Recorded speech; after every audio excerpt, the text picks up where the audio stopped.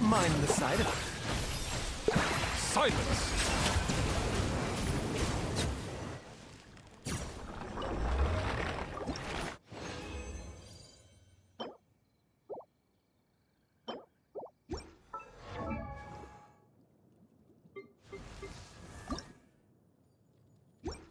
One.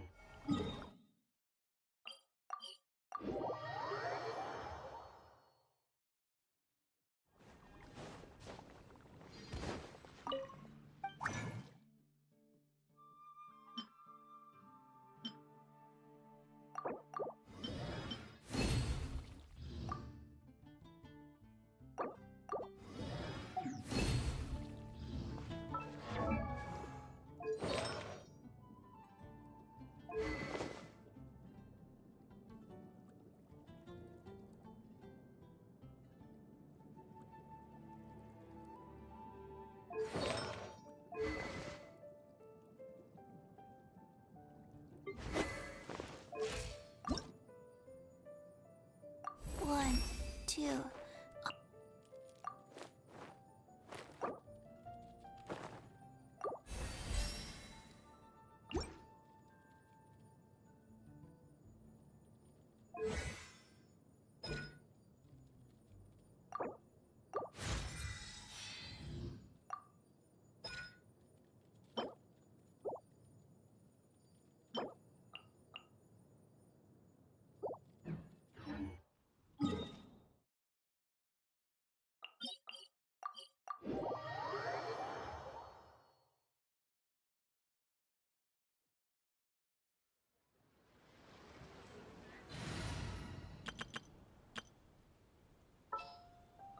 Hopefully this won't take long. Witness my magnificence!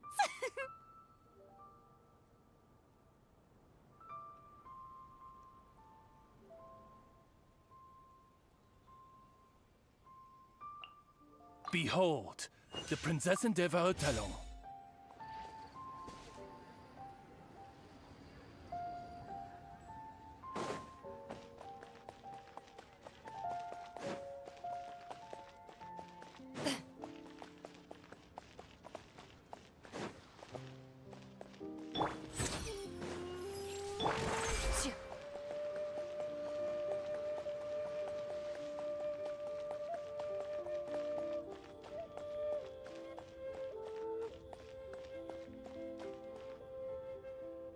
I have recorded the tune that you requested. I hope it will be of help to you. Oh, thank you. Straight word, Ping. What has amused you so? Oh, it's no serious matter. I was just reminiscing about the last time I saw you in this form. Time has wrought such change in this world, and yet you appear. Time has little bearing on one's existence, nor has one keenly felt its effects whilst dwelling at Mount Outsong. Nevertheless, Ping, one would like to seek your counsel on a personal matter.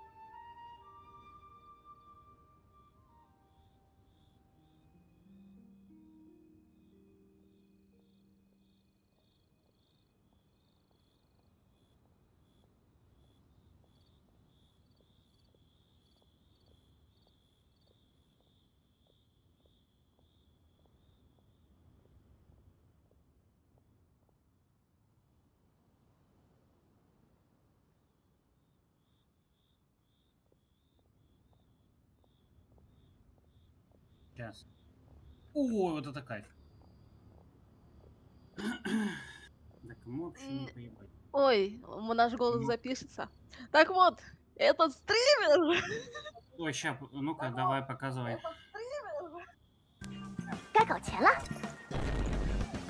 Он на самом деле гей. Вот, да, я про нее и говорил. У нее жопа. А, Да, этот видос я видел, да. 秩序不可破。 на чем они держат? А они же как растягиваются, это ж капец. Да, ты прикинь их вот так вот 我 снизу. 将践行此 Да, 法。 ты представь их вот так вот снизу взять и начать вот подбрасывать вот вообще это- заебись, Нет, да? вот это нормально еще. Это Да не, типа я про нормально. первые. Я все про первые сиськи.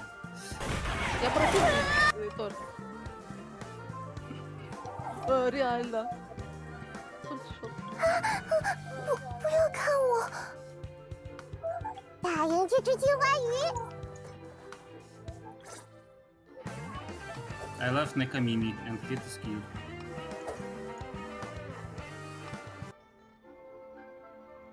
Что? Что? Погоди, что там за хуйня была? Там была баба была, я все видел, Рома.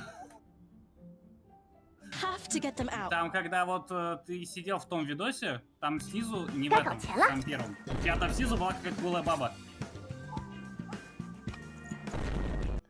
Вот в рекомендациях была. Ну все, ты проебал момент. Да, но еще кажется. Нет, в рекомендациях я тебе говорю, когда ты сидишь.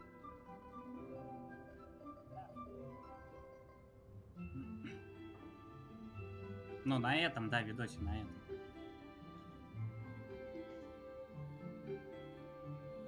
Хочется даже пересмотреть, где-то была. Так, проблема.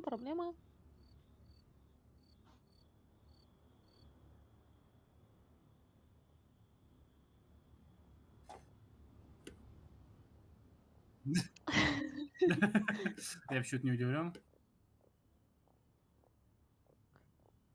А, блядь, зря я сюда без ХП пришел. Бля. Бля. Не, она рыба не голая. Она нормальная. Бля, скинь, если можешь, скинь мне запись, я тебе обрежу. Посмотреть. Нет, не могу. Можешь. Have to get them out. Он сохранит. Нет, And I- Бога. Так, это Геншин. Нет, ну короче, я не знаю, на чем они ее So держат. empty out here. Are we sure that big guy's really around? Almost here. Ну ее The monster- большой You багаж впереди. А, You here ладно, to там play? просто сиськи этой... Бля.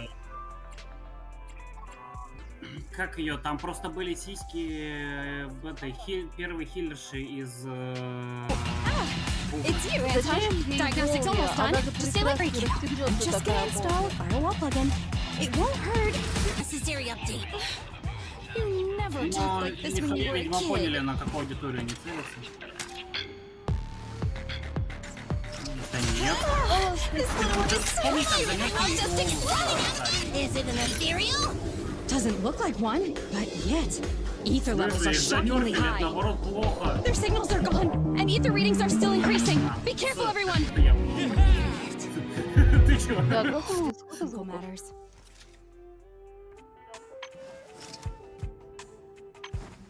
Не, ну Идёт розоволосый все конечно, еще может, получше это- будут. Тут приемлемо. А, А. Не, ну, нормально. Приемлемо. Wow.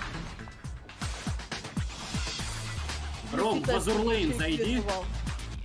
Time to beat the dog. Behave yourself and get a timeout.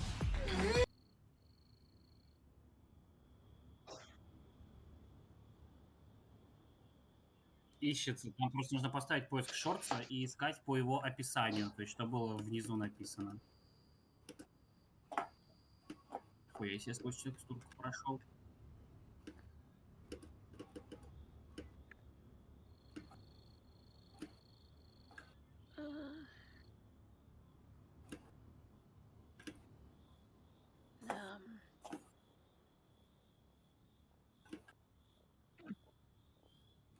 На телефоне там есть отдельная кнопка для этого. Когда ты уже нажал когда уже Подожди, нажал. слева, кажется, можно. Вот, шорт слева, там главное под шортс. Может, там поиск? И тут поиск может быть Самона. искать, нет? Не будет. Ой, рыб. Ау. Научи Всё. Рому искать шорты. Я не знаю, умеешь ты искать Я на компьютере? телефоне просто на ютубе в основном сижу. У меня на компе ютуб для музыки.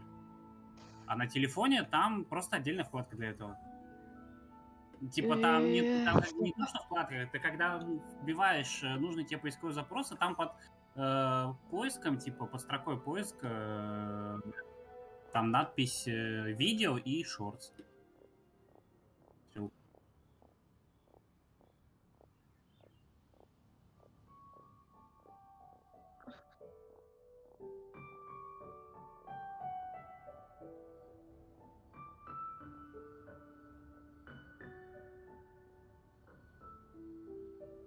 Да, я видел этот шортс. Да, я видел этот шортс. Я не помню, в ютубе, по-моему, не самое известное.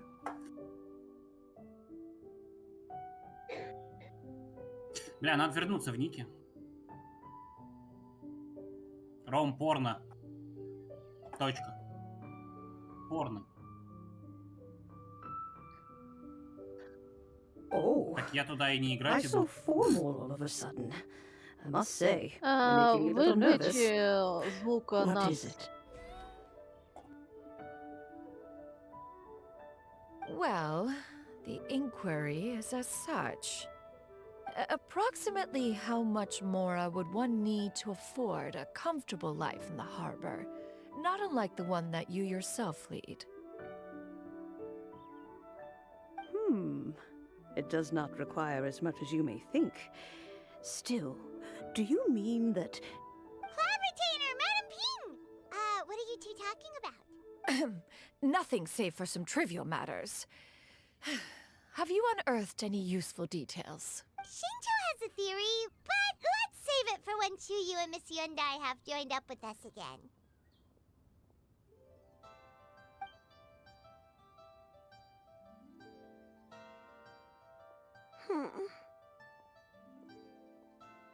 Do not be troubled, young lady. Here, have some tea. Thank you so much. What do you think, Chuyu? Does it match up with what you know? According to the story, the nameless heroine eventually fell in love with an exorcist from Mount Tianheng. Maybe... that's my grandpa. I don't have many memories of him, but there was this one time I found a box in our attic full of a bunch of weird sigils. I think so too. Granny might remember something once she's returned to a familiar place. What marvelous tea. I can taste the dew's sweet. It's as if I was taking a stroll in the mountains, thoroughly one with nature. Is that so? Then please drink as much as you like. There's no need to hurry. At our age, it's always nice to... Thank you.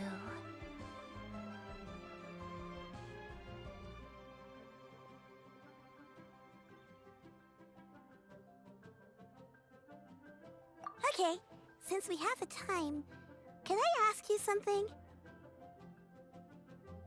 Sure thing. What would you like to know?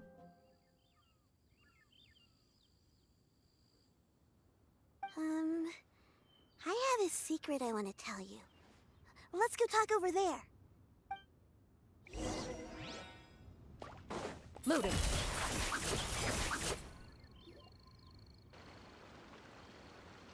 What's wrong, Shiryu? Well, I've been kind of meaning to ask ever since we started talking in the restaurant. But are you guys all adepti in disguise?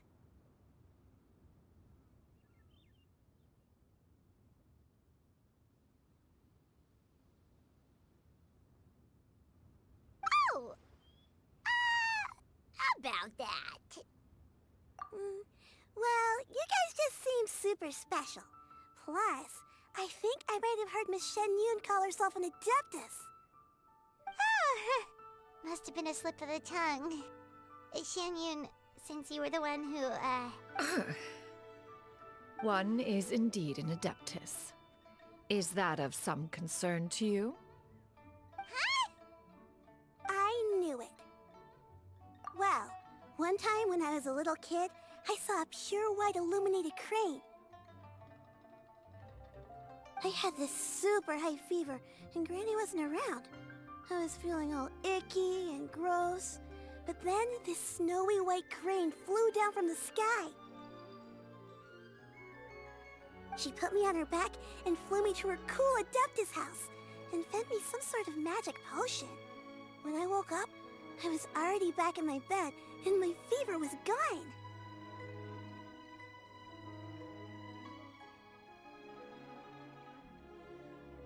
I really wanted to thank her, but I was too sleepy to stay awake, so I never got the chance. So, I just kind of wanted to ask if maybe any of you have ever met an Adeptus like that? a pure white illuminated crane? The only two we've ever met are blue and white and black and brown. Have you ever met one that's pure white, Clavertina? Never has one met an Adeptus with such features. One surmises such a description is but a hyperbolic embellishment that That's weird. Was it really just a dream then? Well, even if it was just in my head, it doesn't matter that much anyway. All I really want is to help Granny recover her memories. Leave it to us! Now that we know the 3 locations, we just need to visit them one by one. Let's go to Wangshu Inn first. Okay, I'll go get Granny.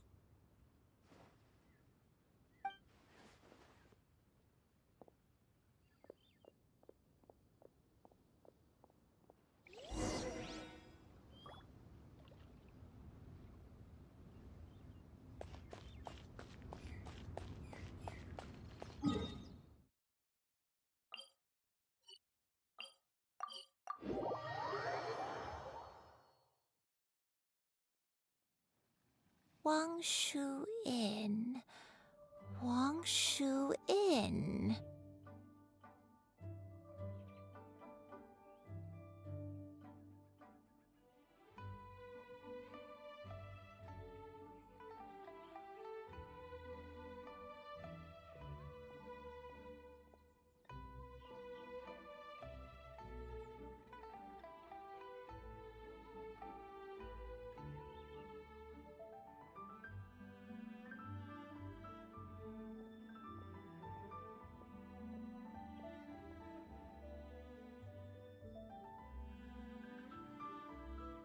Do you remember this place, Granny?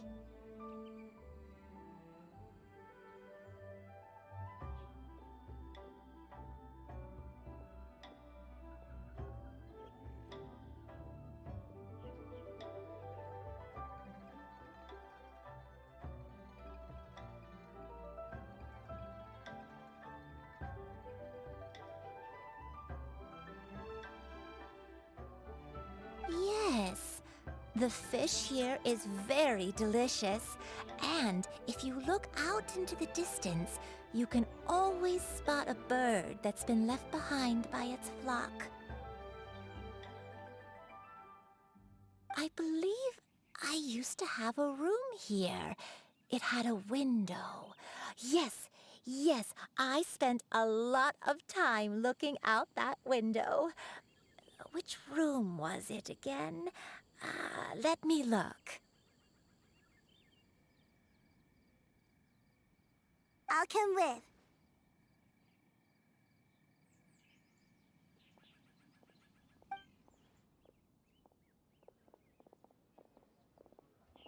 Hyman's still having some trouble understanding what she's talking about, but if she's so familiar with this place, that must mean she lived here, right? Wait, huh?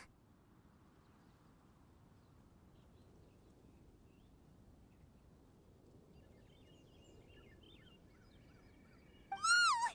Shell! What are you doing here all of a sudden? You scared the living daylights out of Paimon!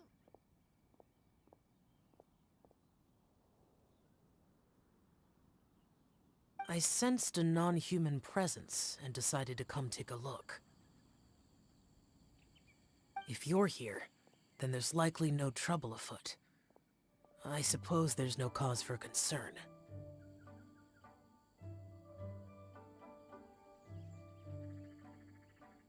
It's been a while, Cloud Retainer. I see you have returned to your previous form. I have indeed. I fought alongside her in this form on many occasions during the Archon War. Oh, wow! What was she like during the war? Oh, wait, let Paimon take a guess. Was it anything like this? Behold, the glory of one's newest invention, the Bang Bang continuous fire mechanism. Hands up and surrender, or be prepared to face the full might of the Adepti. An impressive imitation.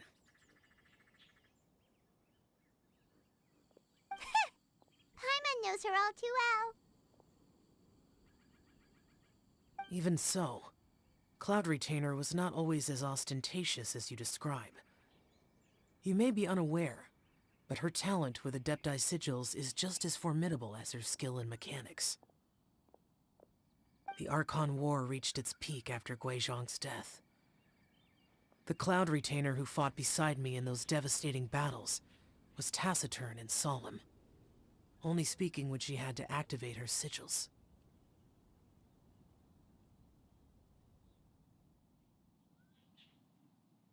A Cloud Retainer who barely talks?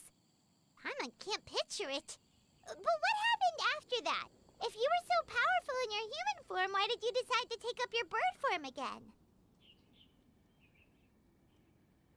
Once one had bid farewell to the world of mortals, what use would one still have for such a shape?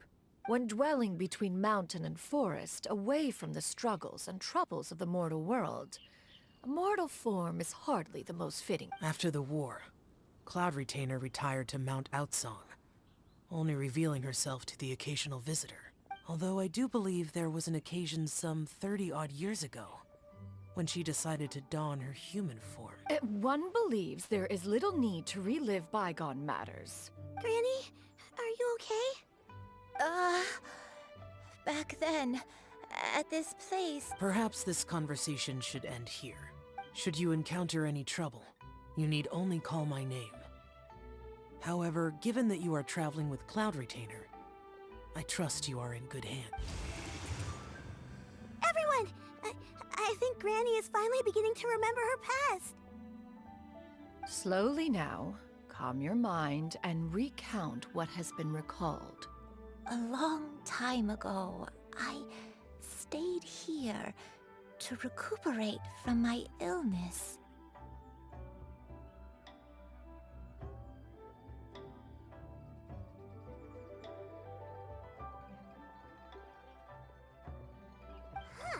So what Shinto said was true! You did fall ill! Was that why you went into hiding? I don't remember. I'm very sorry, but I can't even remember the name of my illness. The only thing I can remember is that it took a great toll on me, and there was no cure for it. I was confined to my room in Wangshu Inn, where I spent many days unconscious. I'd come to every once in a while and stare at the migrating birds outside the window. It was a solemn sight. I remember crying, but one day I met a traveling merchant. Upon hearing of my illness, he sold me a bottle of soul-revitalizing tea pills. He told me that the pills were concocted using Adepti blood and could be used to alleviate my symptoms. Sure enough, I made a full recovery. Wait, but if your illness remained dormant for several decades, are you saying that what you're going through now is just a relapse and it was all thanks to the pills that you managed to keep the symptoms in check? Paimon's brain kinda hurts. I'm sorry, I don't. Oh. Hey, you're not useless. You've done so much for me. Watched me grow up. Raised me. How could you say that about yourself?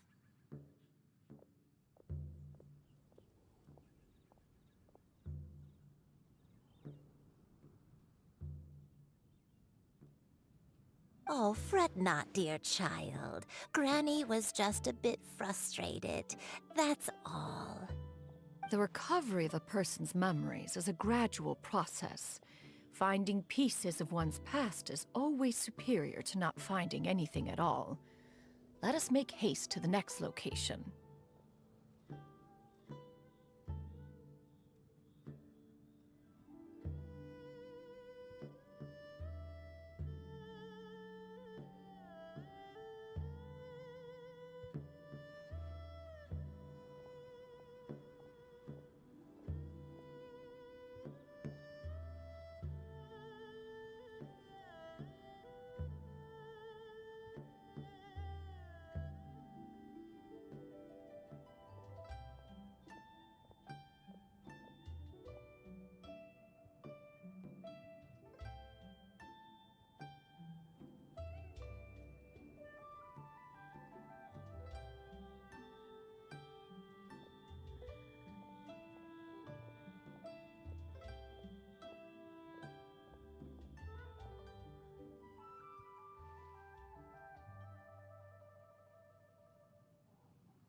Next location. Next location. Oh, why don't we go to the area north of Dwayunkar's next? There isn't really a landmark there, so where should we start? Oh, Paimon's got it. Let's check out the houses in the area first. After all, if she was there for any length of time, then she would have stayed somewhere, right? Oh, Paimon's really got her thinking cap on today. At this rate, we'll recover all of Granny Wendai's memories in no time.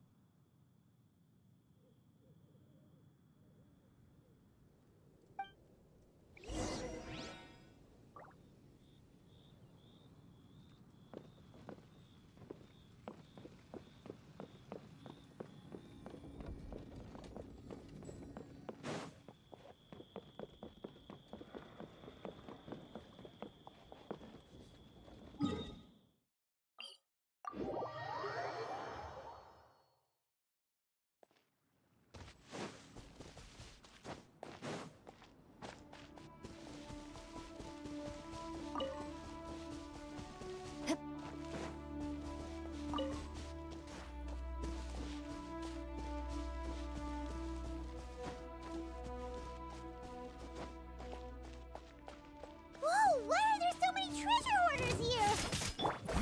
Guess it's time to round up some bad guys.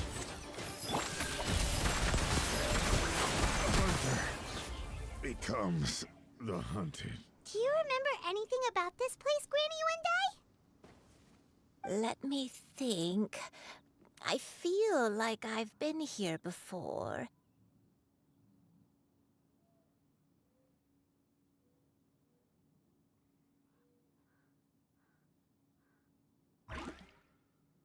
But I don't think I stayed here too long.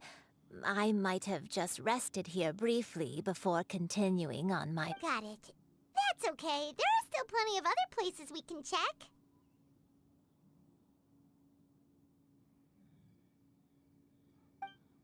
Wait a second.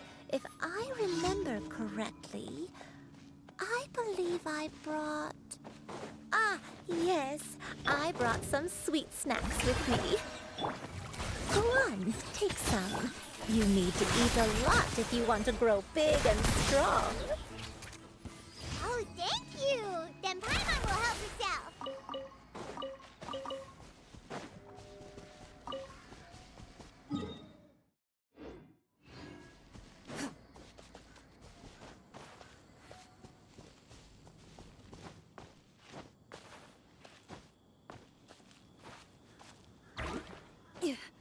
Into the shadows.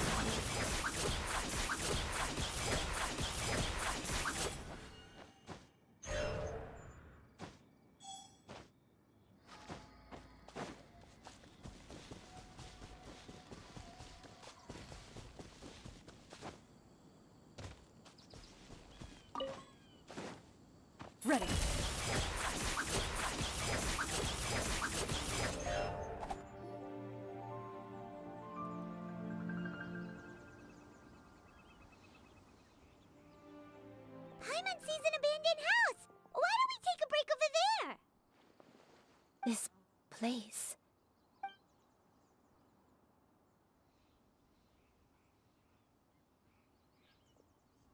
Did you remember something, Granny? I remember. Shuyu. This is where your father... It was a moonless night. I had been injured, so your grandpa was supporting me. We fled together with some being in the fog behind us in hot pursuit. I had exhausted my strength when the labor pains came on, so we took refuge in this house. Your grandpa set up a barrier outside. I remember that night. I remember falling to my knees, reciting a prayer over and over. I alone am the source of this sin. Punish me as you wish for forsaking my oath. Sin? Oath? I don't know. I don't remember. I only remember praying in the darkness with all my strength. Eventually, the house was filled with the sound of my baby's first cries.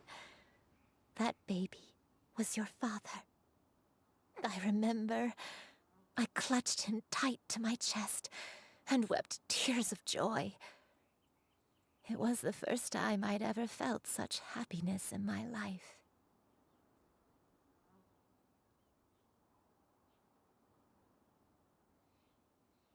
My dad?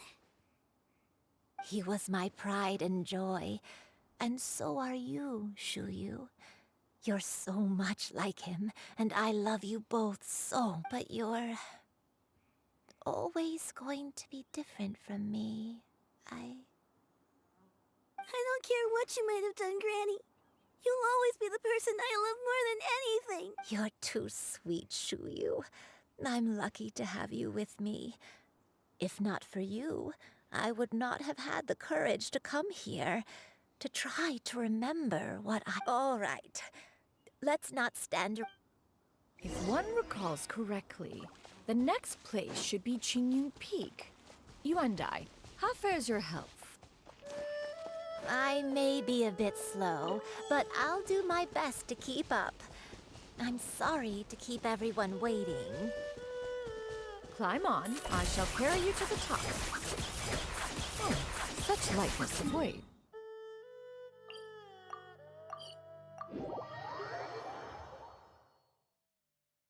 All those who grow old grow frail in the end, do they not? First, you lose your memory, then your health. Eventually, you end up losing everything. My only wish is to depart this world with a lucid mind, to free myself of this torment. Whew! We're finally here. Does this place feel familiar to you, Granny Wanda? Let me see...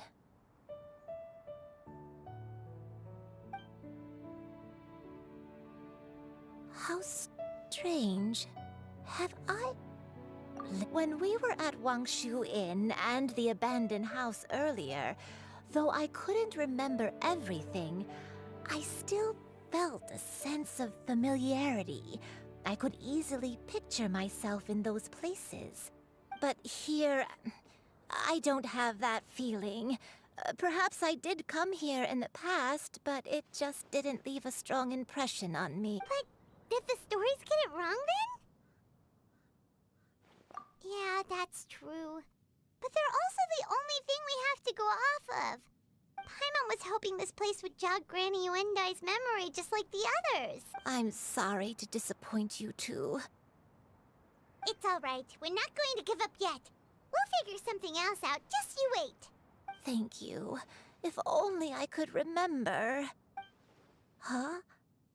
That way. What's that mountain? Oh, let Paimon look! Huh? Isn't that Mount Aotsang? Looks like we've come full— Mount Aotsang. Mount Aotsang. Granny, are you okay? Don't push yourself, Granny. It's okay if you can't remember. You shouldn't do something that makes you sad. Mount Aotsang, Am I really? Mount Outsong holds some familiarity to you?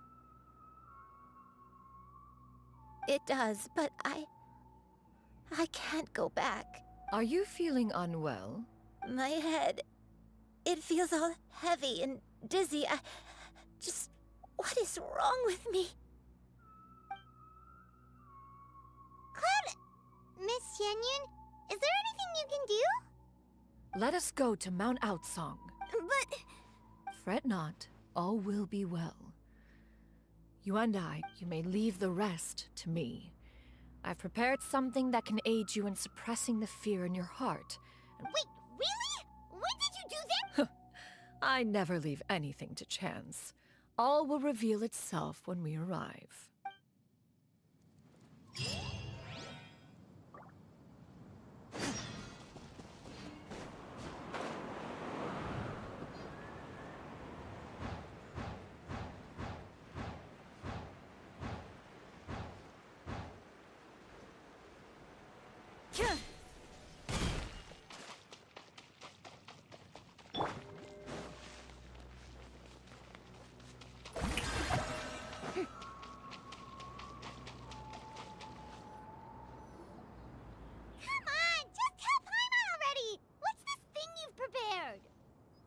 Here, this is it.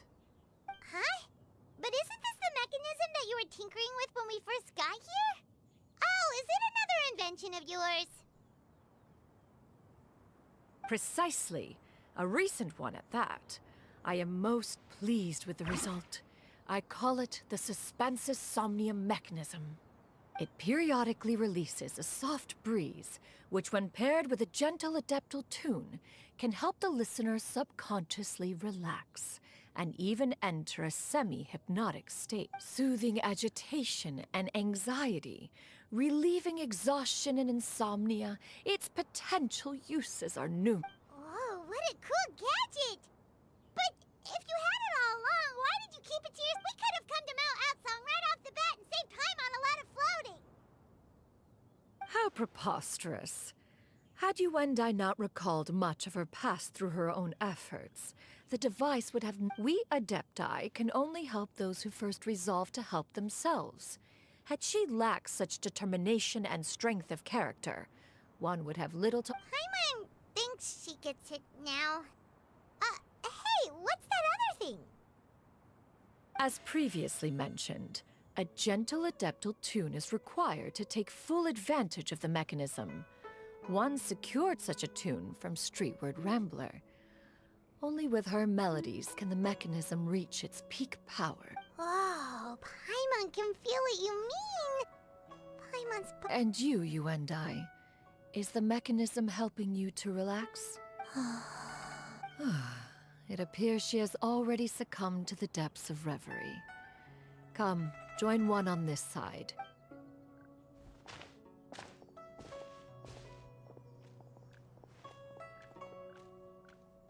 The drought is over. But why do you look like you want to cry?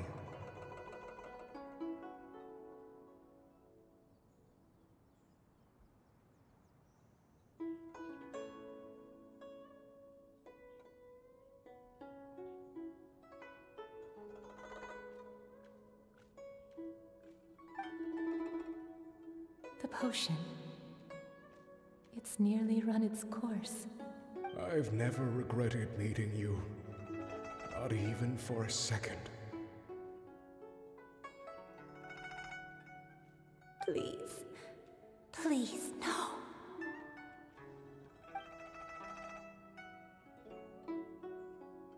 Have you forgotten?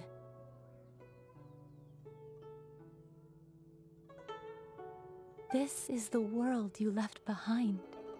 One of gentle breeze and morning dew, perfectly straddled betwixt the realms of heaven and earth. This is your home. This is where you belong. You should have never left. The you of the past, the...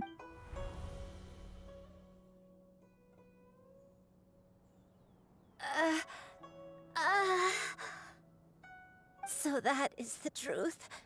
No wonder this place is so familiar. Granny!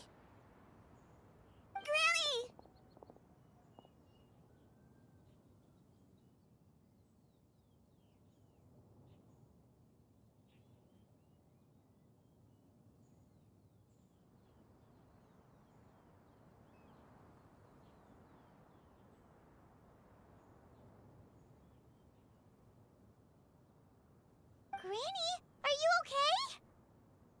Cloud Retainer.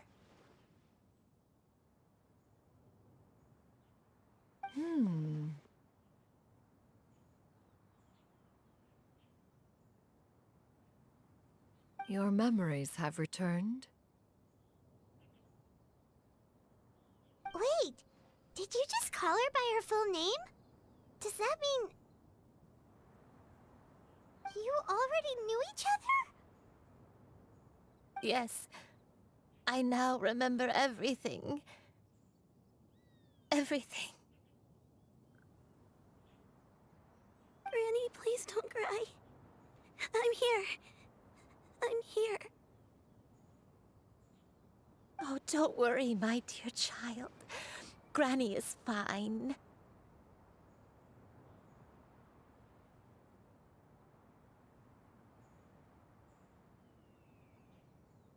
I'm so sorry, everyone. You've gone to so much trouble on my behalf. It's all come back to me now. The most important thing that I had forgotten was the truth of what I once was.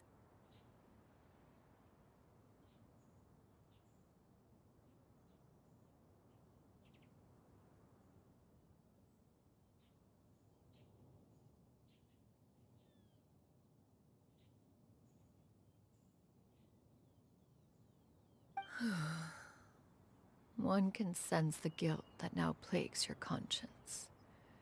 Reclaiming a truth long buried is sure to come with a myriad of complex emotions. Perhaps one should recount the story on your behalf. No, it's okay. Now that I've remembered, I must face my memories head on.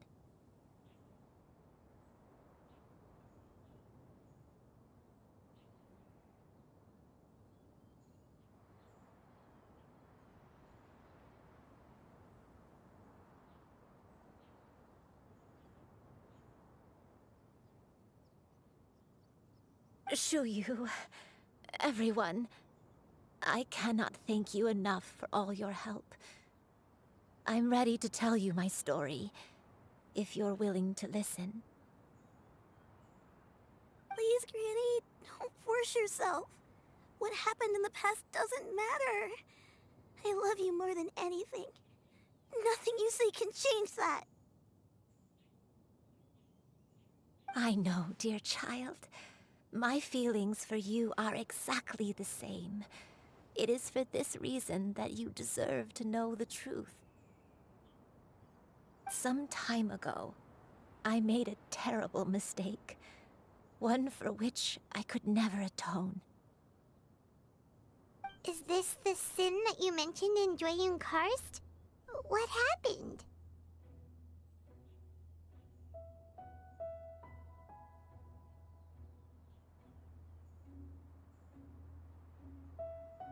I am, in truth, not a human being.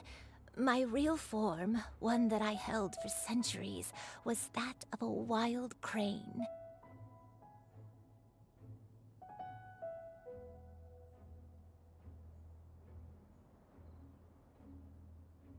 I spent many, many years living on Mount Outsong, bathing in the soft breeze and drinking the sweet dew of the mountains. At some point, I somehow gained wisdom and sentience. The Lord of the Mountain, Cloud Retainer, became aware of my existence and began to share many stories with me. She even passed on the secret of cultivation to me.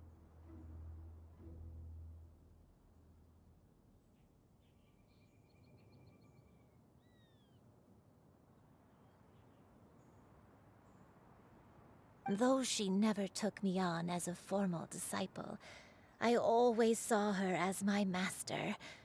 Whenever she took out her tools to work on mechanisms or new inventions, I would also stand next to her and watch. I even contemplated completing my training and becoming an adeptus in my own right. I followed her teachings, and time gradually passed us by. Until that fateful day 50 years ago.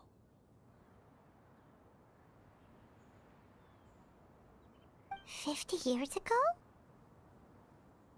That's right. Master regaled me with many stories of her past deeds.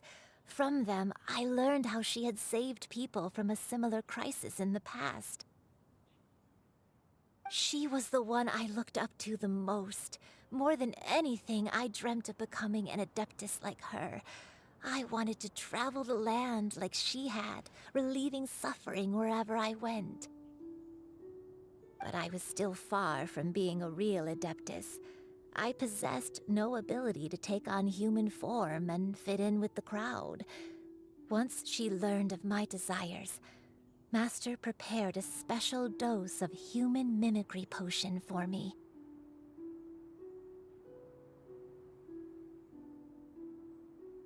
She warned me that the potion's effects would only last 10 years, and if I were to fail to return to my original form at the end of that time, I would forever forget my past as a crane and become something neither human, beast, nor adeptus.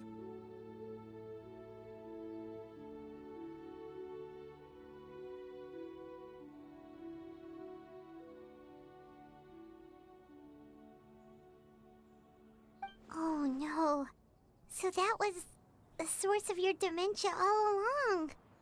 Was it because of Grandpa? Indeed, I fell in love. Though he was human, he had spent his entire life training on Mount. Although clumsy and impulsive as he was, you'd think he was the real strange bird among the two of us. But still, just like me, he cared deeply about the world and wanted more than any. I could not help but fall for him. But my time continued to tick away. Those 10 years passed by in a flash. Yet, I did not want to leave his side. Oh no. What happened next? I committed an offense. I wanted to stay with him, even if it meant living a life full of pain and suffering, even if it meant that I would eventually turn into a monstrosity. I knew I had betrayed Master's hopes, but I was too ashamed to face her. So I wrote her a long letter instead and asked someone to leave it outside her abode.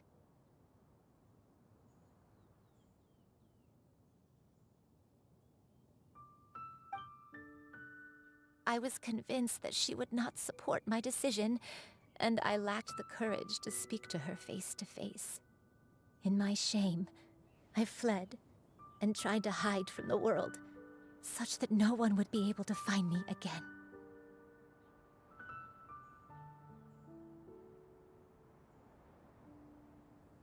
But that was only the beginning of my troubles. I began to suffer from a strange illness. My memories became hazy and confused, and I could no longer keep myself awake. I understood that my pain was caused by my refusal to return to the life I was fated to lead. Along with my memories as a crane, I soon forgot the true cause of my suffering as well. I knew only that I had committed a sin. All I could do, looking back, I was beyond lucky to have come across that traveling merchant at Wangshu Inn. It was such a fortunate coincidence that we were there at the same time. Granny! What's wrong? Coincidence? Why did I ever think it was a coincidence? Tea pills concocted using the blood of an adeptus? No, it couldn't be. Master, don't tell me. Back then, that merchant was actually... Human custom would dictate the conferral of gifts to be in order when one's progeny is wedded, would it not? Consider the pills a symbol of one's best wishes. So when I tried to conceal my name and mistakes from the world and hide myself away in perpetuity, the only person I managed to deceive... One still remembers when you were but a fledgling. You possessed a certain fondness for a particular game. You would hide yourself among a group of wild cranes and ask one to pick you out from among the flock. One found you with such ease every time. 'Tis a truth most evident. One always recognizes one's own, no matter what form they may take. Oh, wait! Paimon's confused!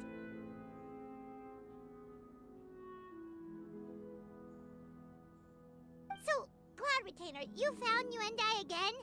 But how? When? And what happened after that?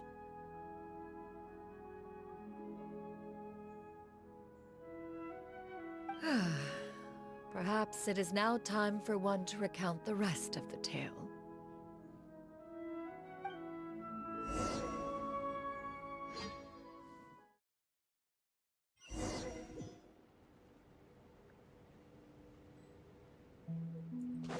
One was furious upon receiving your letter. Seized with anger, one set out to bring you to your senses.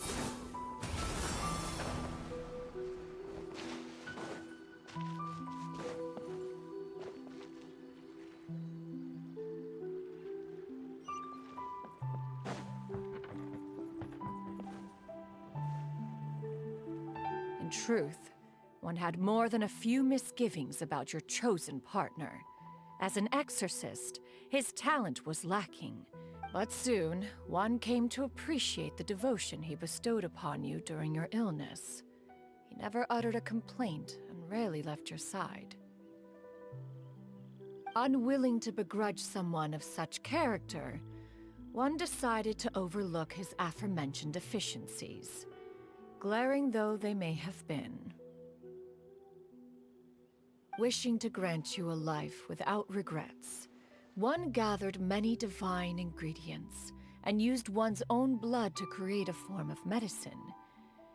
Though imperfect, it managed to suppress the more dire effects of your illness. As for how to deliver the medicine, after much contemplation, one eventually decided to perform the deed oneself.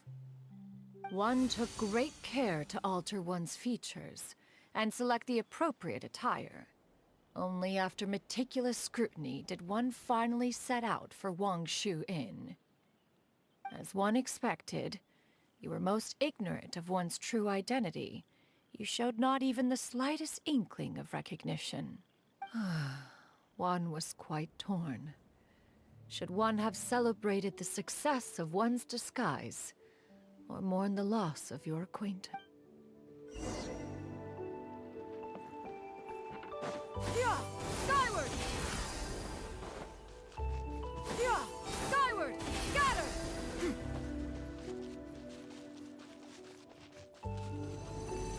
Yeah!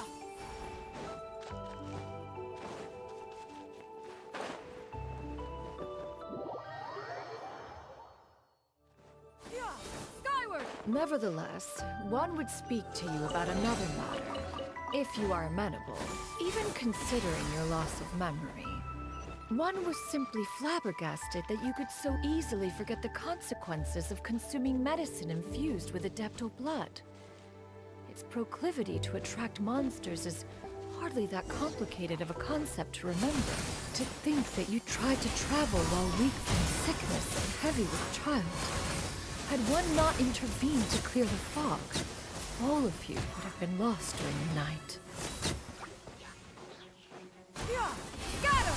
Skyward! Scatter! Make way for the Adeptus! Yeah! Skyward!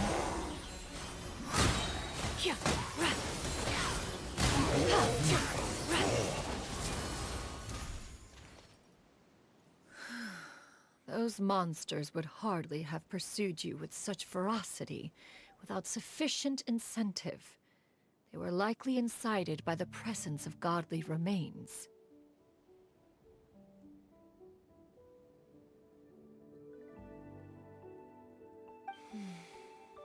Said godly remains, in turn, were likely drawn to the trace of one scent on your body.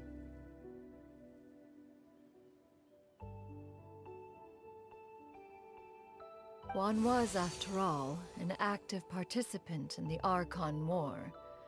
Some of the gods were likely shattered by contraptions of one's very making. In the end, one was relieved to see you endure through the night. At the break of dawn, one heard an infant's cry pierce through the air, and one saw you carefully cradle the child to your chest. Although certain mortal matters remain foreign to me, one could not help but be moved by your to see you happy. That was more than enough.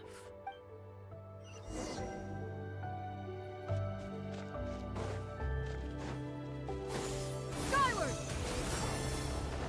Now you should have a complete understanding of the events. Wait! But if that's true, then the crane who took care of me when I was sick must also be... Ah, one had almost neglected to recount the absurdities of that tale.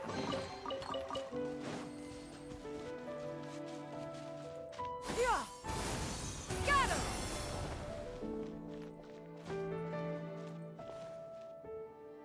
Just as Yuendai troubled one with her antics, so did you give one many a headache. Upon finding you burning with fever, one made plans to bring you back to one's abode for treatment. However, upon seeing one's form, you began to cry, refusing to get on one's back. When one asked you why, apparently you believed that one could not possibly be a true Adeptus, because all illuminated cranes are white from tip to toe. One had no choice but to apply powder to one's body to conceal the variegated nature of one's appearance. You became more than amenable enough when one stood before you devoid of any other coloring. It bears mentioning, however, that as a crane, Yuendai was nearly entirely pure white in color. Though you had never encountered her in that form, you still recognize the essence of her. Perhaps fate brought you two together.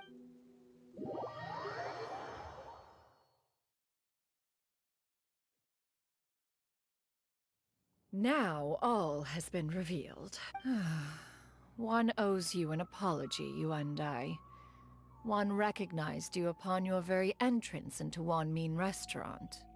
One has always viewed you as a disciple of equal standing with Ganyu and Shenhe.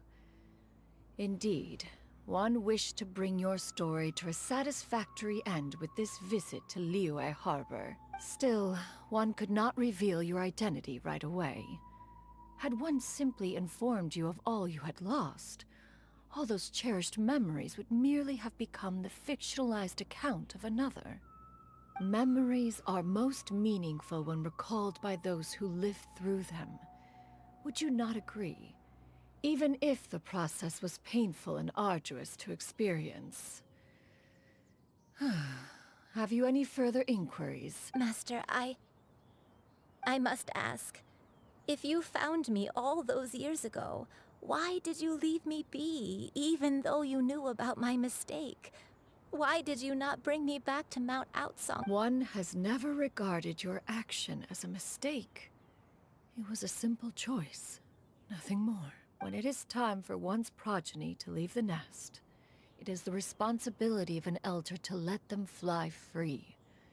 Yet, when your wings grow weary and the night grows dark, just know that you always have a place to which to return.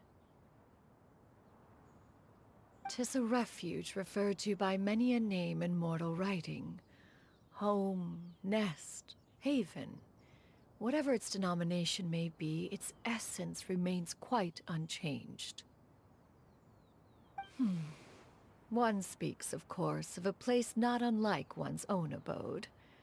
One's disciples are free to come and go as they wish, yet the door remains forever open to those who wish to return. Thank you I just... Thank you. You and I. One expects you too have sensed the rapid deterioration of 40 years ago. You chose a path without a future. Though one used one's own blood to provide you with a few decades of extra time, it merely delayed the inevitable. Even the power of an Adeptus has its limits. Had your condition continued to deteriorate, you would have forgotten your life as a human entirely. In the end, you would have turned into a creature lacking in... Fortunately, you were able to avoid that scenario by reclaiming your memories. Though one sped the process along by providing some guidance, the result is entirely a reflection of your own... So, what's gonna happen to Granny? One will help her reclaim her original form as a wild crane. If it be fated, she may recover her sentience one day. She's gotta go back to being a regular crane, huh? Master, you've already done more than enough for me. I don't know how I could possibly repay your kindness. This is a better result than I could have ever hoped for. How much time do I have left? Not long. The transformation is imminent. Granny? Please don't leave, okay? You're all I have left. Don't be sad, dear child. Granny has led a wonderful life. My only regret is having to leave you behind.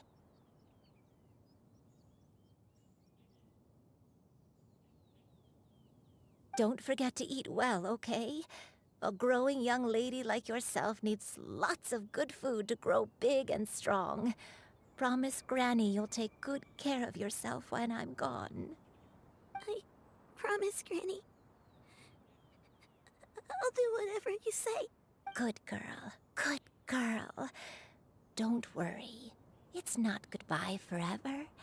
Granny's gonna become the most formidable crane in all of Mount Outsung.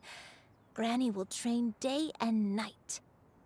I won't stop until I can turn into a human without having to rely on anything but my own power. When that day comes, we'll be able to live together again. You and I. How's that sound? Good. That's a good girl. Even though we won't see each other for a little while, as long as we both work hard, we're sure to meet again someday. I'll eat well, Granny. I promise. And I'll wait for you, no matter how long it takes. I'll wait for you to come back. That's a good girl. Then Granny really has no more regrets. I'm so sorry, Master. Thank you. For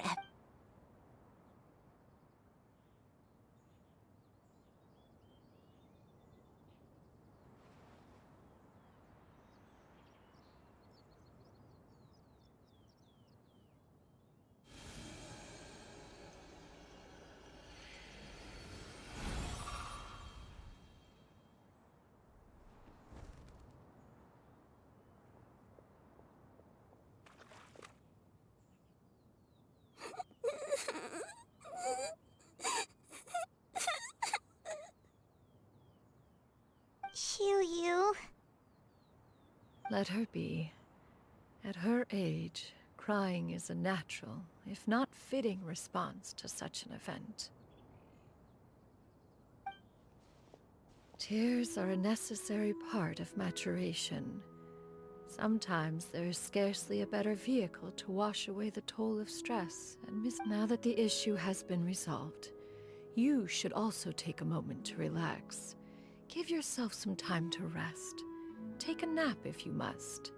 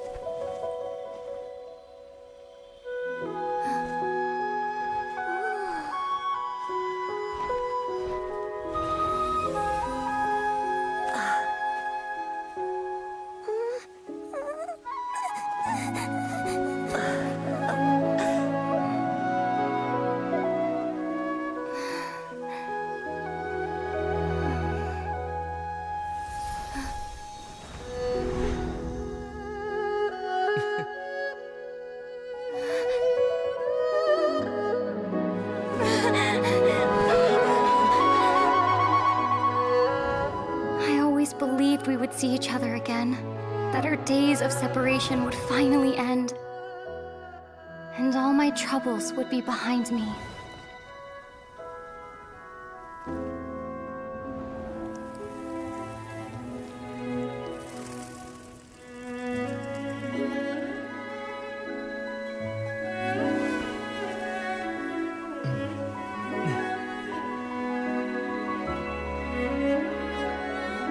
If only things could stay this way forever.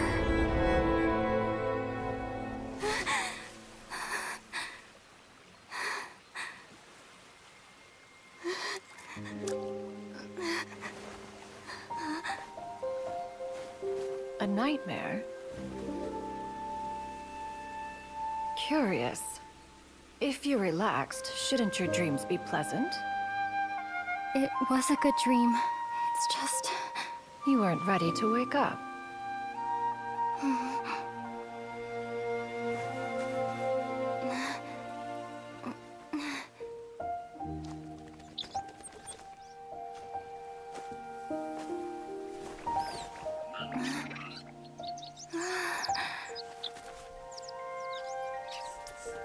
Eloquent as one may be, words of comfort are not one's strong suit. You are doing all you can. One can see your strength of will, your fearlessness in the face of danger. And so, whatever your dream may be, one believes that you shall achieve it. Of course, whenever the perils you face overwhelm you, or you become weary, one is always here for you. After all, as an elder, it is only right to look out for the young ones.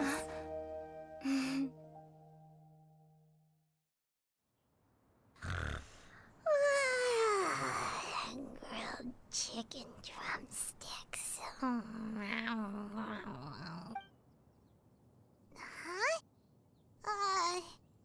Was Paimon sleeping just now?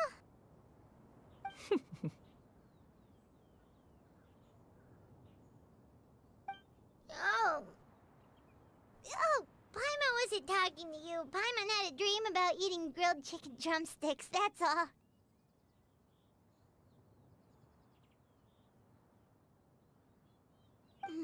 Madam Adeptus? Oh, Shuyu, you're awake. How do you feel? I feel a little better. Thanks. I know I'll see Granny again someday, so I don't feel so sad anymore. Madam Adeptus, could I ask you something? Would you take me in as a disciple? Oh, and have you reasons for this sudden interest? I know Granny thought what she did back then was wrong. She felt really bad about it. But without that mistake, I would have never been born. Even though Granny lost her memories, she never forgot to show me how much she loved me. So, I thought maybe one day I could become a cool Adeptus like you and help a whole bunch of people, just like Granny wanted to do. Upon some reflection, one supposes you are no mere mortal. The fact that Yuendai's blood flows through your veins is proof enough of that. If this is what you desire, one should... Thank you so much, Madam Adeptus. No, I mean... Master. Chuyu, are you sure about this? Paimon's gonna let you in on a little secret. We've seen Cloud Retainer's 2 other disciples, and they pretty much eat nothing but bitter herbs like chinchin and violet grass. If you join them, you'll never enjoy Wanmin Restaurant's delicious cooking ever again. How utterly preposterous. One has never enforced such a rule. Every individual must find their own path to enlightenment.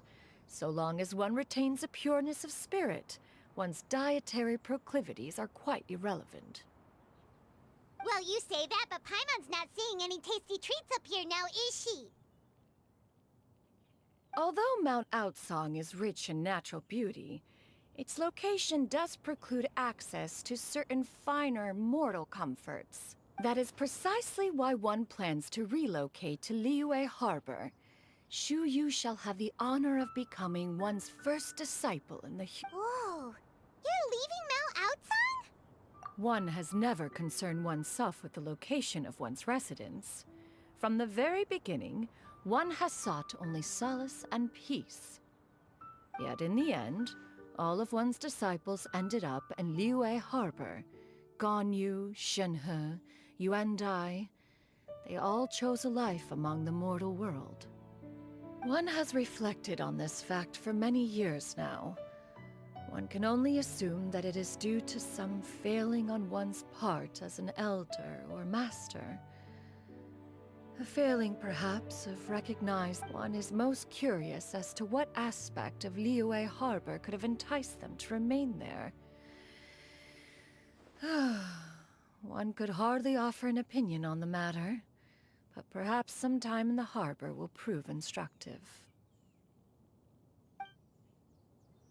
Why are you all so silent?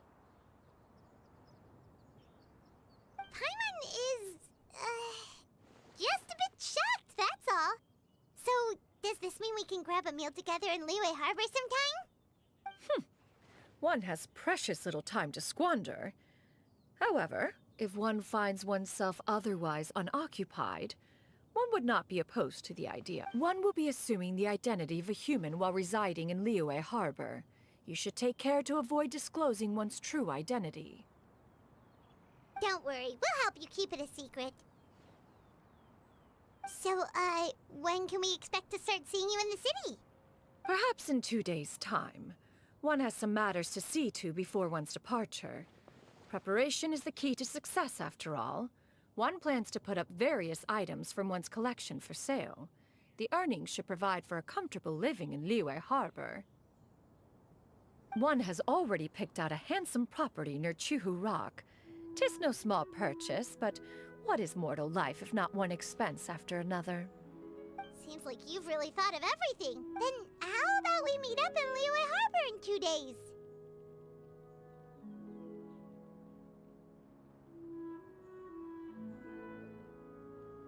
A sensible plan. See you then.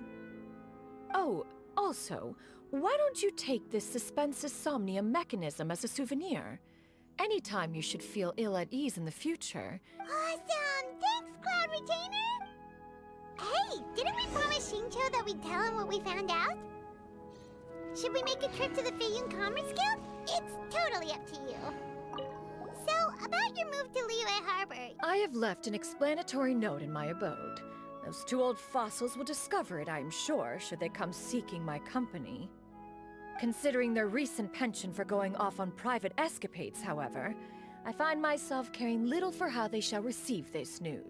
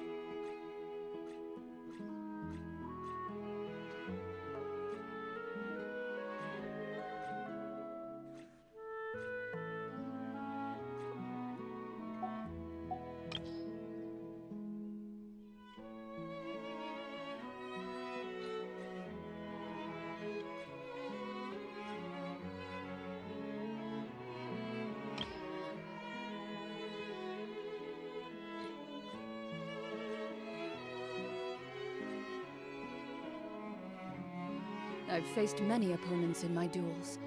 Most of them I defeated. The rest surrendered. No, I have never lost a duel.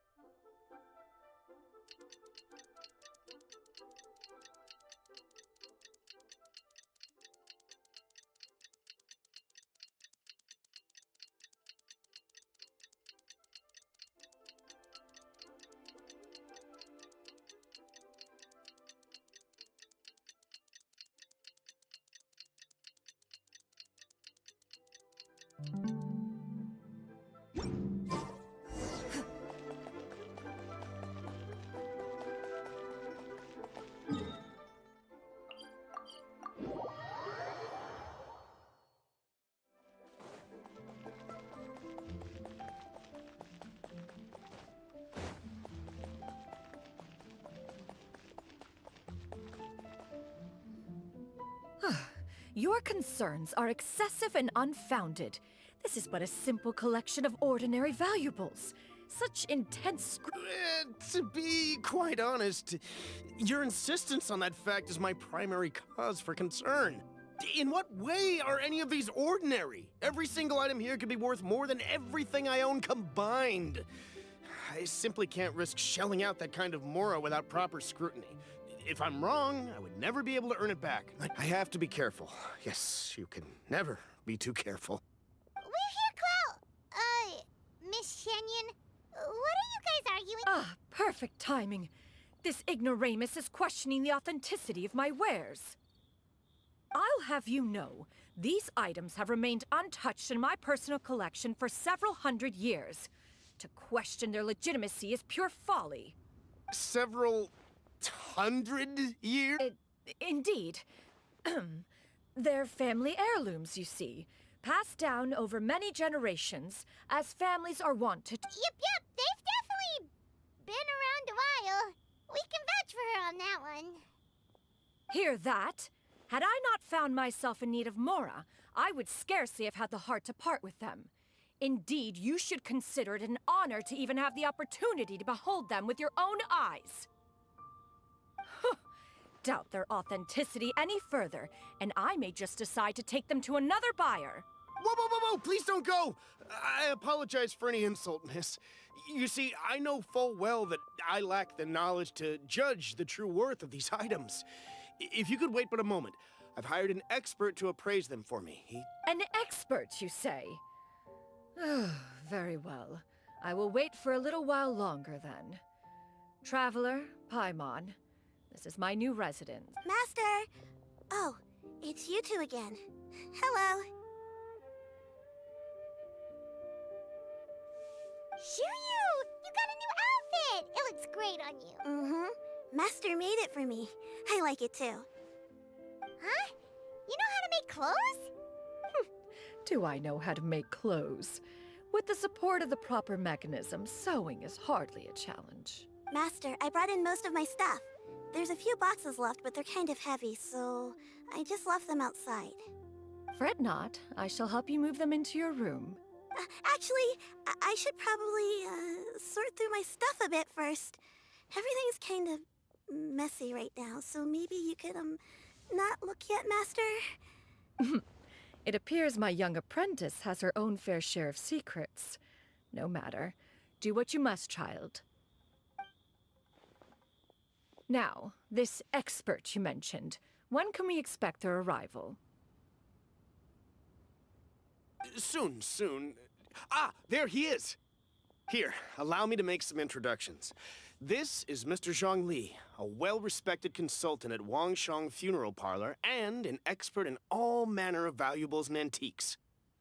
Mr. Zhongli, this is Miss Shenyun. She's the one who's looking to sell the collection of valuables I mentioned earlier. Huh.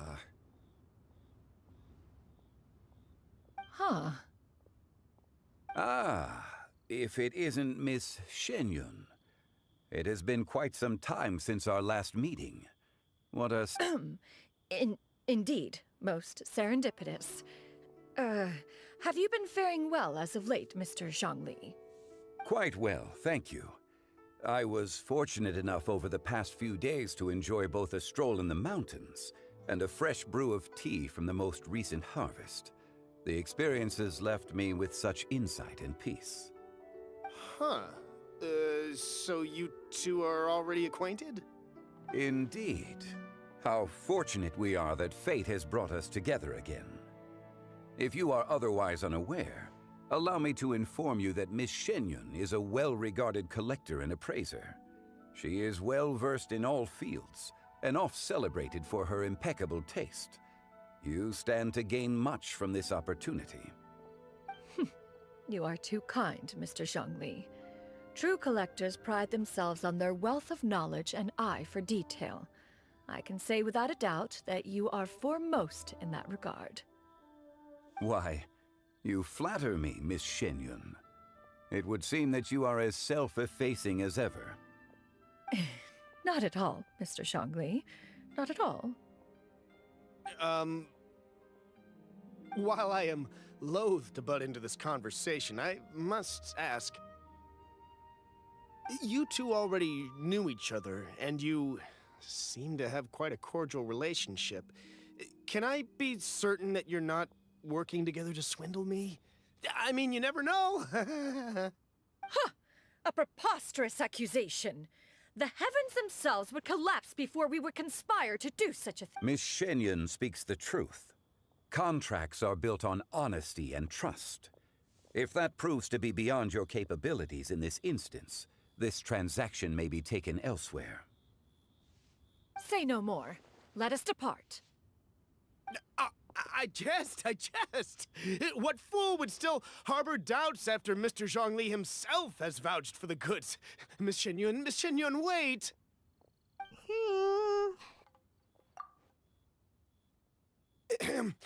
I deeply apologize for doubting you. So, Mr. Zhongli, could you please give me a final verdict on the value of these items? There is no cause for concern.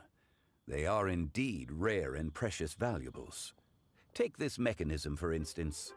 Though one may not immediately perceive its purpose, its structure and appearance are exquisite enough to merit it a place in any fine home.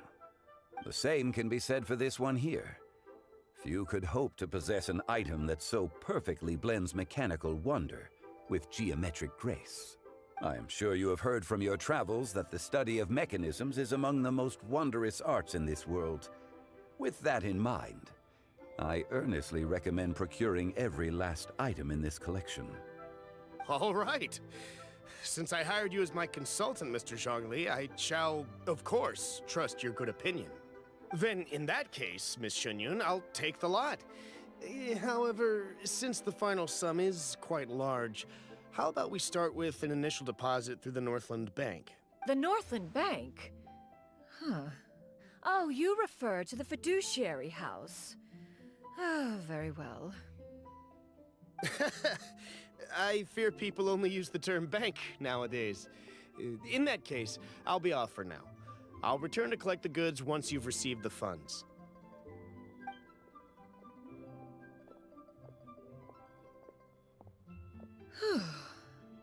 Zhongli! My friends, have you been doing well? We've been great! How about you? Paimon didn't know you were such a busy consultant! My days have been quite pleasant as well. I had been quietly enjoying a cup of tea when Mr. Xiaozu requested my services.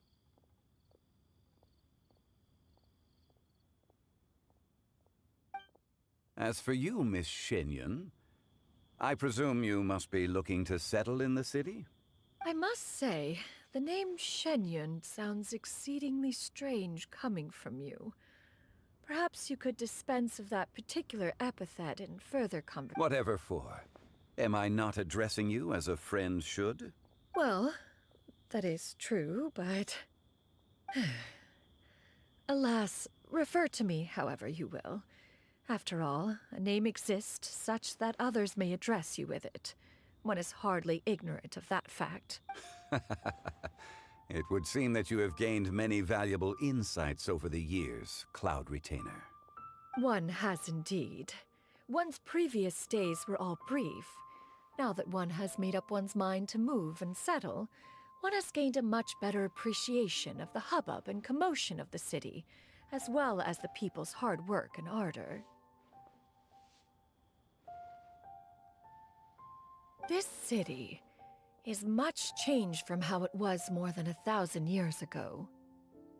Not unlike the ocean tides, so too shall the movement of people ebb and flow.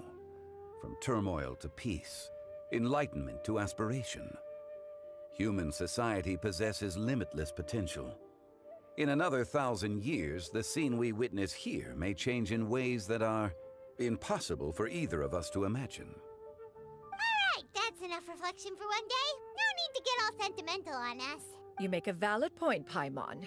Now that the sale has concluded, what say one plays the host as we try some specialty dishes together? One must profess great interest in trying bamboo shoot soup. Perhaps you have forgotten, Cloud Retainer, but I once tried my hand at that dish. You were at the table on that occasion, so Logic dictates that you should have already tried it. Oh? What occasion was this? It was a reunion between friends several centuries ago. Alas, you must have been too preoccupied to secure yourself a portion. Or perhaps our other companions simply availed themselves of faster reflexes on that occasion. Huh! Hardly. 'Twas most certainly out of consideration for the others in attendance. In but a moment, one will show you what it means to have a true deftness of hand. It is settled then. Bamboo shoot soup, mora meat, crab roe tofu, triple-layered consommé. We shall enjoy the lot. One has already passed word to Shenhe and Ganyu to make a reservation. It is prime time for them to meet one's newest disciple. Is that agreeable to everyone? It should be a most splendid occasion. Shu Yu, come now, it is time to dine. Ah, this gentleman over here is Mr. Zhang Li. He is, A humble employee of Wangsheng Funeral Parlor. Pleased to make your acquaintance. Nice to meet you too, Mr. Zhengli. That should be everyone, right? Let's go! Sounds good. Actually, Master, have you ever tried Adeptus' temptation? I heard it's impossible to stop eating after even just one bite. You know, 'cause it's super tempting and stuff. That sounds rather implausible. Although with the right preparation, certain dishes can be too delicious to resist. Huh? Why are you all walking so fast? Hey, wait for Paimon! Hey, wait up!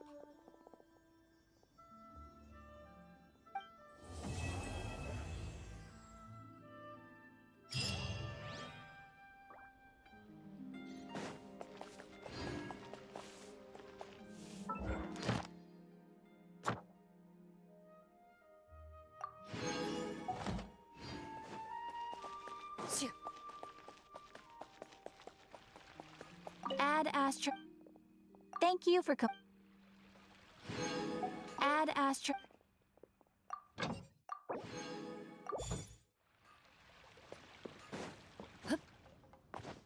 Into the shadows.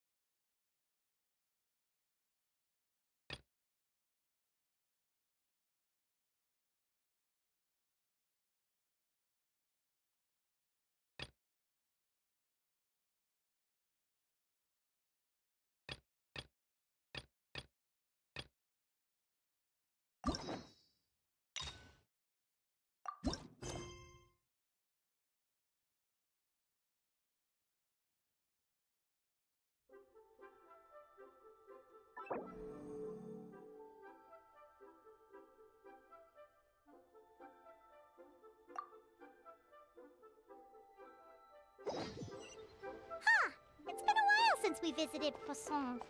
Maybe we should head over and have a look around.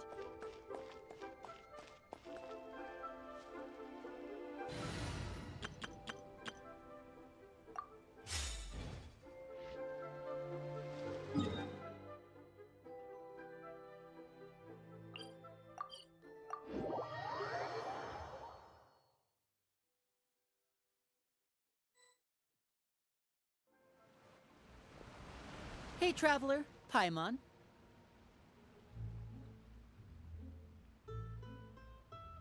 Oh, Paimon knows that voice! Over here.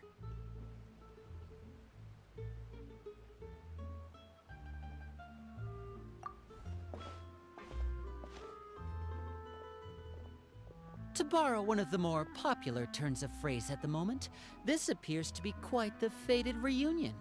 Running into you two out of the blue like this has really made my day. You can say that again. What brings you to Poisson? Wait, Paimon's got it! You must be here for one of your magic shows, right? Actually, we've run into a bit of trouble on the home front, so Father arranged for us to stay in Poisson for the time being. Oh, are Lynette and Fremine here Yep, along with most of the other members of the House of the Hearth. you may have noticed Poisson seems a bit more crowded than usual. So you're saying nearly the entire organization has moved to Poisson? Sounds like you've run into way more than just a bit of trouble. What's... Well... Since the two of you are so curious, perhaps I can fill in the gaps. You scared Paimon half to death! Father, you're here.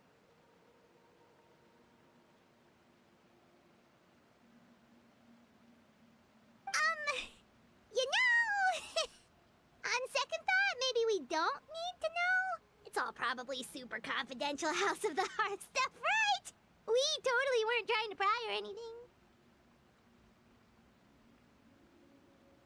No need to be nervous. I could sense your genuine concern from your conversation just now. Of course, I can also understand your confusion. Sending so many Fatui here to Poisson, it's only natural that some might suspect an ulterior motive to be involved. I understand.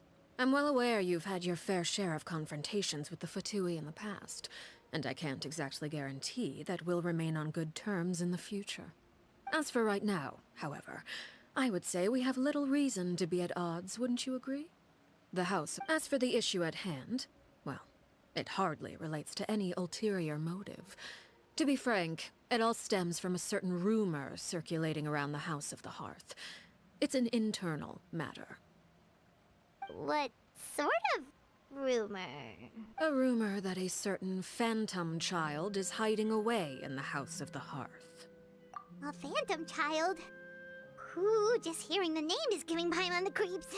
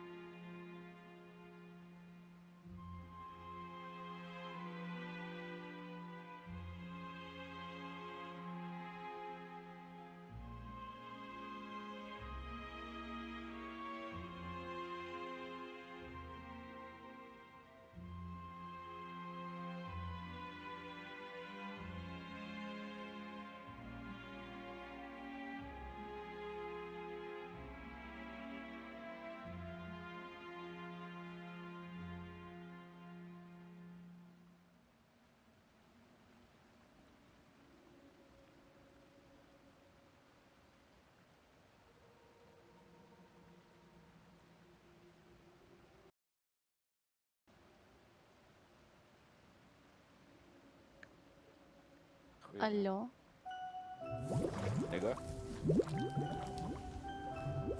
You were born into Да, this world. слышно звук. Есть. Да, есть. И нас слышно. World all alone. But here in the Да, House смотри, of the как Hearth, бан не словил, зато все сказал you will как-то. grow up to be strong. Your goal is to learn, to compete, to defeat all your brothers and sisters in battle, and become king. Where's Perware? Didn't she want to hear the story? Excuse me, Mother. She's doing a funeral for her spider. That child. Maybe her curse is flaring up again. Clairvy, see to her. Oh, okay.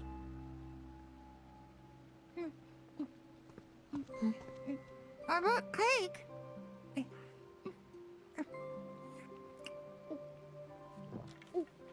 You want some? Sure. You must know spiders don't eat cake. Oh, yeah, I know. The birds soar from their cage.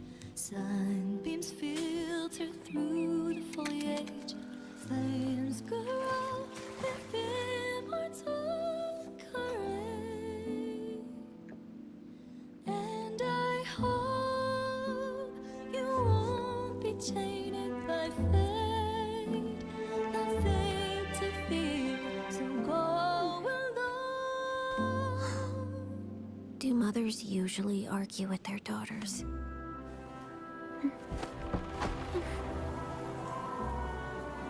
I heard that in Snezhnaya, colored light dances in the sky at night.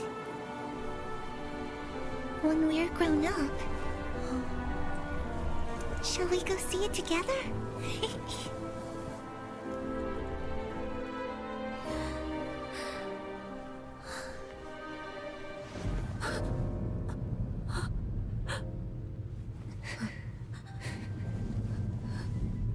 You will be a great king.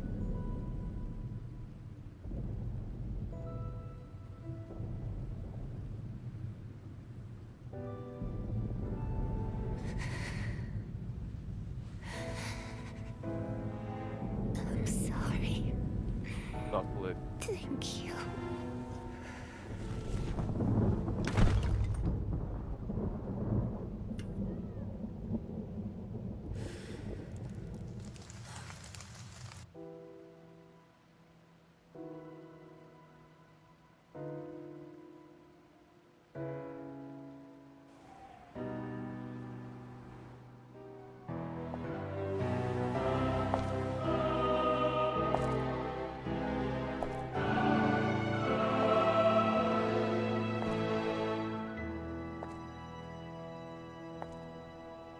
I should have pruned this flower long ago, not waited till it wilts. How grotesque. Wouldn't you agree?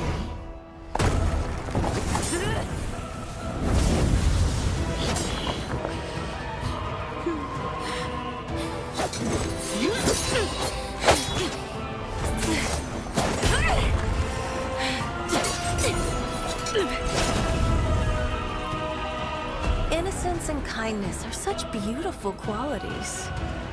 Sadly, they're all so useless!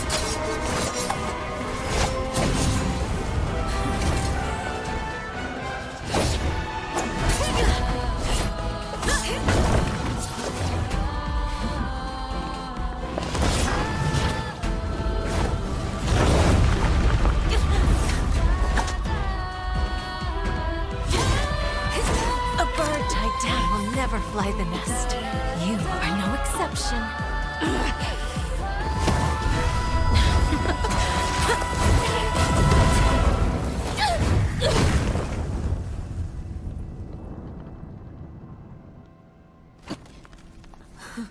Пуска выпала, конечно.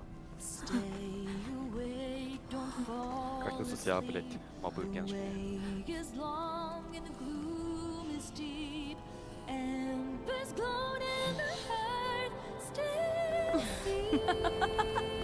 Surrender. Let your mother guide you, and you shall become the one true king!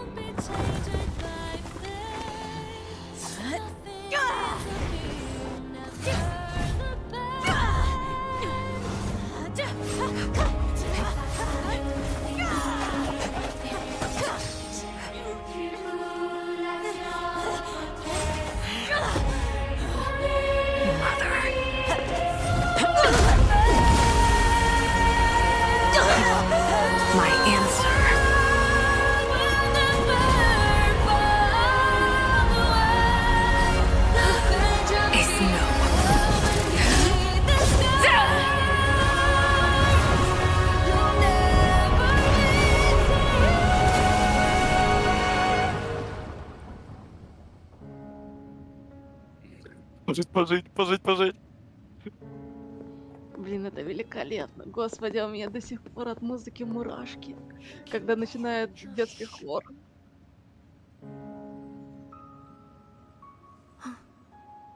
Ну и вообще просто музыки мурашки. Ух.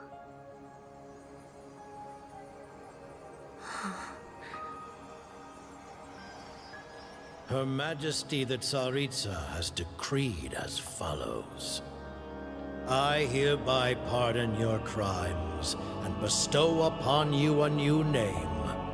This title and its legacy of bloodshed are now yours to bear, my poor, mad, cursed knave.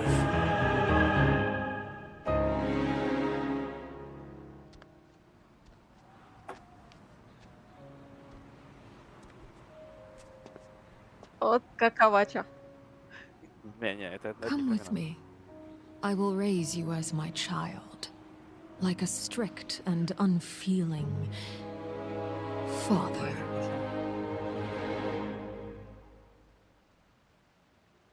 Отец, ну господи, ну какая фигня.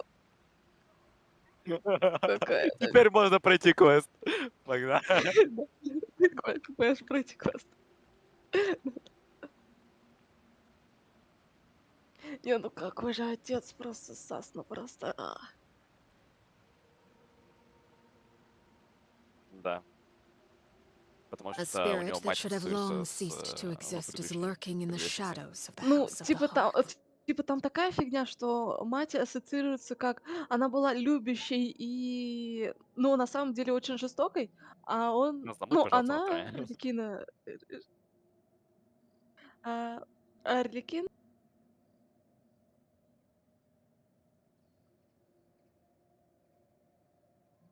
So I decided to bring the children to Poisson before continuing to investigate the situation.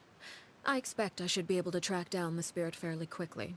After that, it's just a matter of resolving the situation, if you will. It shouldn't be much trouble at all. If you're curious, or if you still have some concerns, it might be advisable to stick around for a few days. I'm sure the children would be exceedingly pleased to welcome some visitors.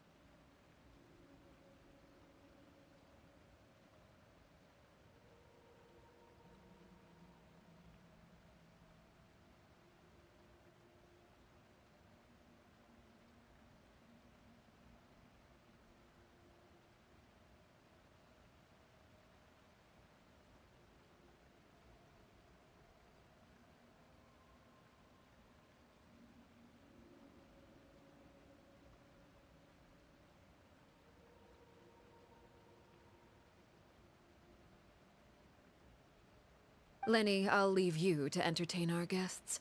I have some matters to attend to.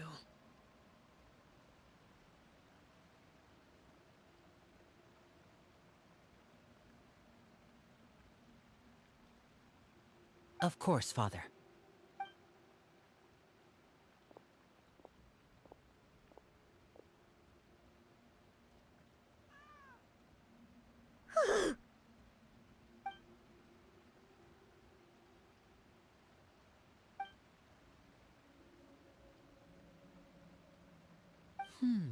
It has long been a dream of mine to invite you to our home and introduce you to my other siblings. You're quite well known in the organization already. A lot of people have been talking about you, especially after everything with the prophecy. If you're willing, why don't you stay a while and have a little chat with us?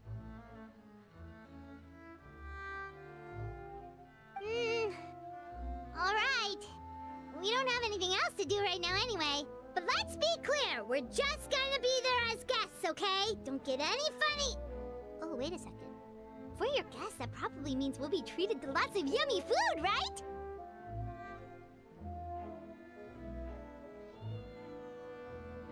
Of course. During our stay in Poisson, we've been helping out the locals with some fishing. We bring in quite the bounty every day. In fact, today's the perfect chance for me to show you what I can do in the kitchen. Let's go. I'll take you to...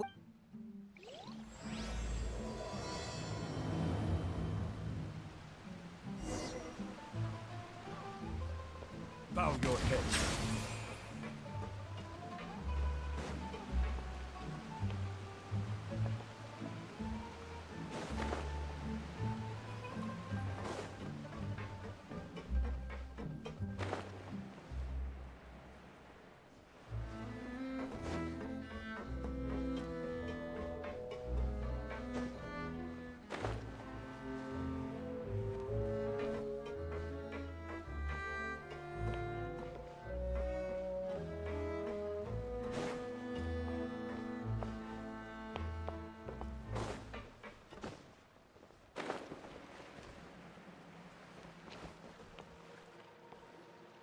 We rented this house from one of the locals to use as a temporary base. I'll come back later and tidy up a bit. Awesome, thanks! So, where are we off to now? Well, when I happened to run into you two earlier, I was actually in the middle of distributing some supplies. With this many people staying in Poisson, we have to bring in outside supplies every now and then. I should probably make sure the rest of these provisions get delivered. Otherwise, people might start... Okay, well, there are all sorts of rumors about your organization floating around out there. Paimon's not sure if she could even take a wild guess as to what's true and what's not. But now that we finally have the chance to see a day in the life of the house... Well, you're more than welcome to come along. Just follow...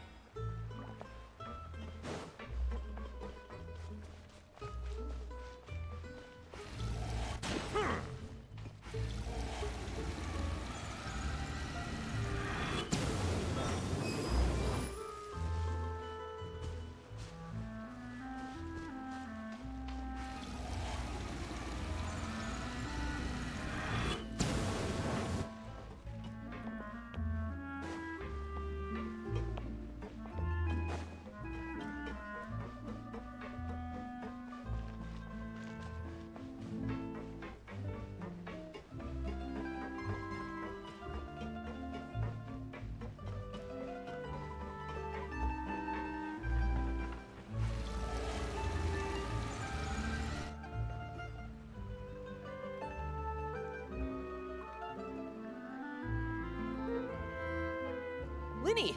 We're finally here. The supplies. I'm assuming you've... Brought them with me? Hello? Something caught your eye? It's the Traveler and Paimon! No way! Come here, everyone! Hurry! The Traveler and Paimon are here! One at a time, please. Don't crowd around them all at once. We don't want to scare off our guests now, do we? Oh, it's all right! Gotta say, Paimon didn't realize we were this famous.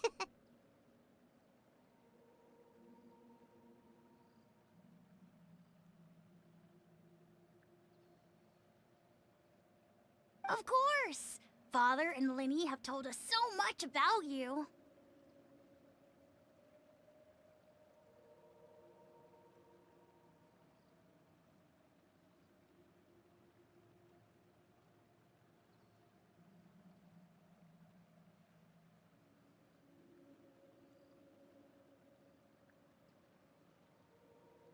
Father told us about how you helped Linny.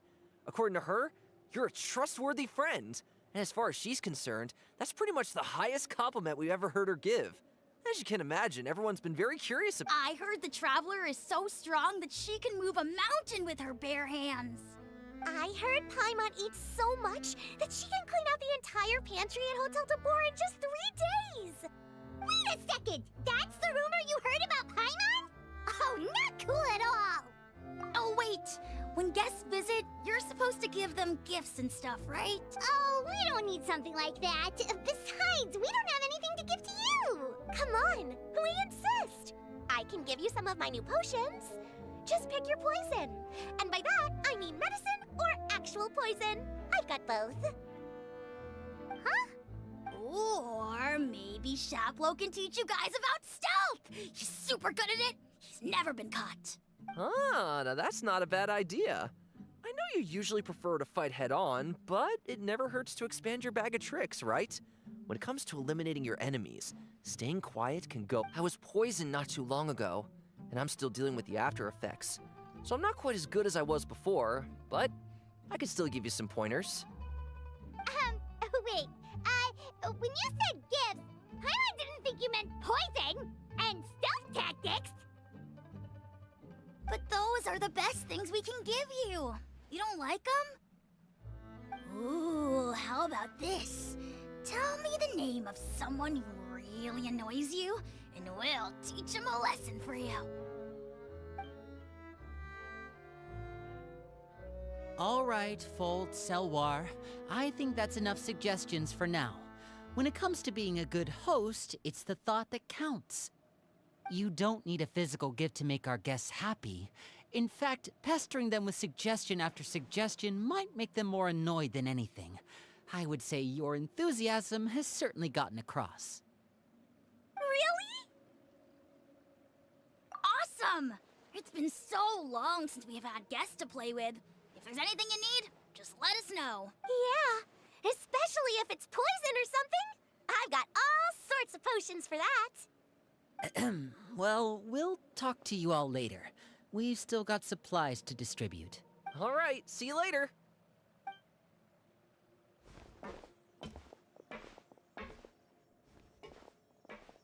Bye!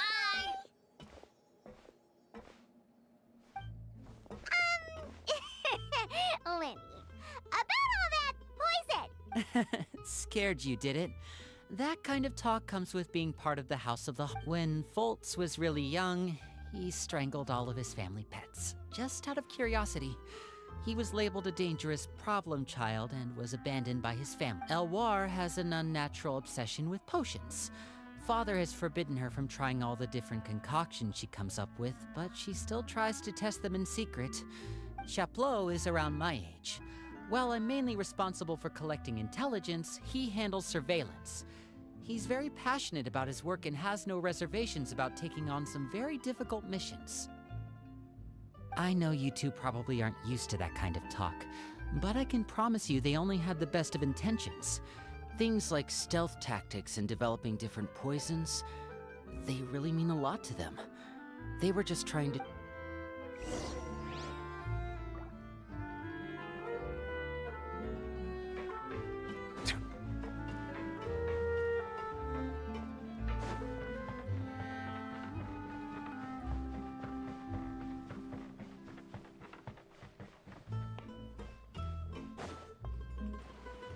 Filial, supplies are here.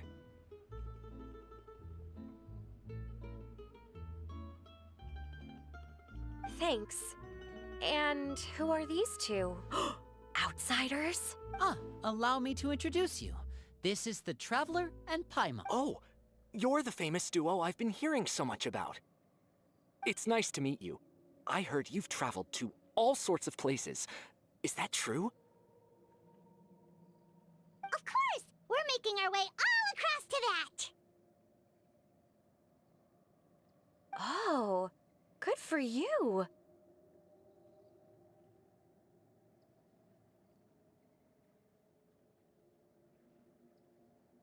You must be pretty familiar with Fontaine by now, then. Have you seen the new opera that started running recently? I think it's called... The 4,000 Thieves?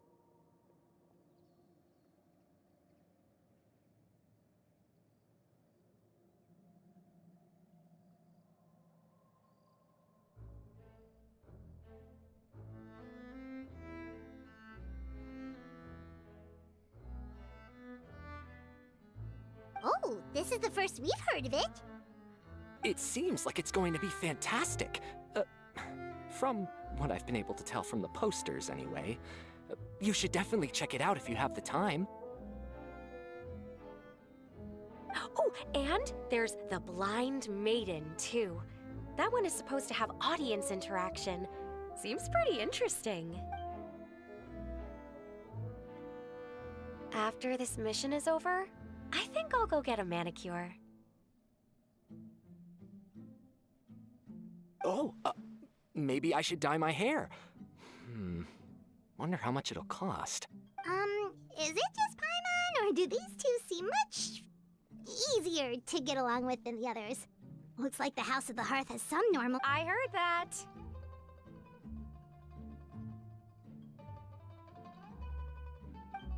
Oh! Oops. I'm guessing you're referring to Foltz and the others? Yeah, we're definitely not all like them. I bet those crazies are practically foaming at the mouth right now. I'm sure they just can't wait to get back to Snezhnaya to carry out the plan. That's enough, Filial. Don't talk about family members behind their back, right? Whatever. Let's go. Guess this is goodbye then. If you ever have some time, we should go see the opera together.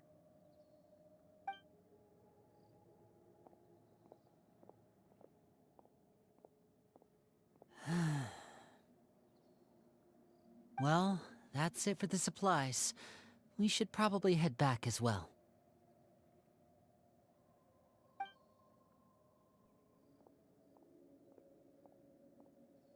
Well, they didn't seem too happy with each other.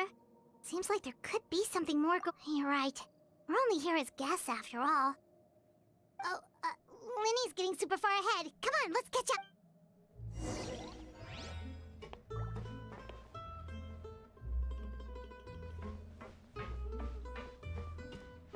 Settle down.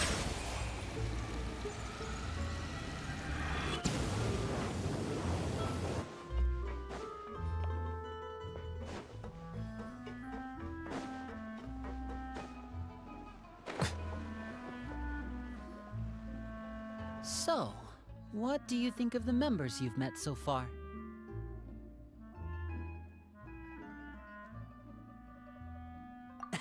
Well, Father is always encouraging us to be strong-willed and independent. So if there's one thing we've got, it's people who aren't afraid to speak their mind. Well, I should probably get cooking. Wanna join? Of course! Then let's head out and... Huh? Fremine? What are you doing here? Well, Fremine! Nice to see you again! Oh, you too. I heard... We were just going to make some food. Why don't you come along? I could use some help in the kitchen, and I seem to remember you mentioning you wanted to make seafood soup for the traveler in Paimon.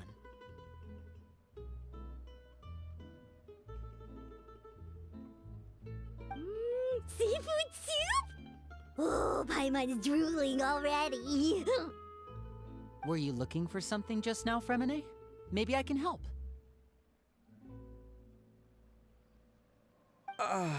It's nothing.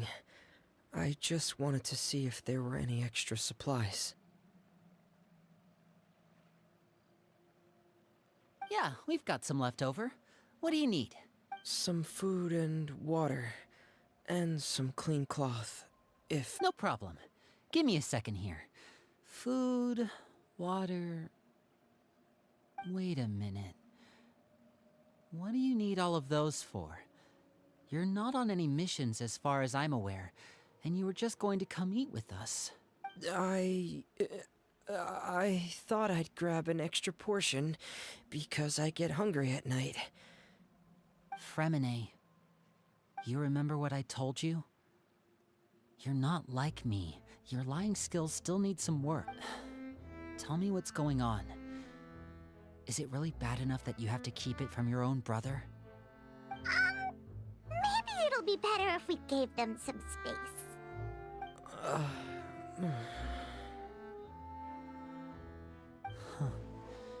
This is the first time I've seen that kind of look on your face. Whatever happened? Yes. Just follow me.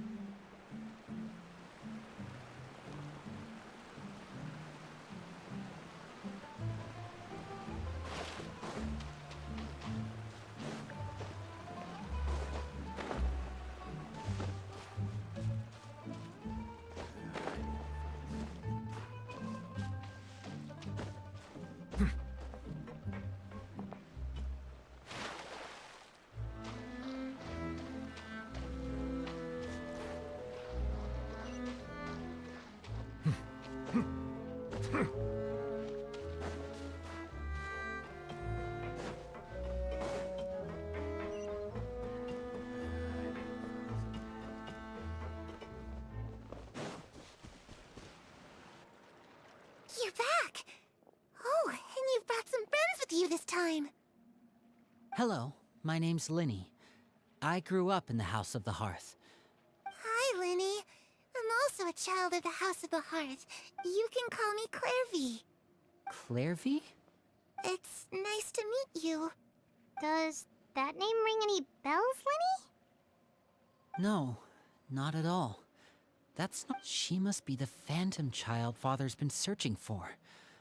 From the looks of it, I'm guessing you were the one that found her, Fremine. You, haven't told Father. No, I haven't told anyone. I've just been keeping her hidden. For how long? About half a month now. So ever since we got to Poisson, then, do you have any idea what you're doing? I know what I'm doing. Really? 'Cause from where I'm standing, it looks like you're hiding the very person Father has been trying to find.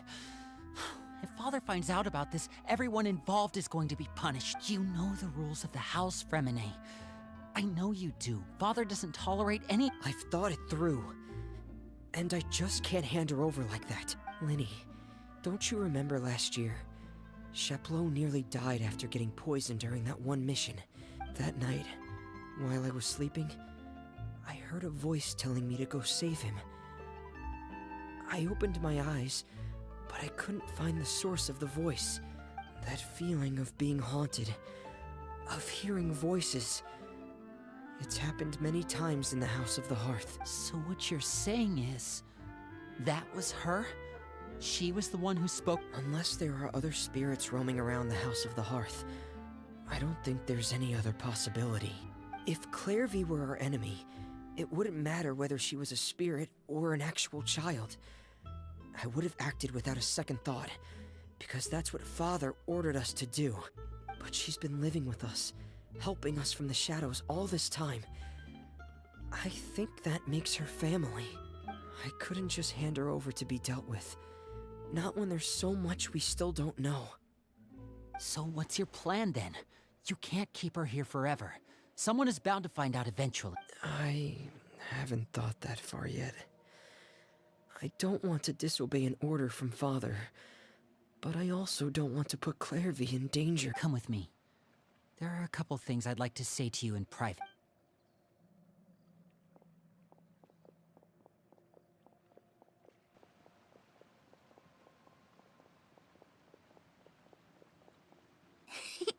Those two sure care a lot about each other.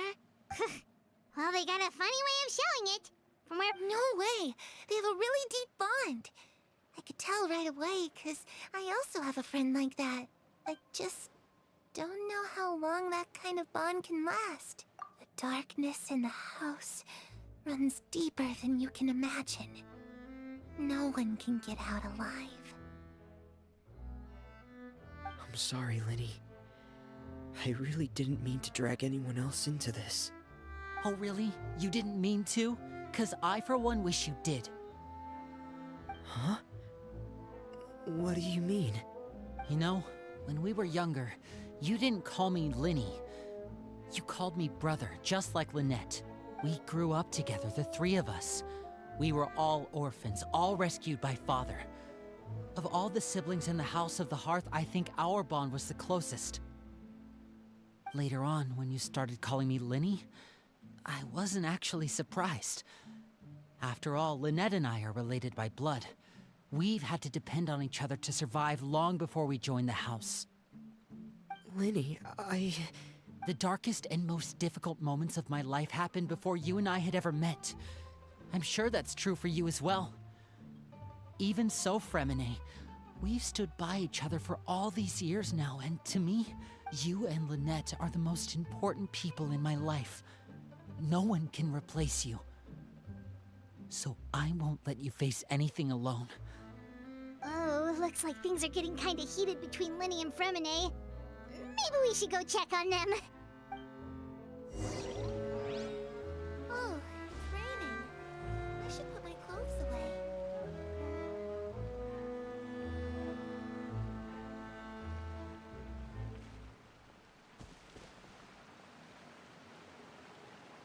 Harry? Huh. Looks like she's not here either.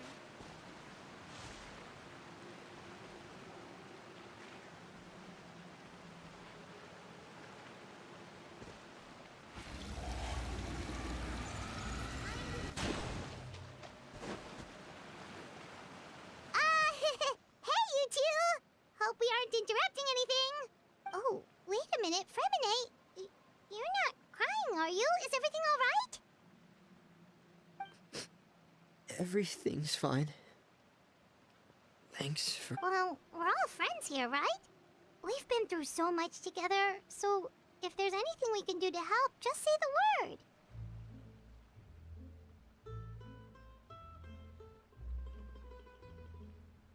It's just a small family dispute. It's not something our guests should trouble themselves with. In fact, it might be better if your stay ended here. What are you getting at, Traveler? When guests are around, families are often on their best behavior. And any disputes are less likely to escalate. That's what you're trying to say, isn't it? I just... Thank you. I was really hoping to keep... Me too. Well, back to the matter at hand then. If we don't plan on handing Clairvy over to Father, then our only other option is to solve the mystery of her identity before Father is able to... That means finding out where she came from and what she's doing here. Then we can send her on her merry way and pretend like none of this ever happened. I've tried that already. And? And... nothing. I tried taking her somewhere really far away, but... after some time, she even came with us all the way to Poisson. It seems like wherever the house is, she follows. I don't know much about spirits. Do you two have any ideas? Let's see here. Paimon remembers hearing something like, if you fulfill a spirit's last wish before they died, they'll let go of whatever's keeping them here and return to the ley lines. Oh, it's just that Paimon doesn't really remember where she heard that, so it's not guaranteed to work or anything. Well, sounds like it's worth a shot. Guess that means we should go ask her about her wish. But first, Fremine, I need you to promise me something. What is it?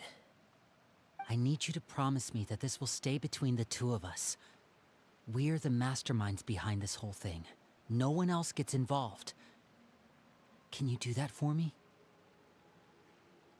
Of course. I promise. All right. Then let's seal the promise just like when we were kids. Fist bump on 3. Ready? 1, 2, 3. I swear.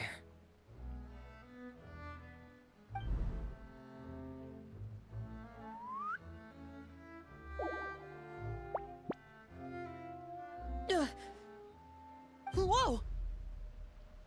Lynette! But what a surprise!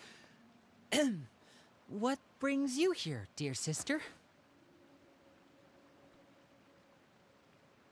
And, when exactly did you get here?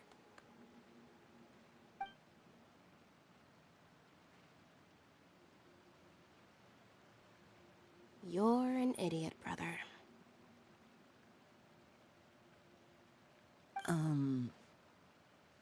And you too, Fremine.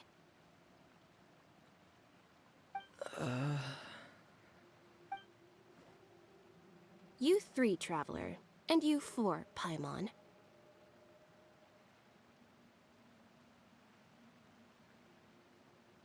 Wait, what did we do? I've seen Clairvy around the House of the Hearth before. I hadn't seen her in Poisson, so I figured she must not have come with us. But it turns out, you were just hiding her. I heard you talking about your plan. Rather than steering clear of the situation, I'd rather fully join in.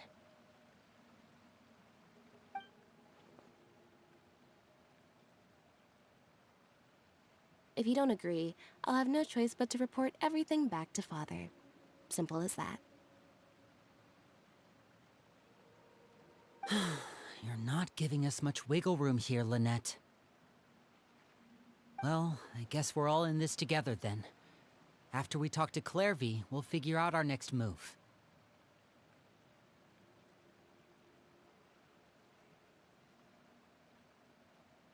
There's no time to lose. Let's go.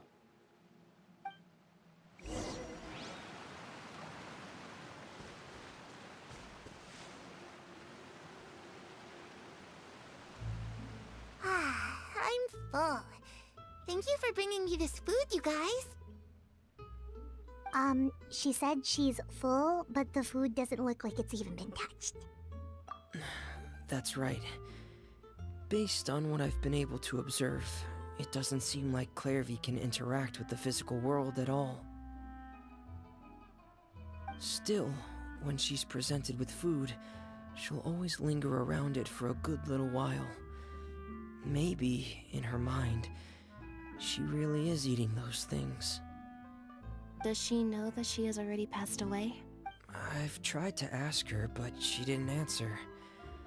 My guess is that she's just as confused as we are. Clairvy, if you've got some time, I'd like to ask you a few questions. Sure. Oh, another new friend. Hi, I'm Clairvy. Hello. Clairvy, how did you join the House of the Hearth? Huh? Isn't it the same for everybody? The knave brings you here and then you can't leave. It's just that your name, it's not on the roster. And I've never seen you before. The roster? Oh, I get it now. I think there might be some things you don't know about this place. The people in charge, they're not as nice as they look. They say they keep a roster, but it's not complete. There are a lot of people who aren't on it. In this house, some people are family and other people are just test subjects. Wait, does that mean the knave... Is there anyone that can vouch for you? Perry. She's my best friend. She's the only one I trust in this place. Have either of you heard of that name before? No. Me neither. Clairvy, Perry. Neither of those names are on the roster. But it seems like she's telling the truth. Either that, or this kid's already got a bag of tricks bigger than mine. Maybe we should try a different approach. Clairvy, do you have a wish? A wish? It can be anything you want. Just imagine. It's your birthday, you're blowing out the candles, and your wish is...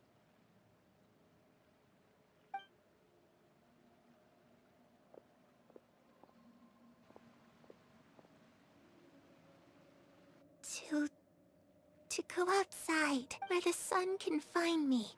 That's... it? Well, that sounds easy enough.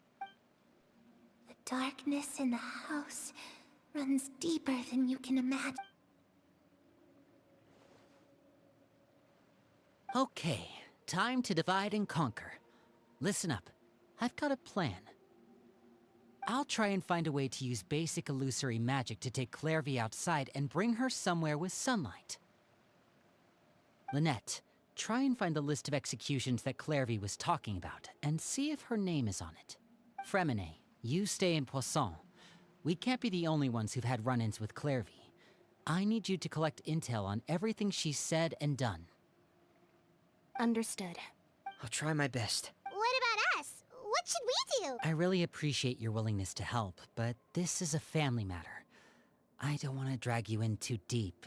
It's too risky. Let me think. Since Father considers you to be guests, maybe you could stick by her side for a little while. You don't need to do anything except keep up some nice, casual conversation. Ah, Paimon gets it. You want us to distract her. I'll give you a magic bird. If Father suspects something, all you need to do is release it when she's not looking, and it'll alert me that something's wrong. Of course, that's only as a last resort. If Father doesn't seem to notice us, there's no need to make contact. We'll reconvene here. If the worst-case scenario happens and we're discovered, just tell Father everything. We're not going to let our guests get punished for our own actions. That's where we draw the line. You too. Okay, this is where we part. Father should be at the beach nearby.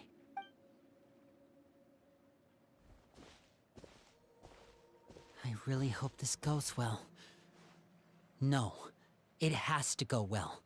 That's the only way this can get resolved.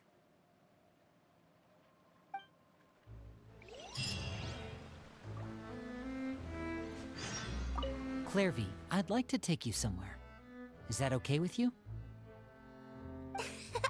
Sure. Where are we going?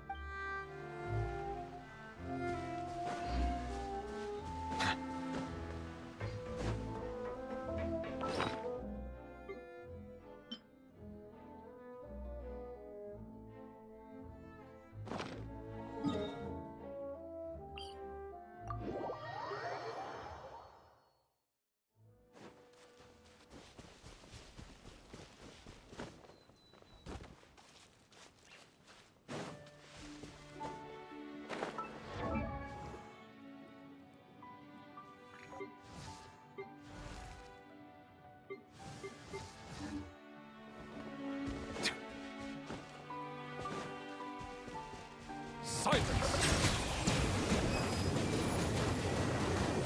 Be sanctified.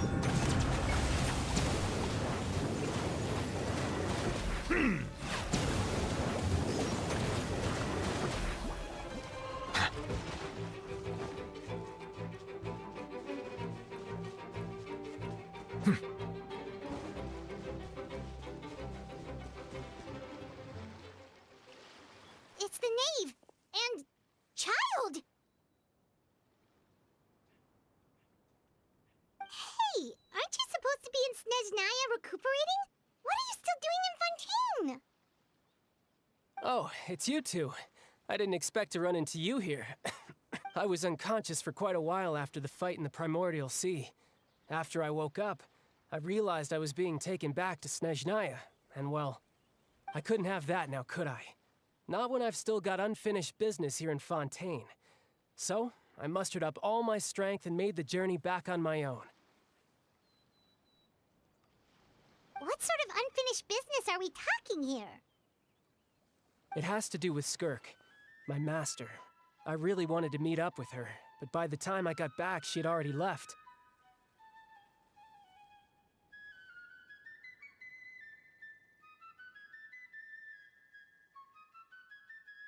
I still have so many questions for her. Without any other leads, all I could do was ask the knave to help me track her down. She must have left behind some traces from her time in Fontaine. Oh, okay, so have you found any clues? Unfortunately, no. While the House of the Hearth is adept at collecting all manner of intelligence, certain existences can still manage to escape our... Basically, unless Master feels there's a need to meet with me. But that problem has an easy fix. I just need to become stronger, and then...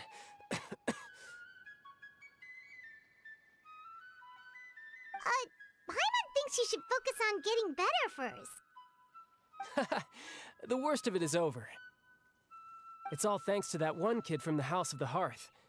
Elwar, I think her name was. She gave me a bunch of random potions to drink. They didn't go down easy, let me tell you. Pain and chills all over. But they really did help speed up my recovery. And that's good, because it looks like I really do have to head back this time. The old man's been putting the pressure on me. He sent someone to tell me I'm needed for some sort of project. Project Stuja? Yeah, that's the one. I heard Regrader's involved too. I'm not looking forward to having to listen to all his monologuing, that's for sure. Hey, maybe you could think of a way for me to stay in Fontaine for a little longer. Helping Linny and the others brush up on their fighting skills would be far more interesting. If you and I could spar, that would be even better. I've been waiting for a chance to see you go all out. And what a sweet little daydream that is. But I also have a role to play in all this. I'll be leaving Fontaine shortly as well. Besides, considering how little they see fit to step outside the homeland, being called on to return to Snezhnaya by such illustrious dignitaries, what a great honor. Wouldn't you agree? One I could do without, I'd say. Is it just Paimon? Or does it kind of seem like they're... So, dear guests of the House of the Hearth, to what do I owe the visit?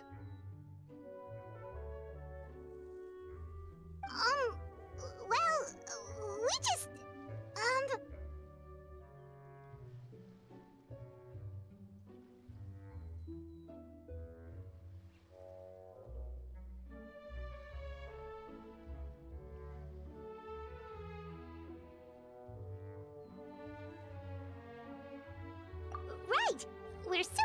to Linny and the others, but we still don't know much about you.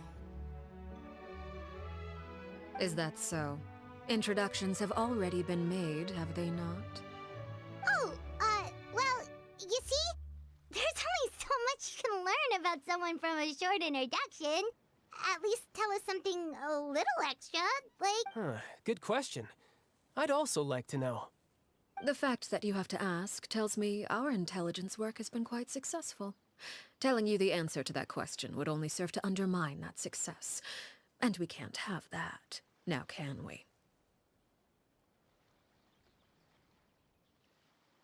Spoken like a true diplomat. That was some expert sidestepping right there.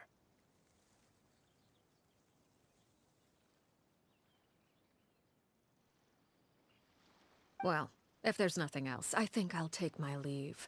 I still have a small matter to resolve at home.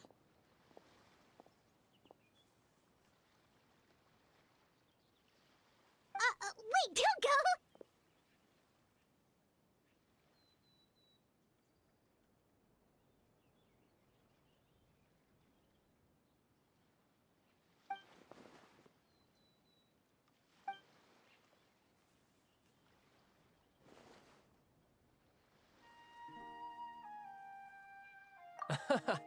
I'd also like to hear the answer to this. I've met some of the members of your organization, and they all seemed like really good kids. They actually reminded me of Tonya and Tusser.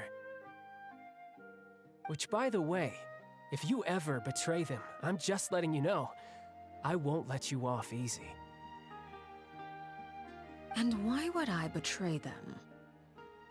Well, you've already betrayed the House of the Hearth once, haven't you? At least, that's what I heard.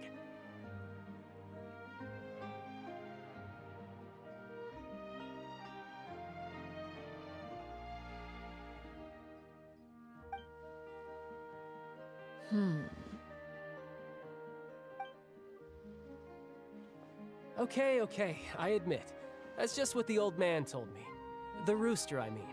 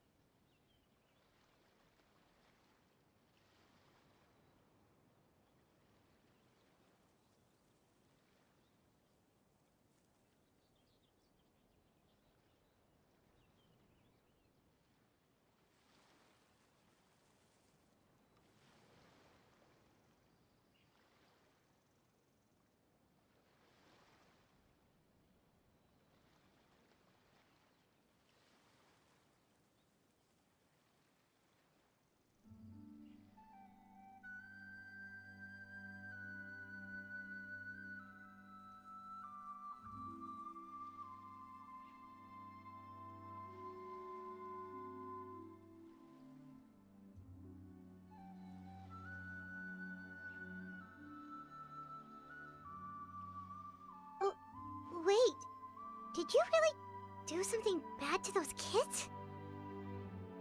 Never mind what I've done. I'm more curious as to what the mighty rooster had to say.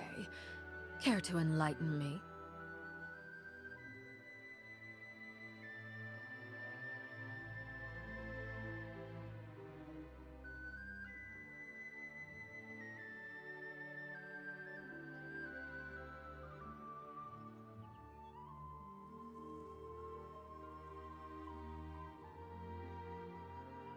Ah, well, nothing much. Just some stuff about you taking out many other members of the House of the Hearth, and even going so far to attack your own family.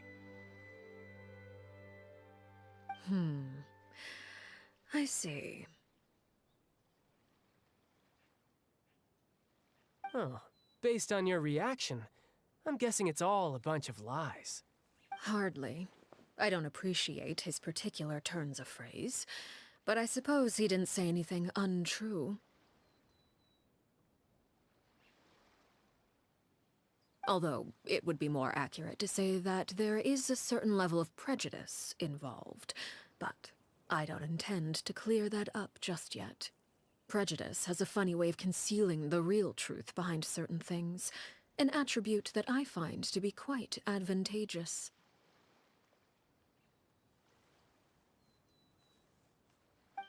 Call yourself a Fontanian, for example, and people will assume all sorts of things, when the real truth is that this is simply the land where I was raised. Huh? You're not actually from Fontaine? But then why did you try to help out with the prophecy and everything? I was trying to protect the children born in Fontaine. Claiming that I myself was a Fontanian simply made it easier to operate. People would hardly suspect a fellow Fontanian of having any ulterior motives. Who wouldn't want to save their homeland after all?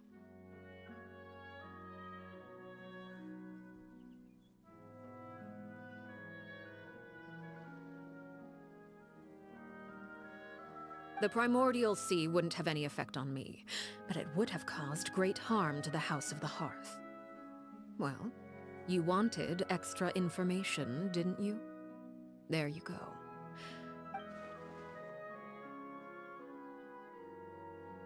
So, you stayed in Fontaine for the kids. I guess I was wrong to believe you'd betray them. Apologies. Looks like I was holding on to some prejudices myself. Good. Like I said, I like it when others have misconceptions of me. Actually, while I was recuperating at the House of the Hearth, there was something else that really caught my attention. I heard that members always resolve disputes and arguments with a friendly spar, and the loser has to back down. Seems pretty cool if you ask me. Would also give them plenty of opportunities to hone their skills.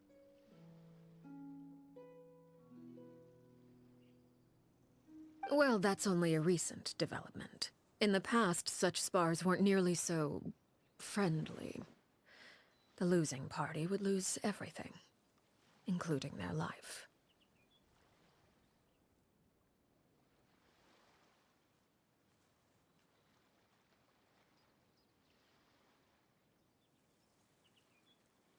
They were that high stakes?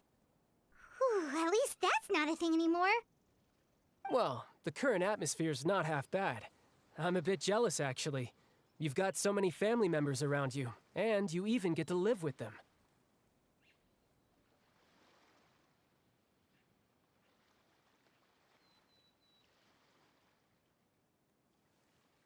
Having a lot of family around means dealing with a considerable amount of bickering and scheming. Once Tonya and Tusser enter their rebellious phase, I'm sure you'll understand. Just imagine.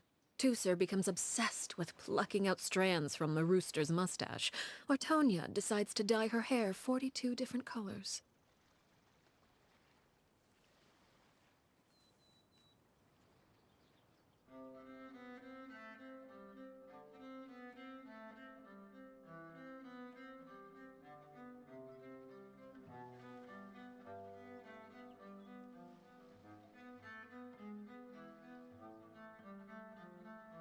Okay.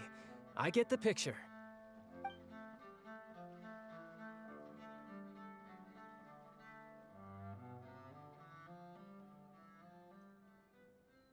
Well, would you look at the time?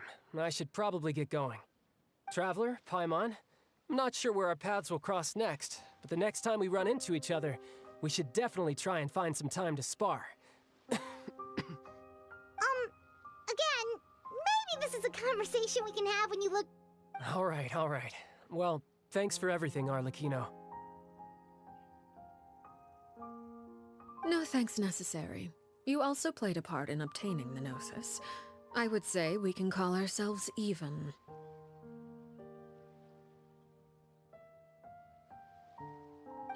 I like the sound of that. Well, I'm off. See you all some other time.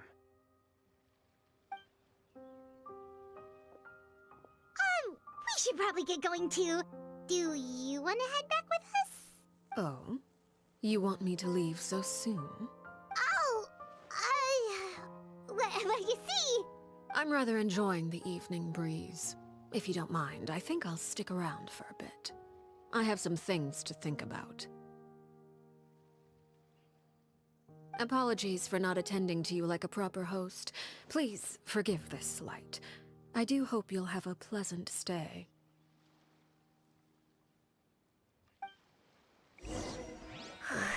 We managed to keep her distracted until nightfall. Good thing Child was there to keep the conversation going. You don't... Oh? You decided to... Oh, I wonder if Liddy ran into any issues. Let's hurry back and see how everything went. Settle down.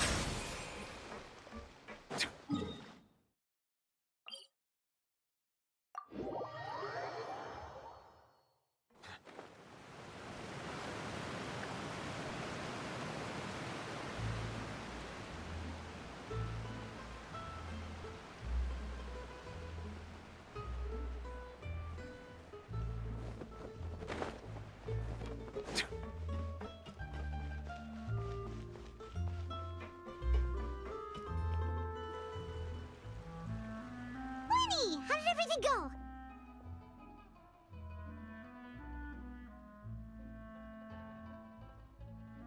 Well, long story short, we ran into a small issue. Clairvy can't go into the sunlight.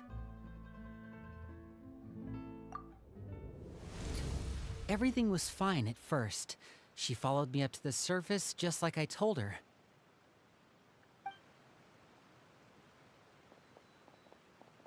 But as I led her out of the shadows and into the sunlight, she vanished.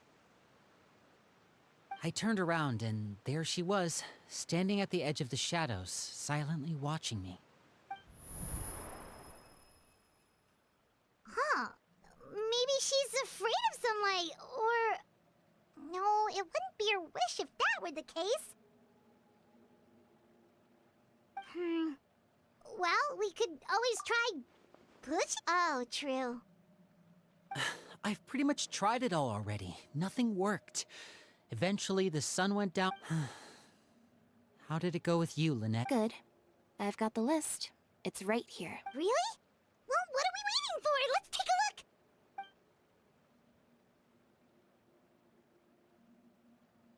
Oh, that's a lot of pages.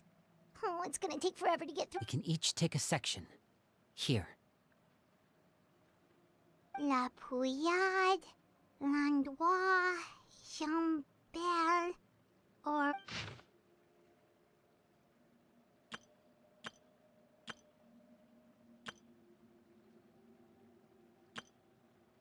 Oh, yikes. That our rare guy has a huge scar? Ah, I've met him before. The scar is from an injury he received during a mission. Did he say... Well, I asked if there was someone he was interested in. It was only later that I learned he really did have someone he liked. He risked everything to escape so he could be with her, but... Wait, so that means...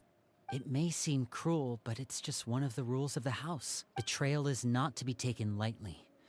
We know too many secrets to come and go as we please. Her name's not here, huh? Well, let's shift our attention then. Fremine, were you able to find any... Fremine... I managed to talk to quite a few people, but I couldn't help but know... Strange. Yeah, I mean, I know there have been arguments in the past. Oh, those are two of the people that we met while delivering supplies.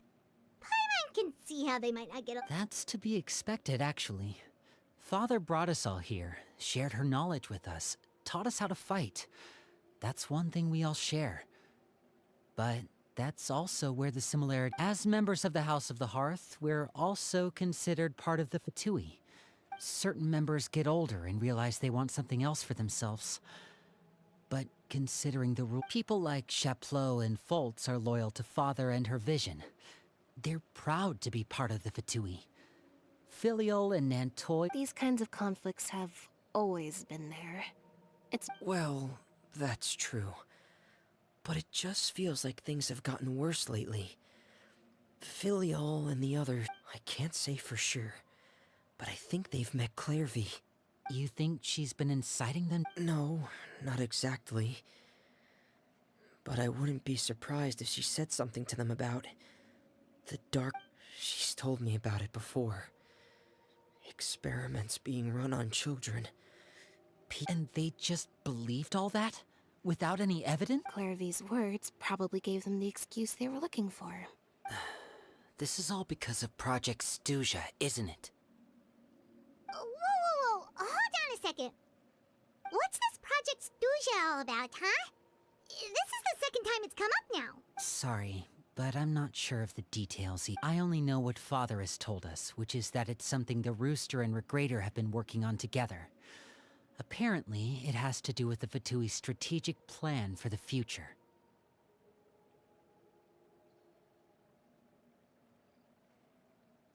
Because the House of the Hearth was so successful in obtaining the Gnosis, we now have the honor of playing a key role in Project Stuja. Wait, but isn't that a good thing? Key role is just another way of saying dangerous role. To us, the whole thing is an inconvenience. Father thinks so too, but she's in no position to refuse. Their plan isn't exactly unreasonable, and they've been funneling the house a lot of funding. It's just that we'll lose a lot of members in the process. Participating in the plan, it's an honor in name only. What they're really trying to do is subdue us. The existence of an intelligence organization outside their control makes them feel uneasy.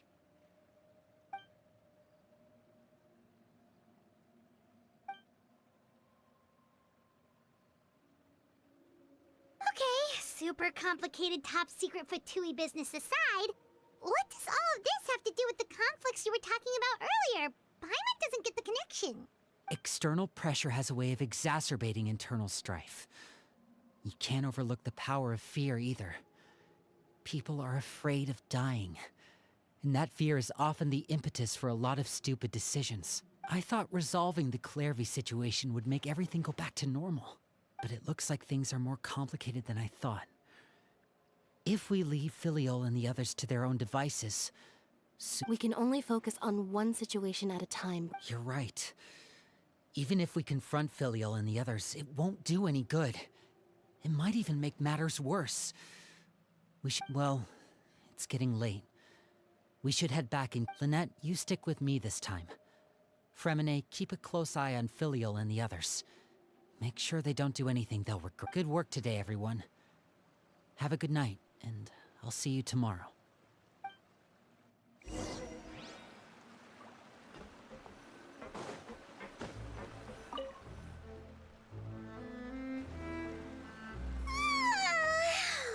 Paimon was looking forward to an early night, but she can't sleep at all.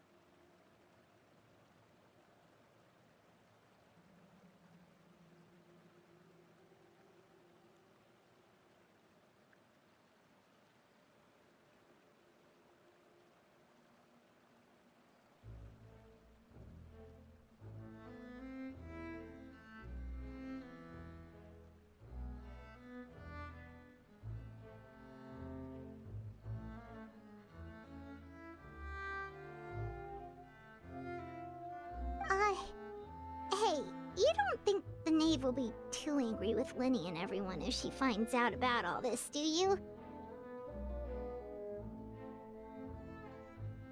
She's even scary when she smiles. If she were to actually get angry... Ooh, you have to protect Paimon if that happens, okay, Traveler?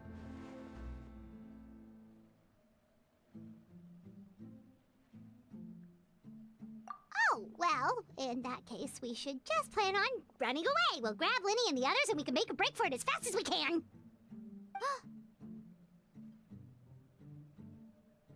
Look! Look over there! Quick! Let's catch up with her before anyone sees!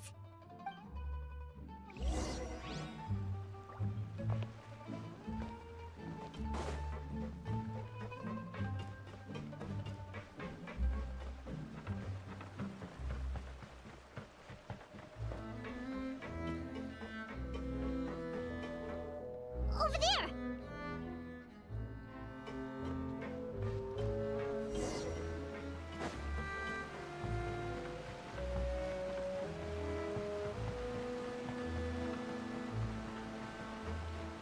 Oh, where is she going? Oh, if someone sees her, we're toast!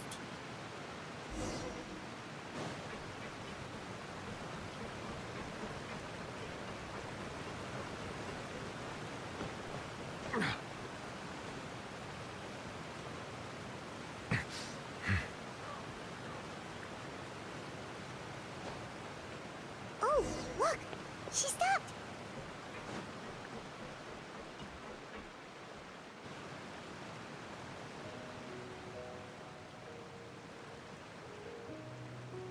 Clairvy! Shh! I opened the window while no one was looking. Look how pretty the outside is.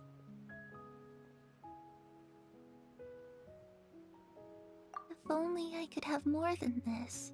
You probably think I'm being silly, huh? All this hopeless resisting? Please, help us get on the same page here, Clairvy. We need you to tell us what you know. Can you do that? Sure. Although, after you hear all this, I think you might regret that decision. Everyone in this family is nothing more than a tool. Something to be used and exploited. We're all as long as you're useful, you get to stick around. Lose your value, and you're handed over to the doctor, experimented on, and given a fate worse than death. You're saying the knave did all that? It's just, that doesn't seem like something she would do. She's scary and all, but it seems like even she has lines she wouldn't cross. I knew you wouldn't believe me. Everyone thinks she's a good person. They all think of her like a real mother. Mother? But she doesn't deserve that title. She's disgraced it and tarnished it. And if I had things my way, I'd never see her again. If only Perry were here, she'd understand. Perry. There's that name again. Also, Paimon's getting a strange feeling. It almost feels like she's not really here with us. Paimon can't tell if she's actually talking to us or if she's mistaken us for someone else. Well, in any case, it seems like she really needs someone to talk to. She looks so young. But it seems like she's been... It's getting windy. I should close the window. Ooh, look at the moon. Isn't it pretty? Hey, wanna hear a secret? I heard that if you look up at the night sky in Snezhnaya, you can see the aurora.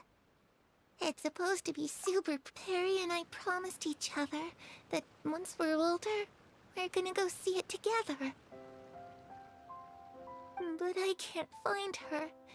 I'm worried she's also been... No, that wouldn't happen to her. She's special.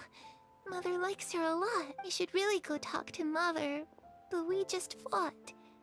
She doesn't want to see me, and I'm too scared to face her. What should I do?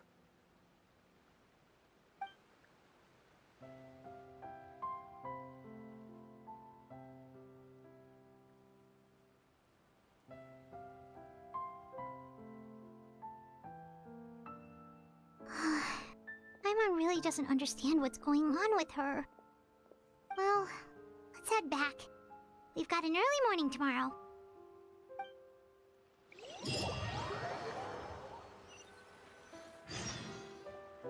All right, looks like we're all here. Let's go ahead with the plan. Oh? What is it? What makes you ask that? Well, we kinda ran into Clairvy last night, and that's what she told us. We met the doctor back in Sumeru. He's super dangerous, and he's done all sorts of bad things. It's possible that Father and the Doctor have had certain dealings, but I don't think Father would work with him. We're not really on the same side, so there's not a lot of trust between them. That doesn't exactly set the stage for a successful partnership.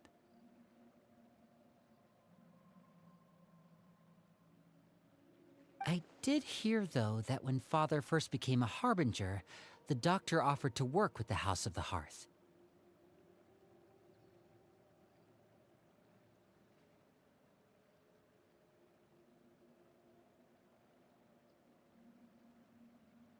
Father rejected most of his proposals, except for one.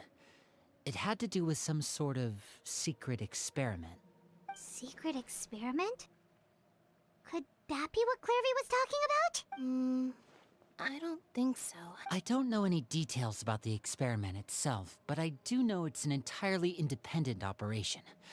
The Doctor only proposed a direction for the research. That was the extent of his involvement. The details of the experiment are confidential, but complete records are kept on all participants. That doesn't seem to be the case with the situation Clairvy referred to. I know you don't agree with some of the Fatui's methods, and I'm not asking you to. But I am asking you to trust us on this. The House of the Hearth has its own principles.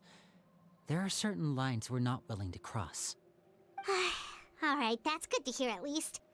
Clairvy seems to think the Knave and the Doctor worked together to do something horrible. If that turned out to be true, Paimon doesn't know how he would even face you guys. It's just that it doesn't seem like Clairvy is lying either. The easiest thing to do would be just ask the Knave directly, but Paimon doesn't think she'd tell us. Father didn't come back last night. She's probably still near the shore. We'll be counting on you to distract her. Lynette, you're with me. Fremine, you know what to do. Be on your guard, everyone. All right, let's get to it.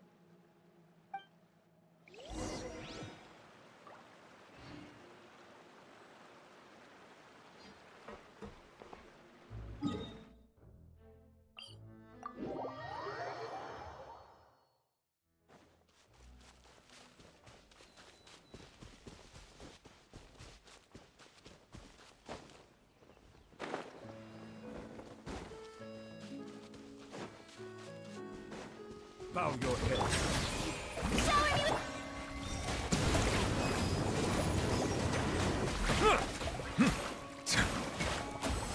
Let the world collide!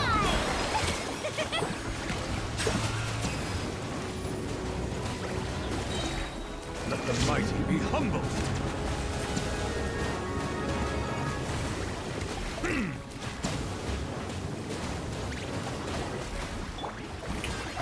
Settle down.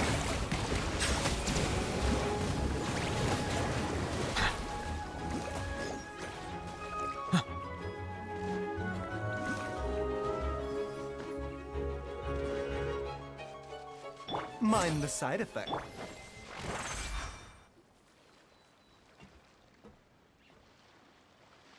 Ah, it's you two again. I must say, you look a bit pale. Did you have trouble sleeping last night? A little. Perhaps if you had less on your mind, you'd be able to absolve yourself of such troubles. So what are you planning to do now? Catch up on some sleep? Or should I give you some time to rack your brain for a topic to discuss before I ask any questions? Although I must profess to being curious. Without Child here, how do you plan on distracting me? Us?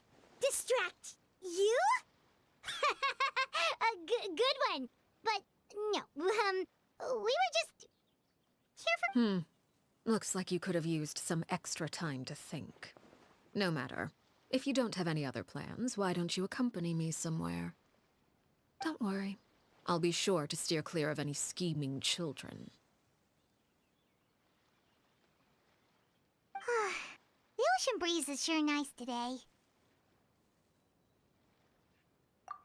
Children always think they can hide things from the grown-ups. But nothing gets past me. Least of all a little scheming. Well, I'll leave you to think things over. If you're so inclined, meet me outside the Palais Mermonia. Good things come to children who do as they're told. So I do hope you decide to tag along. What should we do? She clearly knows about everything we've been doing, and Paimon doesn't think it'd be a stretch to say she was threatening us just now.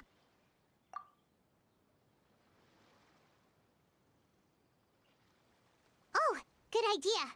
Hopefully he sees it in time. Well, we should probably head to the Palais Mermonia. Paimon doesn't want to find out what happens if we don't show up. Based on what the knave was saying just now, it sure didn't seem like it'd be anything good. Okay, then we probably shouldn't keep her waiting. It seems like Linny and the others are on thin ice, so let's do our best to not get them in any more trouble.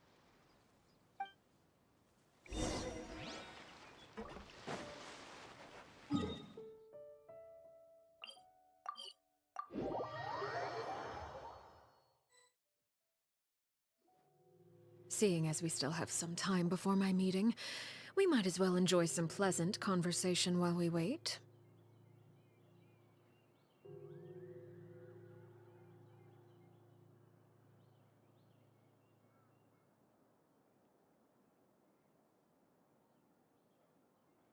I'm glad to see you get along with my children.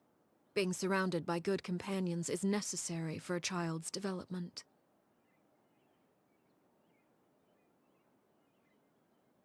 You're not planning on doing anything to them, are you? I assume you're referring to Linny, Lynette, and Fremine.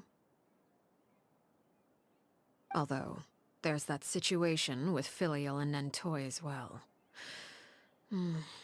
It appears quite a few people have been acting out lately.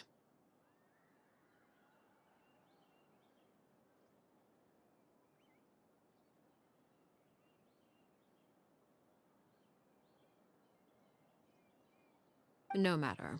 I'm not one to discriminate. All those who betray the house meet the same fate. There are no exceptions. Does that mean you're going to kill them? Oh, are you here to beg for their lives? I'm sorry to disappoint, but the rules of the house change for no one. In my— But don't you care about them at all? They really respect you. They even call you father. You must feel something for— Any organization in which feelings come before principles is one destined for ruin. The House of the Hearth is hardly an exception. Perhaps I can offer you this consolation at least. As our guests, you two will not be held accountable along with them. I would imagine Linny, Lynette, and Fremine will be able to— As for Filial, Nentoy, and the others, I'm afraid there's little I can do. They can try to escape, but once you know our secrets, there's no getting out alive. But that's awful. Ah, you seem concerned. Out of consideration for my guests, I suppose I could turn a blind eye for a little longer. If Linny and the others manage to dispose of Clairvy in the meantime, all evidence of their wrongdoing will be lost. In that case, I could hardly punish them for something I couldn't prove. If their efforts are unsuccessful, on the other hand, all will be held accountable. And the punishment will be severe.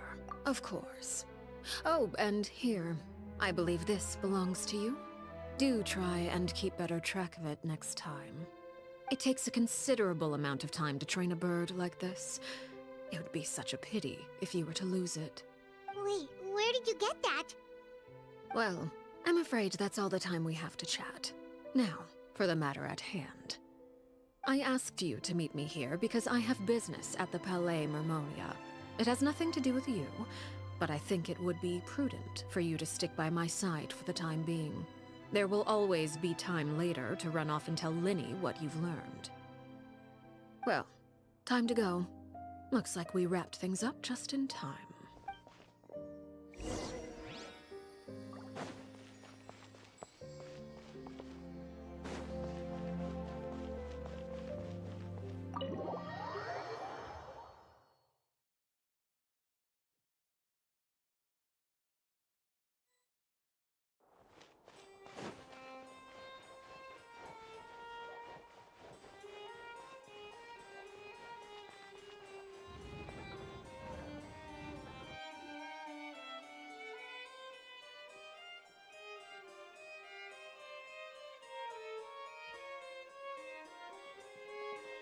It's been a while, Monsieur Neuvillette.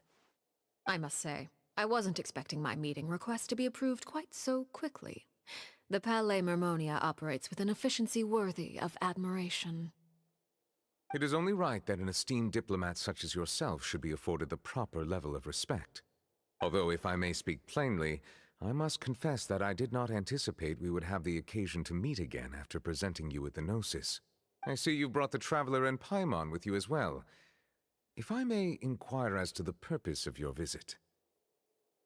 I'll be departing Fontaine shortly. There is, however, an outstanding matter that I would like to see resolved before I go. It requires a rather lengthy explanation, I'm afraid. So I took the liberty of explaining everything in this proposal. Please review it at your leisure.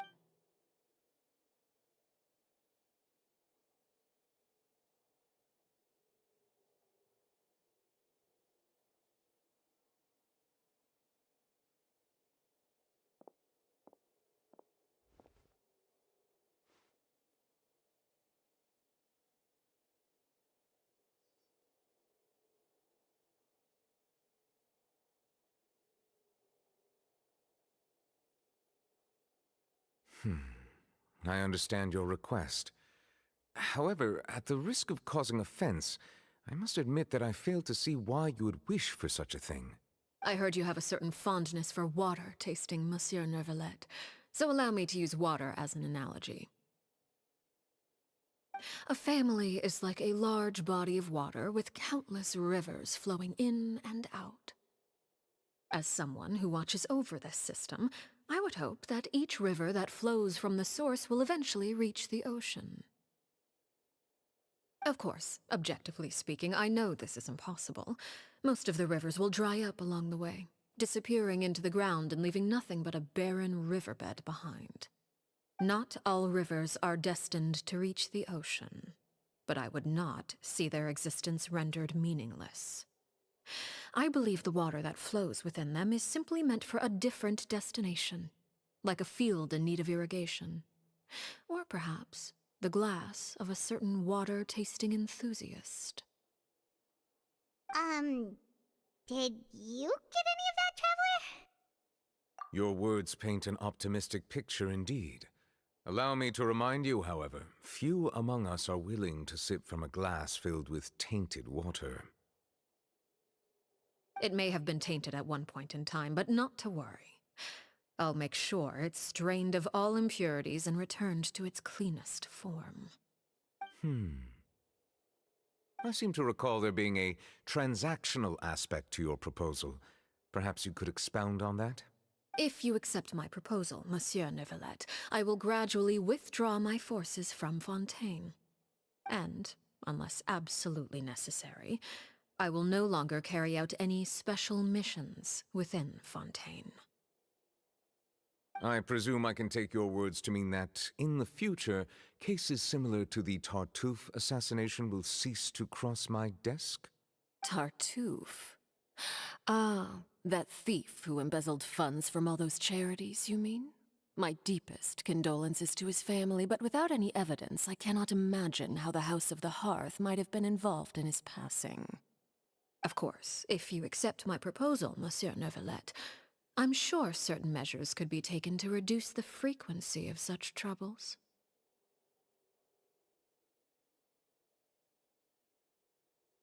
You choose your words carefully indeed. In that case, I am inclined to accept your proposal. My thanks for your generosity, Monsieur Neuvillette. Well, with that settled, we should be going now. I took the liberty of bringing along 2 bottles of spring water from Snezhnaya for you to enjoy. I do hope I get the chance to hear your impressions. Perhaps at our next meeting, yes? Indeed. I trust you would not overlook your commitment in the meantime. All right, Traveler Paimon. Time to go.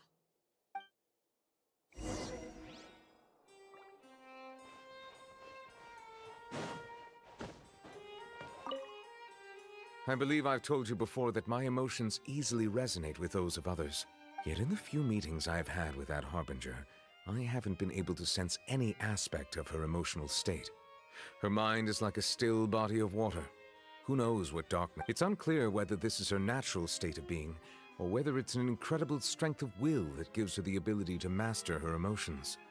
Either scenario, however, suggests she is a very dangerous individual. I do not expect an explanation as to why you two are by her side. Whatever your reasoning, I would only advise you to take caution.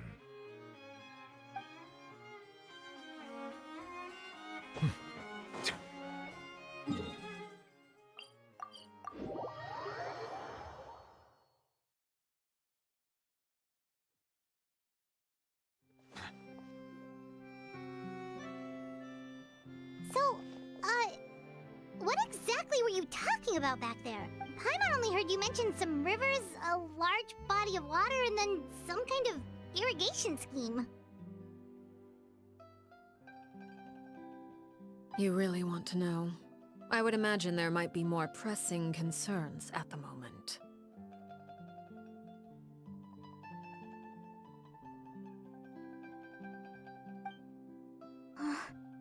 Winnie, Paimon really hopes everything's going okay.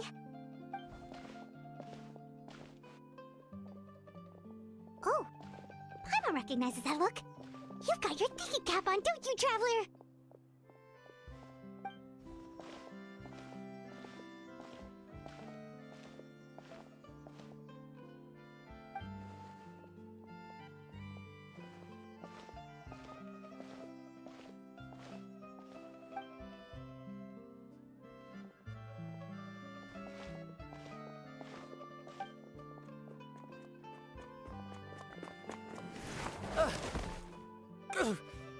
Oh, shoot. Are you alright? Oh, jeez. I'm so sorry. I was so focused on selling these papers, I wasn't looking where I was going. Well, let me make it up to you at least. Here, take this paper. Oh, you don't have to give us anything. Please, I want to. It's not like I'm short on supply. All the extras will be useless come tomorrow. It's my fault, really. I was just trying to bring home some extra mora for the family, but I bit off more than I can chew. What's going on here? Nothing much. I just ran into your friend here on accident. I should probably get going, actually. Hold on. Of course, I'm happy to compensate you with mora, it's just... I don't have any on me at the moment. I'll take 3 papers. Here. Oh! Thank you for your patronage. May the Archons bless you with good fortune. If only I had the chance to run into such generous customers every day. I should probably just take on a smaller inventory though, right? I'm getting married soon, so sometimes it's hard to not get ahead of myself. Anyway. Well, now that my affairs are settled, we should take the boat back to Poisson. We've even acquired some light reading to enjoy along the way. Actually, why don't we stick around for a little longer? Paimon just realized how hungry she is. She can't head back to Poisson. It appears you two are under the impression that delaying our return will somehow alter the situation in your favor. I'm sorry to ruin your That being said, I could be persuaded to give Linny some extra time. If you agree to my request, I'll even answer some of your questions. You're quite curious about Clairvy, are you not? Wait, why are you being so generous all of a sudden? You overestimate yourself. You don't have the talent for bad things.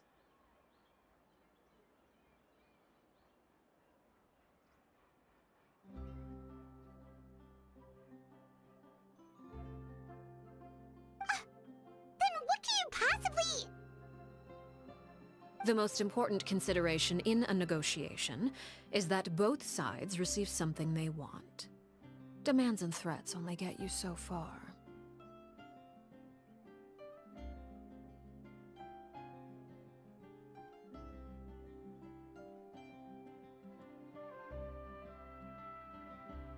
Wonderful. Here it is. When the time comes, make the choice that you deem most appropriate in the situation, and lend your help to the House of the Hearth. Okay. Sounds normal enough, but... That is for you to decide.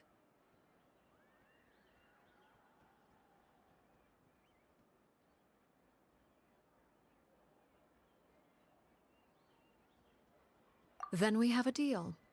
Follow me.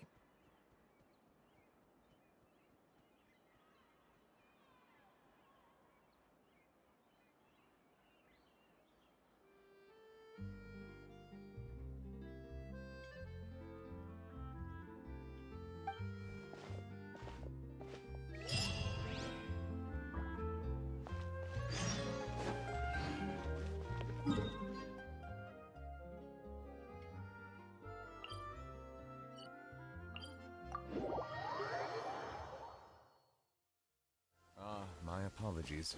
This heavy rain must be quite an inconvenience for you.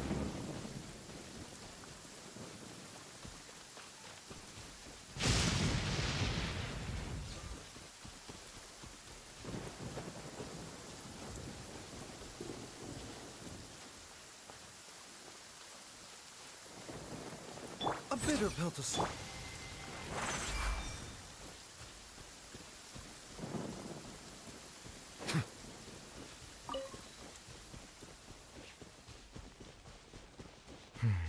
It's over. How about we explore the area ahead of us later?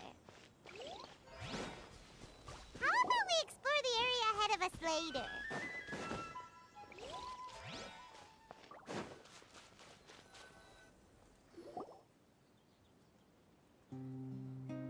What is this place? Somewhere long forgotten by everyone. It used to be a grand building. Now it's nothing more than a pile of rubble. No one comes here anymore, nor does anyone care about what once happened here. Although, this place does have something to do with the story I'm about to tell you. It was before I became a Harbinger, and before Linny and the others joined the House of the Hearth. Due to certain events, I first killed Clairvy and then her mother.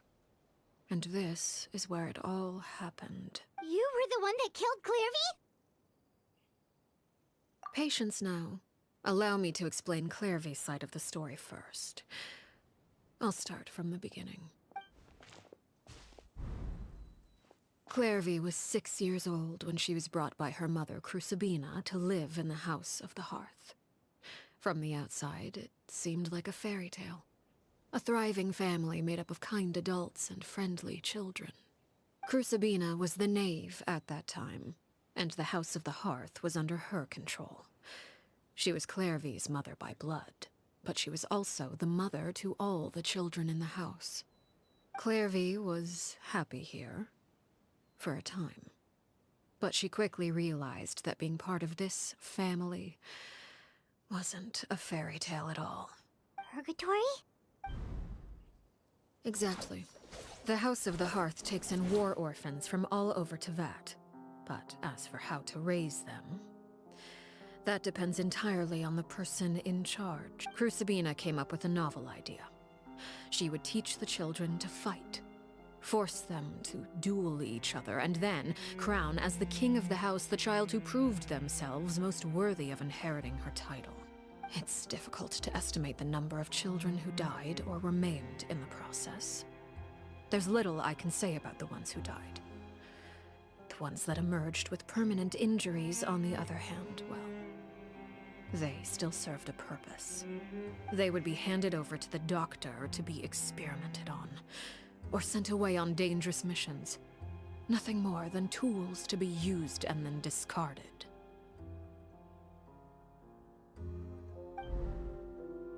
So those were the experiments Clairvy was talking about. But what actually happened to her? You said that Clairvy was Crucibina's daughter, so if Clairvy tried to convince her to stop what she was doing, Crucibina Despite being Clairvy's mother, Crucibina cared little for her daughter. She forced Clairvy to join the House of the Hearth only as a means to demonstrate her own impartiality as a mother. Clairvy did try to convince her mother to change her ways, but it was to no avail. After her efforts failed, the only other option was to rise up and try to fight back. Of course, there was one exception. Someone Clairvy's age, who knew the truth. Wait, the friend that Clairvy mentioned?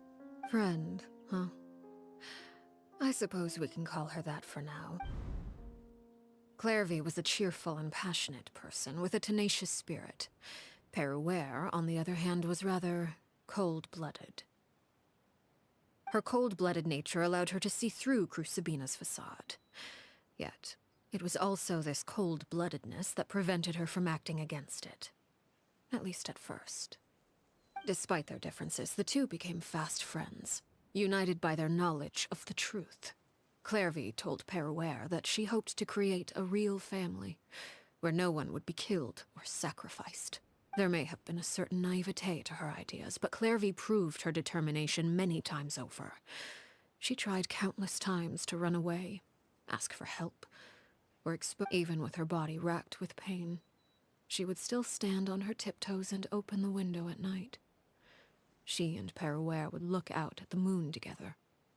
A fierce longing for freedom. Oh no. What happened? Her hopelessness resulted from a culmination of things. 10 years had passed. 10 years worth of failure after failure. It was during this time that Peruere suggested a new plan. If escaping was out of the question, why not take down the Clairvy rejected that proposal. She claimed that, as a famous harbinger, Crucibina possessed an unimaginable amount of power. Clairvy never gave another reason, but Peruere could see it written all over her face. Clairvy still thought of Crucibina as her mother. Killing her own flesh and blood was a line she couldn't bring herself to cross. If she couldn't escape and fight back, then only one option remained. Precisely. Death was the only way that she felt she could. It happened during a duel. When she arrived at the dueling ring that day, her partner turned out to be none other than Peruere. The very person that had stood by her side all those years. It was from that moment on. Peruere's journey was one written in flames. When the rain finally came and washed it all away, there she stood. The sole victor in Mother's endless game of It was the very result she had predicted 10 years prior. Even then, she believed she would make it until the end. She wasn't surprised by the fact that she emerged as Mother's undisputed heir. Rather, her success left her with an inexplicable... She was unsettled. And there was only one thing that could quell that sensation. Perhaps you two would like to take a guess as to... Crucibina, you mean? But... Correct. This is the place where Peruere killed her best friend. A mere year later, this is also the place where she fought tooth and nail to kill the mother they shared. The moment she acted, any conception of what was right or wrong ceased to matter. It's one of the principles of the house. Peruere won the battle, and became a harbinger herself. After which Her Majesty, the Tsaritsa, bestowed upon her a new name. Arlecchino. So the Perry Clairvy was talking about... It was you all along. You're Peruere. I left that name behind long ago. I must say, hearing it now does bring back memories. After I defeated Crucibina, the moniker of Mother died with her. I chose to forego the title she called herself, and even chose to give up my own name. I rebuilt the House of the Hearth under a new... And that is where the story ends. Any more? Yeah. Based on what you just told us, Clairvy wasn't a little kid when she was killed. I suppose you could call her an illusion born of flame. Her existence is like ashes to a fire. Something... You see, a certain power runs through my veins. It's not unlike a curse. My flames leave behind shadows of anything they consume, of course. The chances of those shadows morphing into a sentient entity are exceedingly slim. Clairvy is a very special case. Clairvy died when she was 16 years old. But what emerged from the flames was her 6-year-old self. Her appearance wasn't the only thing affected. Most of her memories were lost to the blaze as well. Memory is a mysterious thing indeed. Losing a portion of your memories will alter your sense of self. No wonder Paimon got such a weird feeling when we were talking to— Perhaps I should put it this way. Clairvy is someone trapped in time. It may seem like she exists with us in the present, but she truly lives in the confines of her own past. So if all of that is true, then you must have known about Clairvy for a long time. Indeed. She's a rather volatile and unstable entity. Sometimes she would look after the children. She's even... But other times, she would hide from me and become obsessed with revealing the truth about the house to anyone who will listen. Shadows don't have the capacity to learn or grow. Any new information they encounter is quickly forgotten over your attempts to expose Clairvy to sunlight. They failed, yes. The reason is actually quite simple. In Clairvy's mind, the house is impossible to escape. But no matter. All I have to do is kill her again, and all will be resolved. I don't anticipate so much as a single speck of ash will be left behind this time. Wait! Paimon can understand why you might want her gone, but isn't there another way? So what if she's trapped in her 6-year-old self? She's still your friend! At least talk to her first! It's too late for that. She broke the rules, and now she must be punished. That goes for Filial and Nantoy as well. She's had quite the effect on them. I hope you understand. The difference between Crucibina and myself lies in our formulation of the rules, not our policy for enforcing them. Upholding the rules without question is a trait we both share, because that is how a household should be run. Is this really what you want to do? Whatever could you mean? Don't you want to say a proper goodbye at least?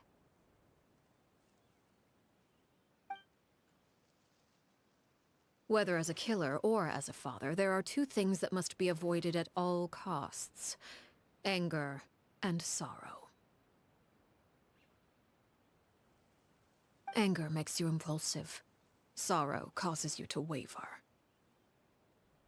Well, it appears it's about time to proceed. Before we arrived, I told some of my well-behaved children to bring our troublemakers here by nightfall. I do believe I've kept my end of the deal. I gave your friends quite a bit more time.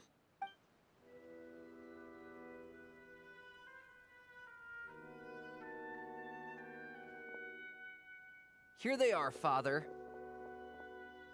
Ah, you gonna execute him? Seeing something like that would actually be a first for me. Lenny! I'm sorry. I heard about how you helped buy us more time, but I still failed. I couldn't find a way to fulfill her wish. Huh? Are you... Perry? Indeed, it's been a while, Clairvy. Perry! Shh, stay right there. I'm sorry to postpone our reunion, but first I believe certain scores need settling.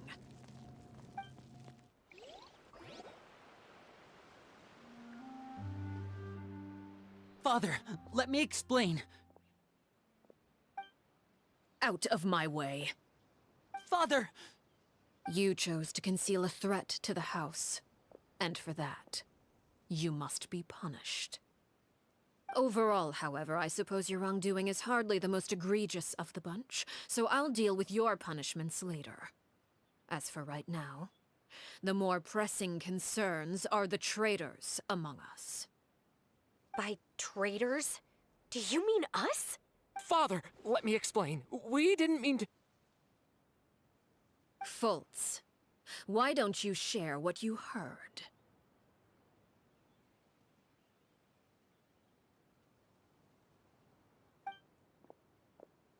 Yes, Father. Secret Midnight Meeting number 3. Participants, Filial, Nantoy, Sato, Toddy. Nantoy clearly said, if only Father wasn't the one who took us in. Sato added, I'm sick of this life. I just want to live as a normal person. Filial was the worst of them all. She called us crazies and said a bunch of mean things about Father. I did not! You're lying! Fultz is trying to frame us. It's not like I'm the only one who heard those things. After that, you and Toddy and a bunch of other people started talking about Clairvy. You were using all those things Clairvy brought up as an excuse to question Father. We're birds locked in a cage. The only way out is to destroy it. That's what you said, wasn't it? You little. You just want me gone, don't you? What did I ever do to you, huh? And you, Sheplo, have you forgotten who stood by your sickbed, watched over you, and changed your dressings?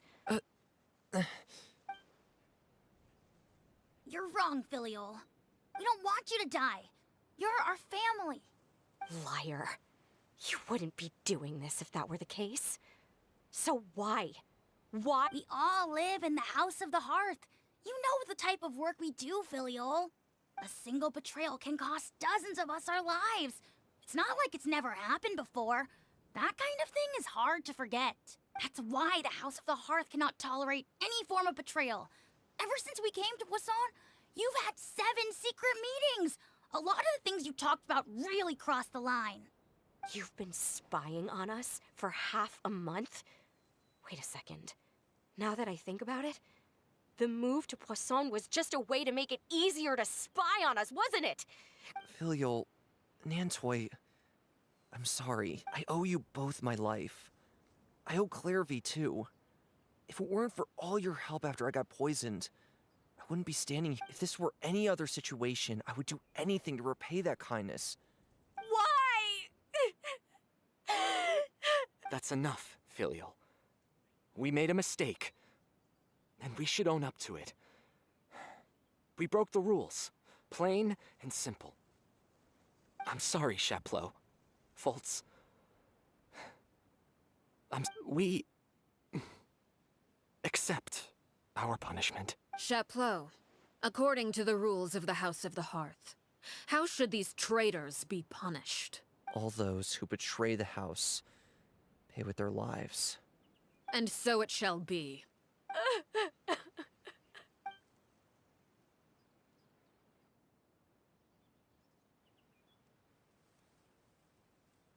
Father, please wait!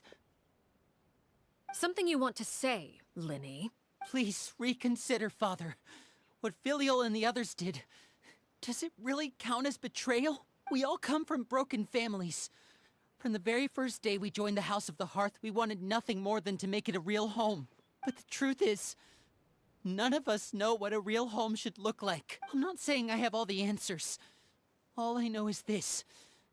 Killing Filial and the others may uphold the rules, but doing so will only bring us further away from being a real family than we've ever been. So please, Father, please, reconsider. I agree with Linny. Father, please. Linny, you... I also agree with Linny. An order once given cannot be rescinded. However, given the extent of your determination, I suppose we shall have to go about this a different way. Draw your weapons. Our weapons? Father, are you referring to a duel? Precisely. The rules of the house will not be altered. Traitors must be punished.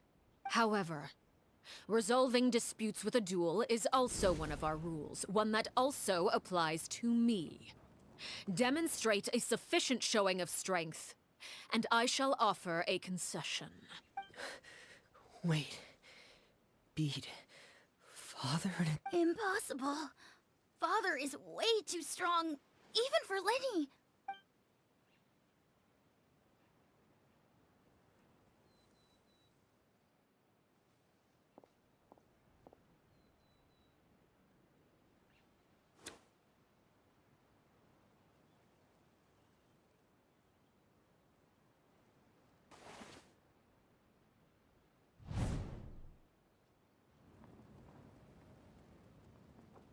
Did you hear that, Traveler? Lenny and the others have to duel the knave. What should we do? If they lose, those people from the house are really gonna be executed. Hey, are you listening? Don't you want to say a proper goodbye at least? Anger makes you impulsive. Sorrow causes you to waver.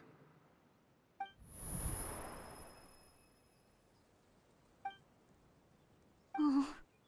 Looking at that expression on her face, she seems really serious about this.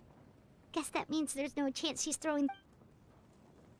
When guests are around, families are often on their best behavior. And any disputes are less likely. When the time comes, make the choice that you deem most appropriate in the situation, and lend your help to the House of the Hearth. What's wrong, Traveler? Hey, where are you going? Traveler?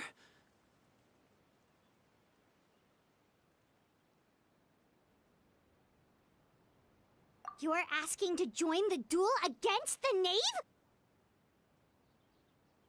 I'll allow it. We do have a ready-made dueling ring at our disposal, after all.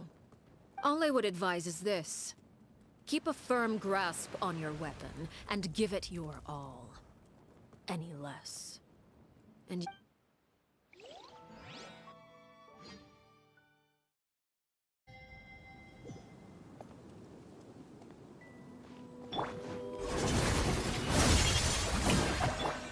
Is it my turn? Fallen leaves. Adorn my... Seems like an emergency. With these rising flames! Now that's more like it. Is it my turn? Now's our chance! With the fall of darkness, destruction shall rise. Have a taste of purgatory. Be not perturbed.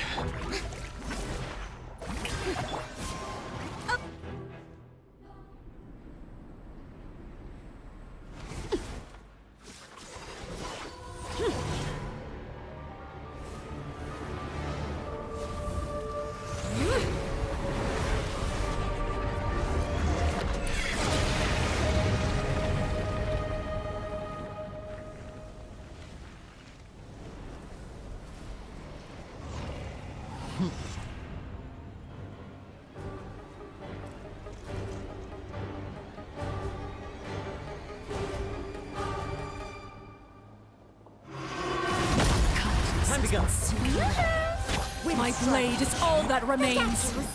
Silence!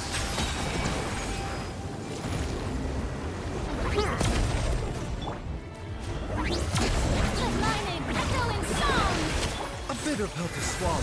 Taking a turn for the better. Now's our chance. Over here.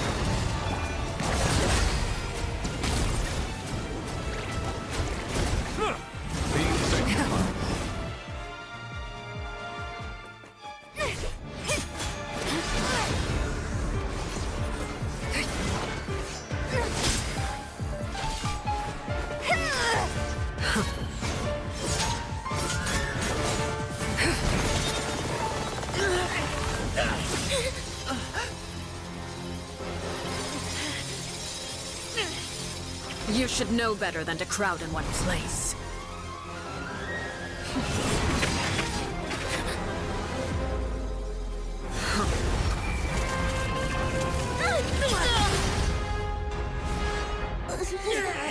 Oh, I know. No! I'm sorry, Father!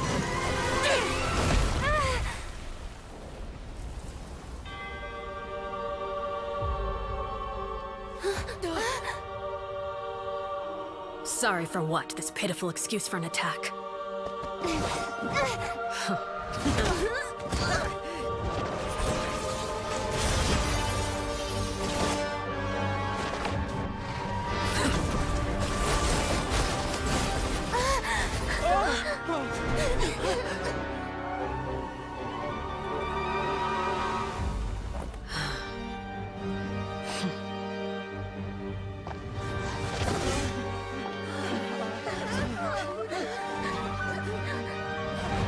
Father, no!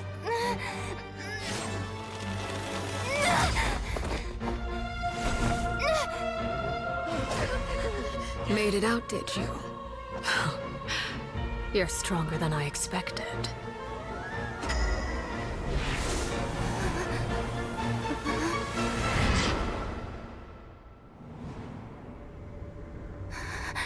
A crimson moon. I can't move.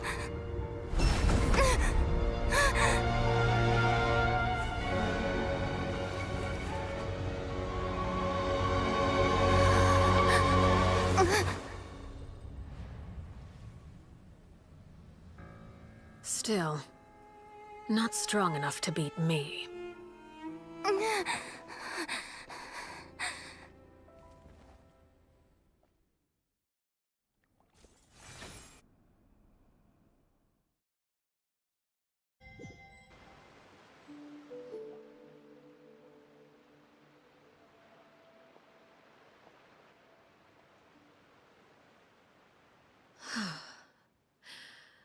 I believe we can end things here. It's not often that we get to enjoy the company of guests, after all. We would... Brother, are you all right? Lenny. Given that I am the victor of this duel, as agreed, the punishment stands. No! I never thought things would end like this. However, everyone involved in the duel demonstrated a remarkable level of strength and determination. In light of this, Elwar, the bottled flames I gave you for safekeeping. Do you still have them? Yes? I wasn't sure what they were for, but I've kept them super safe. Wonderful. Then, in just a moment, I'll have you administer them. Bottled flames? Indeed. They're the product of a secret experiment. Under certain special circumstances, flames can be extracted from my person and preserved. Once ingested, searing pain will spread across every inch of your body. No harm will come to you physically, but your memories will be burned away, if you can withstand the pain. When you awake, you'll have forgotten everything you know about the House of the Hearth. In other words, administering this concoction will kill the version of you that grew up in the house.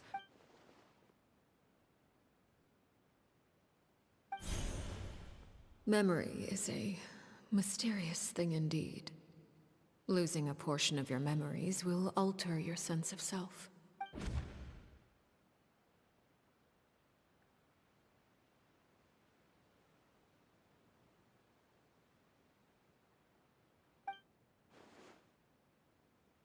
So, you're just letting us go, You misunderstand.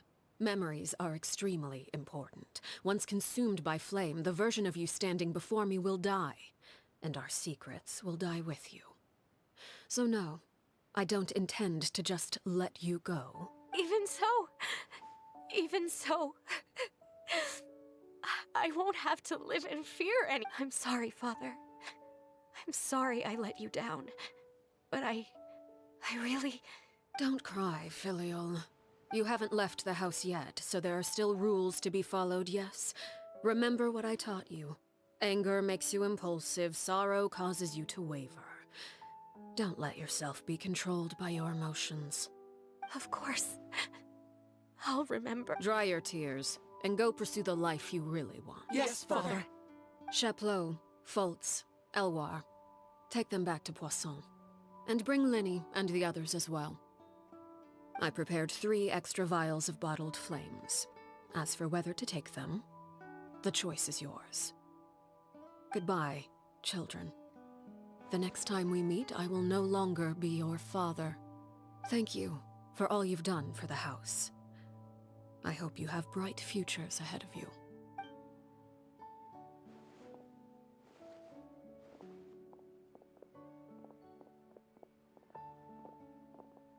Father.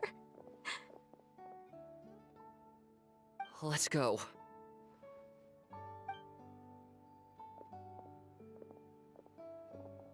Here, grab my arm, Linny. Thank you.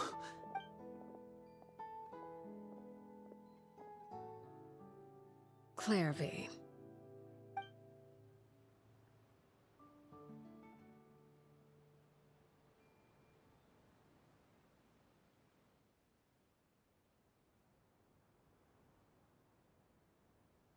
Can we talk now? I've been waiting for a super long time. You really are Perry, aren't you? I haven't seen you in so long. How come you're all grown up? Wait, did I somehow travel to the future on accident? Or am I dreaming? Neither. You died, Clairvy. That's what happened. You could have at least sugarcoated it a little. Look, she's done speechless. Oh. Okay then. Huh? That's it? Yep.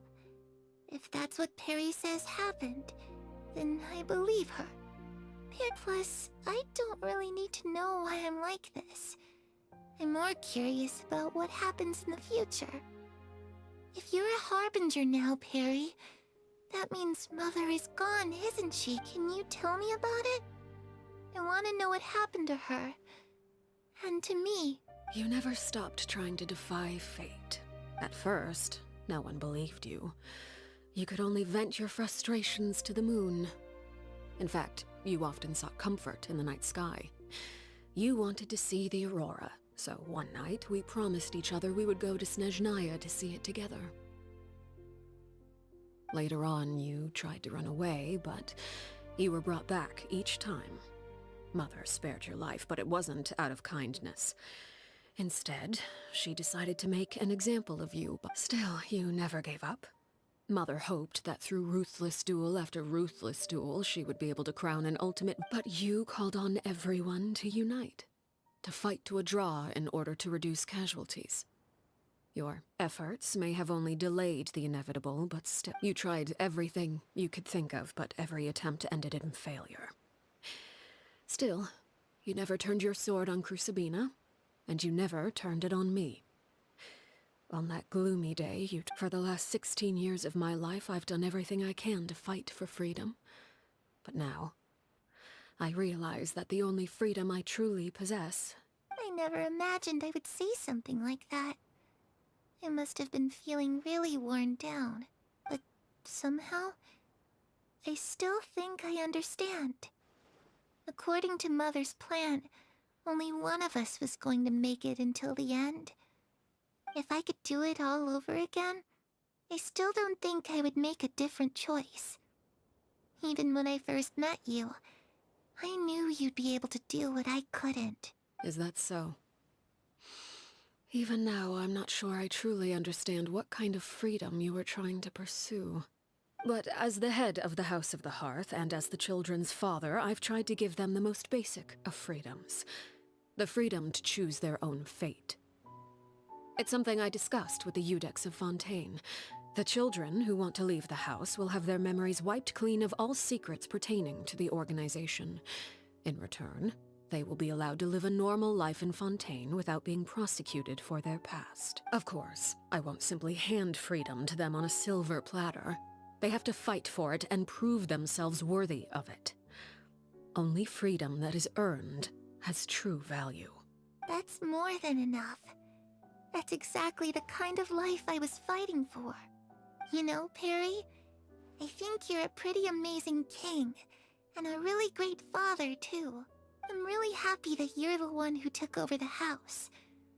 I guess I do have one regret, though. I still haven't seen the outside world. Well, it just so happens that our dear guests over here have been to many nations and traveled to countless places.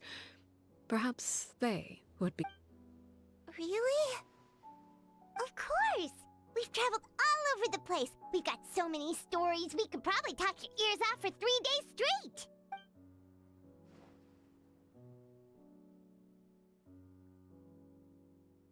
You know, I used to dream of being a bard. Playing the lute while singing into the winds of freedom. Even if there was no one there to listen, I would have continued to sing no matter what. Ah, that's where Mora comes from. I never knew that before. If I had some Mora, I would buy 3 new dresses. One for me, one for Perry, and one for Mother. It's just too bad Perry doesn't like wearing dresses. And Mother, she probably wouldn't accept something like that either. I guess I'd just have to keep them all for me then. I could wear a different one every... Those yokai you mentioned, what do they look like? I once saw a drawing of this one guy with horns on his head and a super scary face. Are there any yokai like that? Oh, sounds like you're talking about an Oni. Yep, we've met one, and let Paimon tell you, I was always too afraid to skip Mother's fighting lessons. But at the academia, I bet you could do all sorts of secret things in class. Things that have nothing to do with studying. I'm just kidding. Being able to study whatever you want without having to fear for your life. Actually...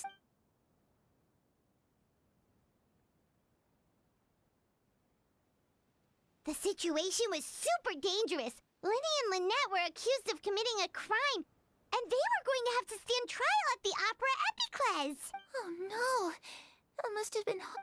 Don't worry, we were able to turn the situation around super quickly, all thanks to Detective Paimon, of course. How'd you do that? Come on, tell me. Okay, so it was like this. After the failed magic show, we rushed to the scene and...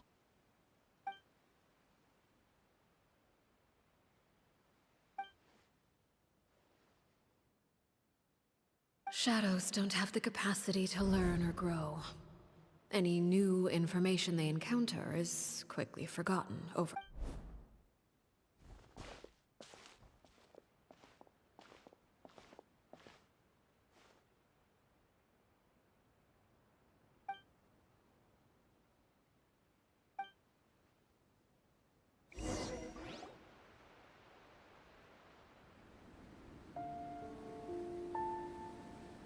Clairvy, you've worked tirelessly from the shadows to overthrow the House of the Hearth. Now, by my authority as the Knave, I shall announce how this matter ends. You are hereby expelled from the House of the Hearth. You are no longer tied to this place, nor are you bound by its rules. You're saying that I can finally leave? I get to experience the outside world as well? Oh, I almost forgot. There's no getting older for me. Still, seeing who you grew up to be makes me really happy, Parallel. Take care of yourself. Goodbye. May we meet again someday.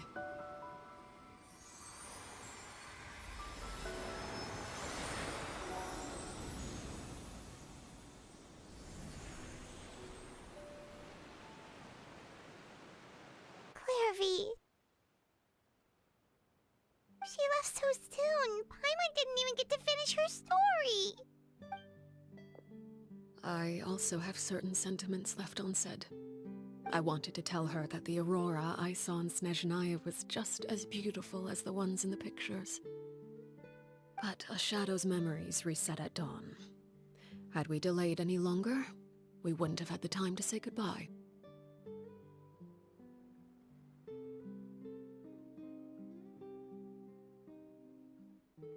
Whatever regrets may linger, let them be lost to the coming of a new day.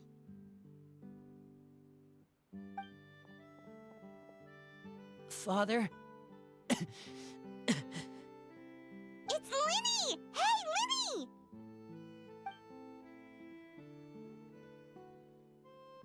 What is he doing back here? Let's go check it out.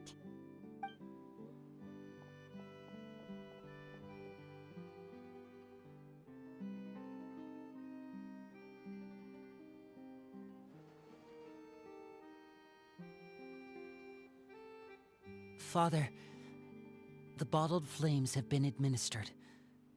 Filio and the others have left the house. And you? What have you decided? Thank you for giving us that choice, Father. But we never wanted to leave the house. It's the only home we've ever known. Lynette and Fremine feel the same way. They're recuperating back at the Hotel Bouffe d'Été. But I decided to come back and tell you where we stood. I'm sure you're well aware of the expectations I have for you.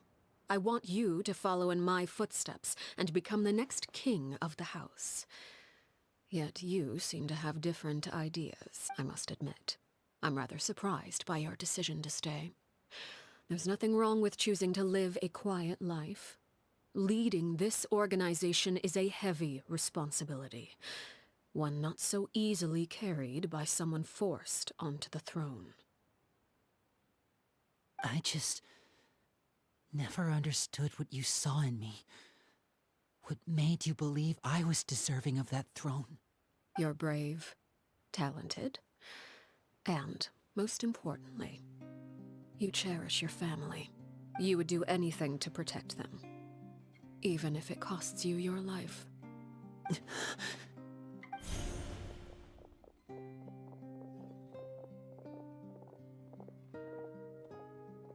Speaking up back there was so brave of you, Linny. It's all thanks to you that we were able to convince Father to back down. You're a hero, Linny. Hero? Father is the real hero. Had Father gone all out during the duel, there's no way I would have walked away with my life. She must have had it all planned from the beginning, from the very moment she suggested a duel. I'm not deserving of that title. I'm not strong enough, or smart enough.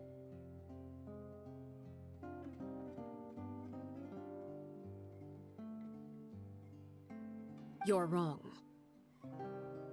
In my opinion, all you need to be deserving of the throne is conviction and the necessary strength to act on it.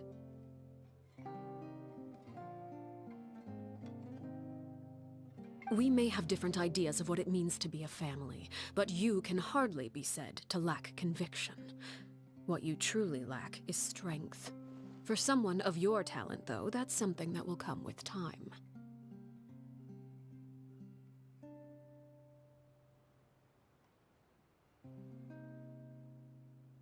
Even without that strength, you still chose to face me in a duel, even though the odds were stacked against you. That capacity to honor your convictions is what I truly see in you. Father.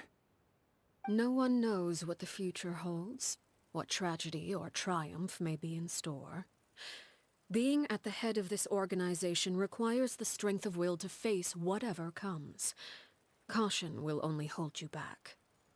If reaching a certain standard were required to go after what you want, I would never have succeeded in killing my predecessor.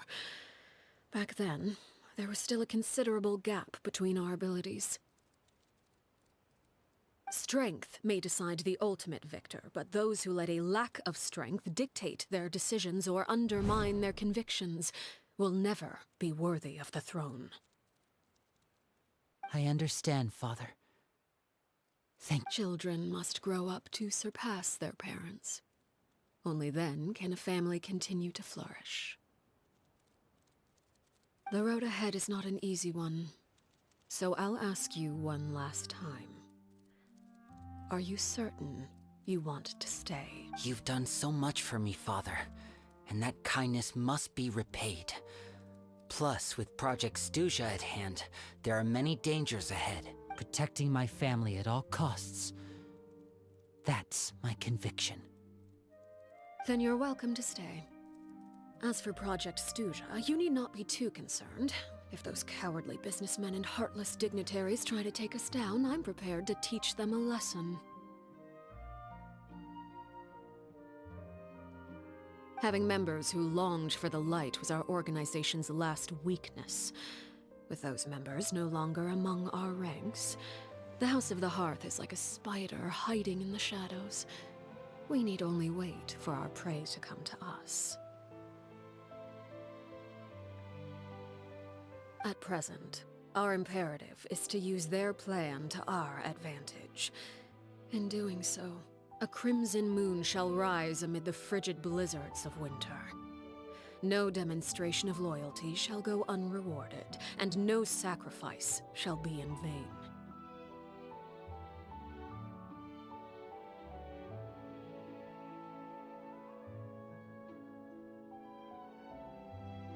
As for the two of you, whether we meet again as friend or foe, I'll remember the camaraderie we shared in this moment. No matter how arduous the journey ahead, I hope we both reach our desired destination.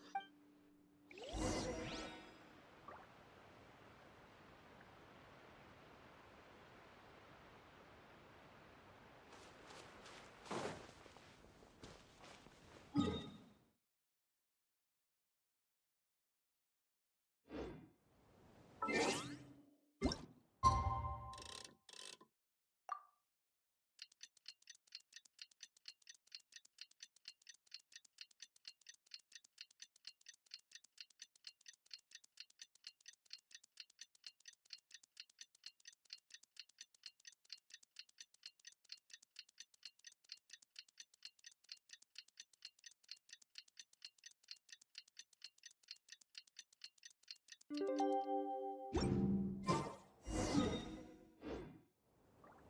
Linny say that Lynette and Fremine were recovering at the Hotel Bouffe d'été? Oh, Paimon wonders how they're doing. Maybe we should go check on them.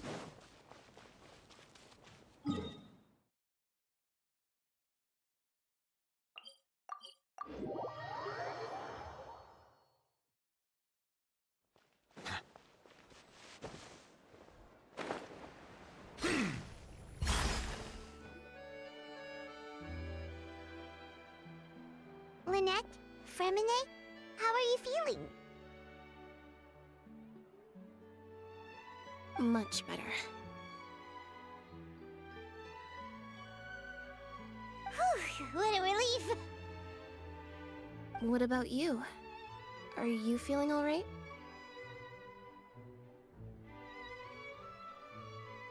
I knew you'd come out unscathed. Us, on the other hand, well, we've been bedridden for 2 days. I couldn't even turn over.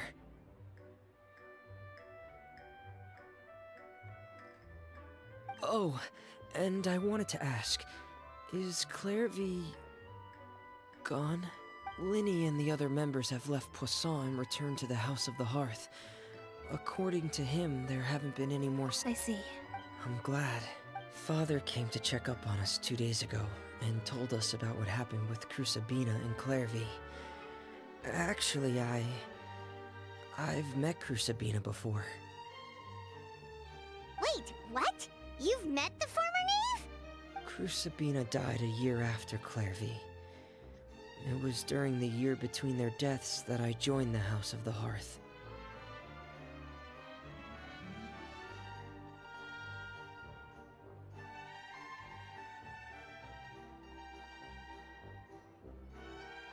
Crusabina had an extremely cruel and radical way of doing things. While she was alive, The atmosphere in the house was suffocating.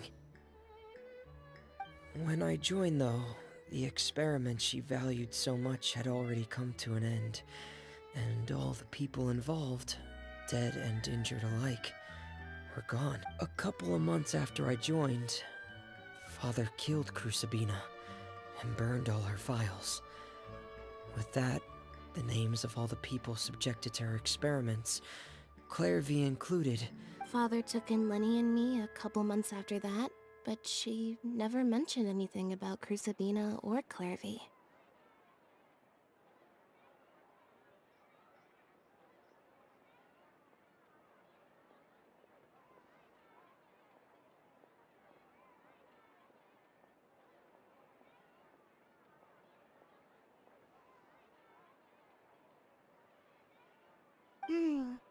It really seems like something she was planning to keep to herself. The last time you talked to her, did she mention why she kept it a secret for so long? She said she didn't want us to be affected by the darkness of the past. She was worried we'd develop a false sense of gratitude towards her if we knew about it.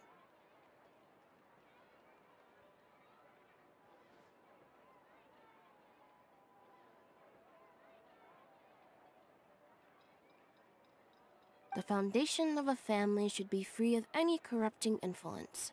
Whatever happened in the past, it has nothing to do with who we are now. And that's what Father told us in the end. But I still thanked her for everything. It was only after hearing about what Crucibina did that I finally realized how insignificant our lives could be if Father hadn't taken over the House of the Hearth. Father rarely brings up the fact that she saved us. She doesn't believe that being indebted to her should be, but even if we didn't owe her anything, we would still choose to stay. We may have arguments or times when we feel wronged. Some people may... Whether the path before us is bathed in sunlight or shrouded in shadow. So I wanted to say thank you for helping us make it through this crisis. Without your help... Oh, we didn't do anything, really.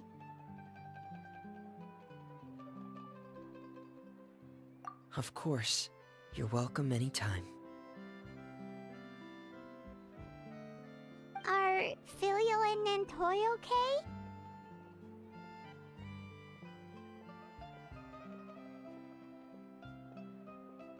I actually saw them at a cafe this morning. They didn't recognize me. From what I could tell, they were drinking coffee and talking about one of the operas that started They seemed happy. If I had to take a guess...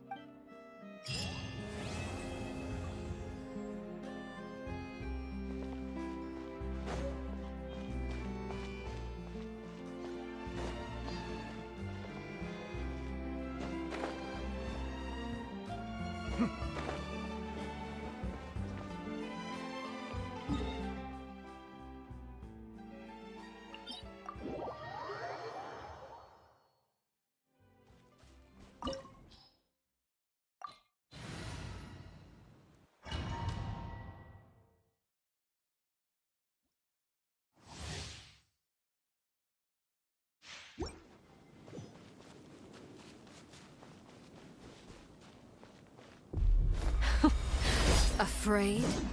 Or do you not even have the courage to be afraid? Is it my turn now? Now that's more like it. Spare your energy. Running is of little use. Let the world fly! The countdown has begun. Have a taste of courage. One with wind and cloud. Let the mighty be humbled. With these rising flames. The risk is growing, Not but it bad. poses no threat to You've me. proven to be a worthy opponent after all.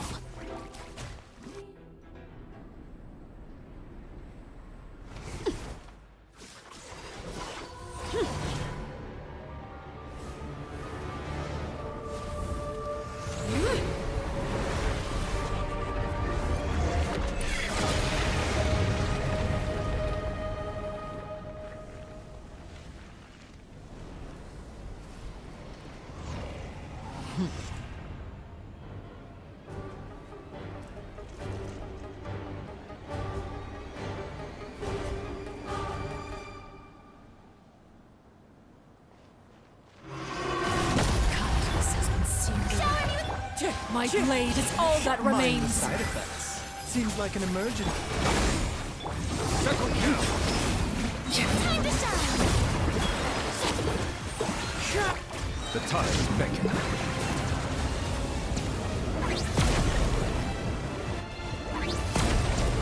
Suntown is only the beginning. When the tide comes in, Who's I next? shall return.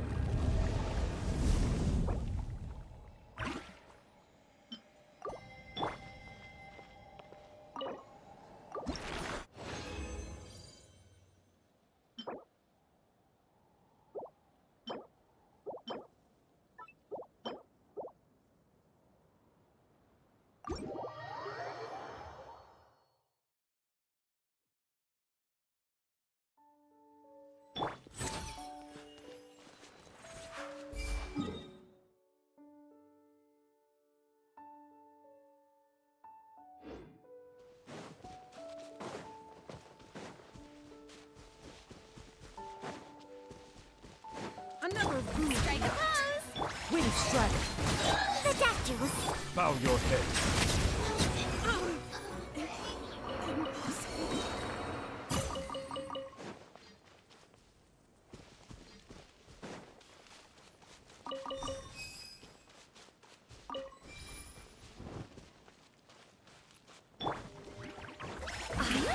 A bitter pill to swallow. Taking a turn for the better.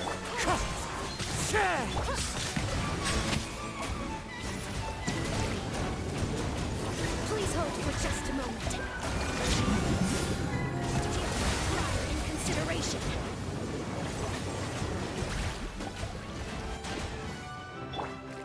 Shower me with praise! Let the world come along!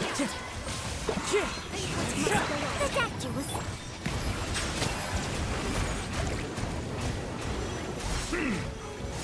Please remain seated.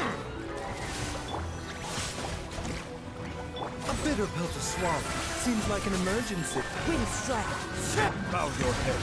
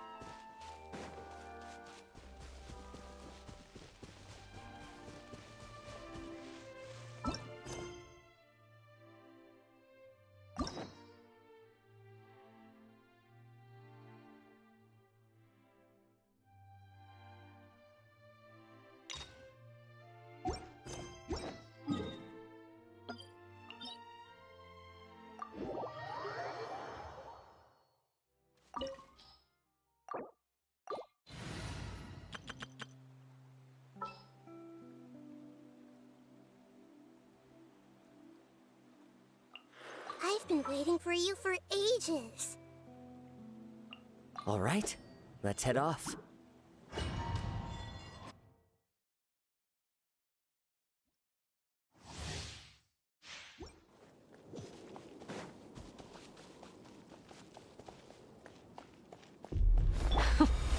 Afraid?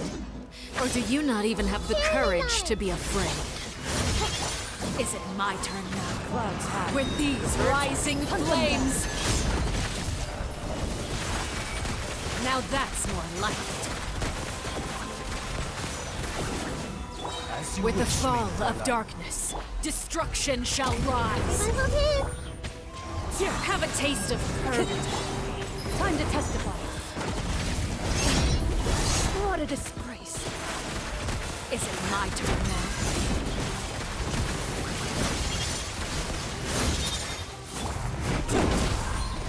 This way, turn a little. Make yourselves at home. Loaded. Not bad. You've proven to be a worthy opponent after all.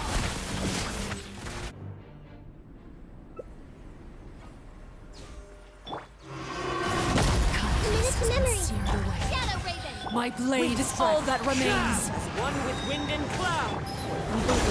Shoot on sight. Ready.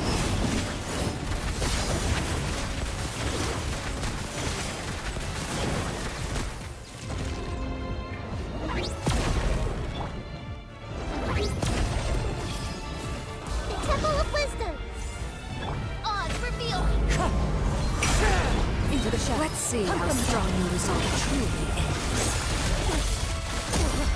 You Who's next?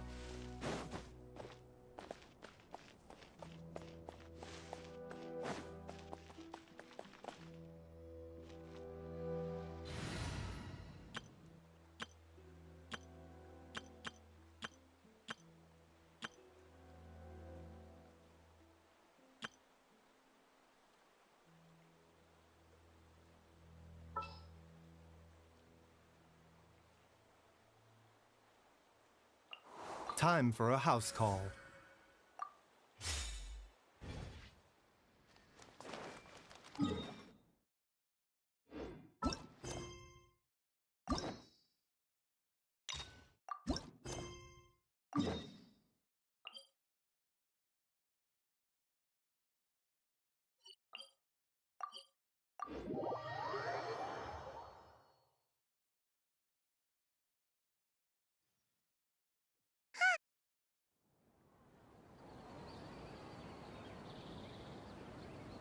Wow, the academia sure is busy during the day.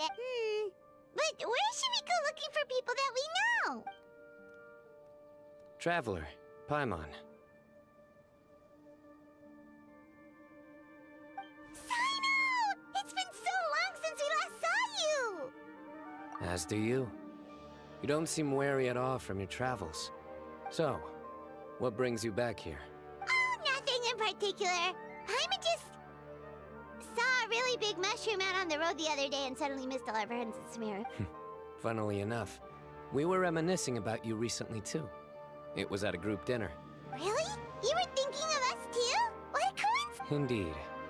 Or as I call it, the biryani factor.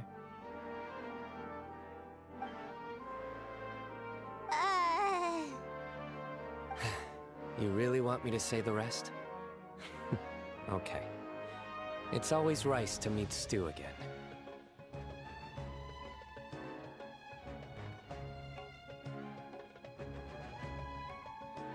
Oh, darn, he said it.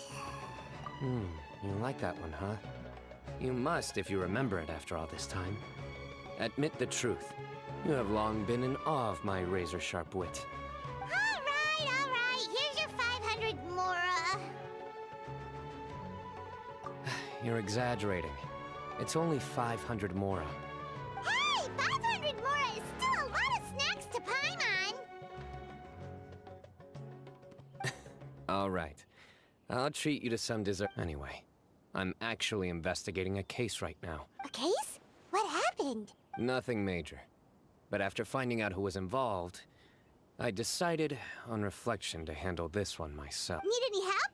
We only came here to hang out, so we've got the time. You may as well take us with you, and then when you're done, we can, you know... Such enthusiasm. Are you worried I'll forget about treating you to some sweets if you're not around to remind me? What? No! All right, was it really that obvious? Obvious enough. Still, it's a fine idea. You are the heroes of Sumeru. All right, follow me.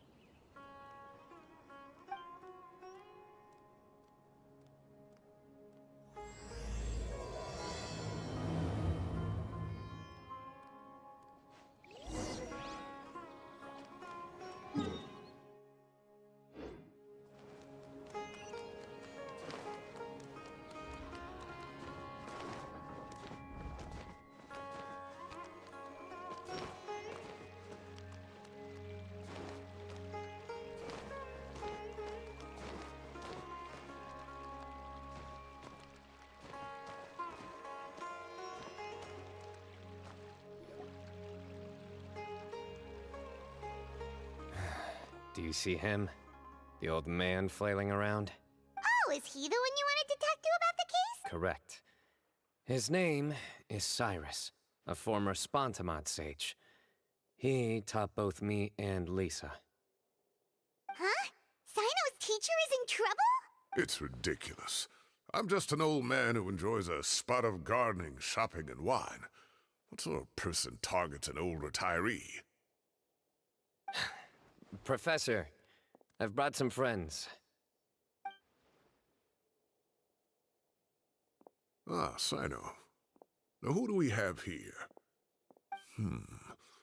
Hold on, let me think. A flying fairy dressed in white? A youth who does not seem to hail from this land? My goodness. You must be the legendary traveler in Paimon.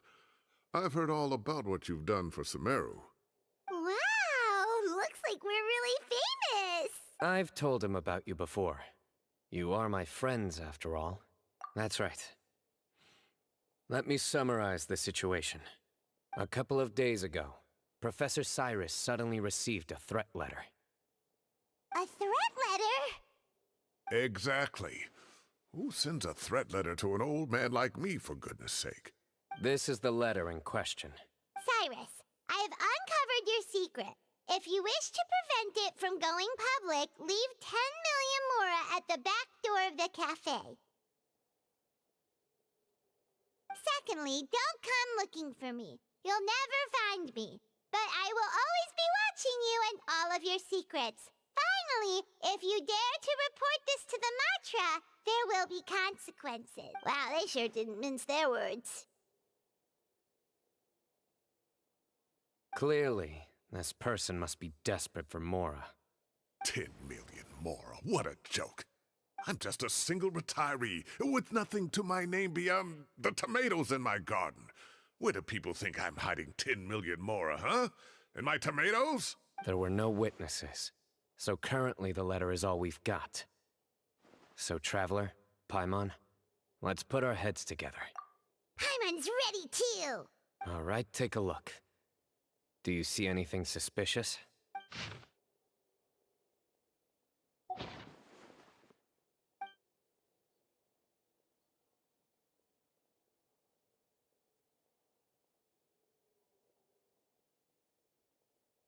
Yes.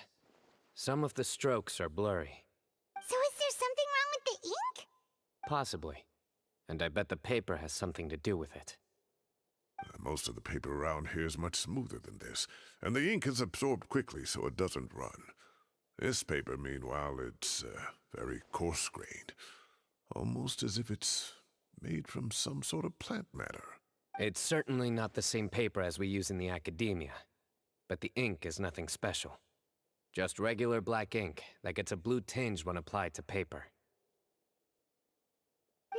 So do we think the culprit has a connection with the academia or not? Wait, check this out! Looks like this part got wet at some point! Agreed. The staining suggests it was a colored liquid, not plain water. A colored liquid, so... tea? Wine? Looks like we're thinking along similar lines. Let's go talk to Arof. There are some things I'll need him to take care of.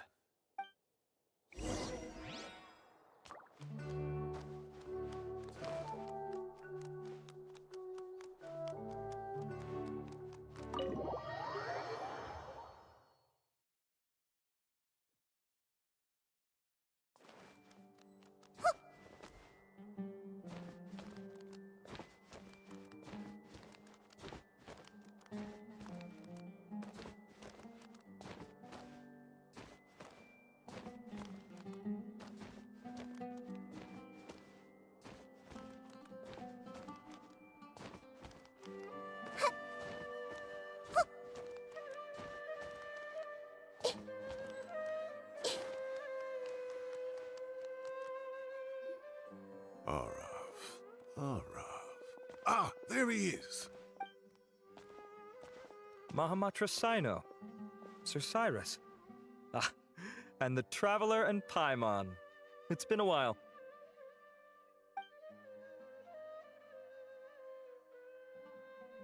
As such, I'm inclined to believe that the culprit in this case is a student at the academia. Somebody young and strapped for cash. Oh, one last thing. I'd start your investigation by taking a look at the Oh, of course! You think the culprit spilled their coffee on the ladder, huh? They do look like coffee stains to me. Also, if I'm not mistaken, the letter is written on a type of scented paper that has aromatics added during the manufacturing process.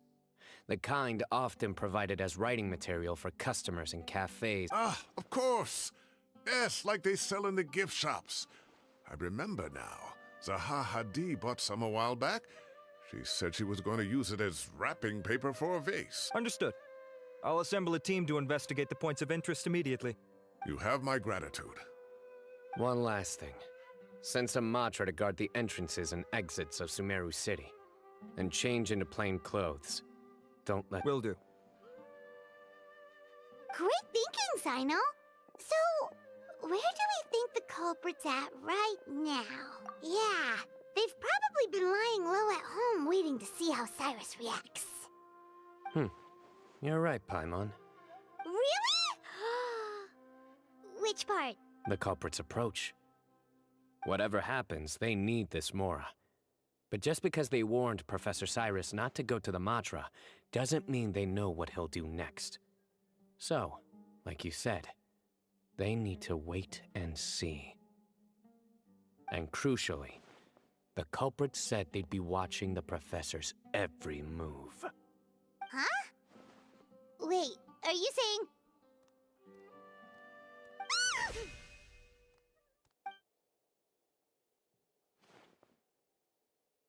Found you! What are you doing? You wrote the threat letter. I don't know what you're talking about. What threat letter? I sensed someone was watching us from the shadows the moment we entered the House of Dana. You managed to stay relatively well hidden for someone reckless enough to threaten Professor Cyrus. There are a lot of people here, but we were looking specifically for Arav. Whoever followed us the whole way was likely to be the culprit. I was just listening in, that's all. You know something big's going down when Mahamatra Sino shows up, right? So I got a little curious. What's the big deal? You smiled when Arav left. I saw it as clear as day. Is smiling a crime now? There are coffee stains on the letter. You mixed some coffee with water, gently smeared it onto the paper, then wiped it off with a wet cloth, all to create the impression that the letter was written at a cafe. Closing off the exits to the city doesn't affect you, because you already live here. And as long as the Matra were focused on the cafes, you would be free from scrutiny. The cafe was a red herring all along. You had to be somewhere where you could monitor the professor's movements. You can't pin this on me! I haven't done anything! Really? Then why are you shaking like a leaf? The innocent have no reason to fear the Matra. But you... your heart's racing, and your eyelids are twitching. You're a terrible liar. I would never... Don't try anything or you'll pay the price. Now come with me.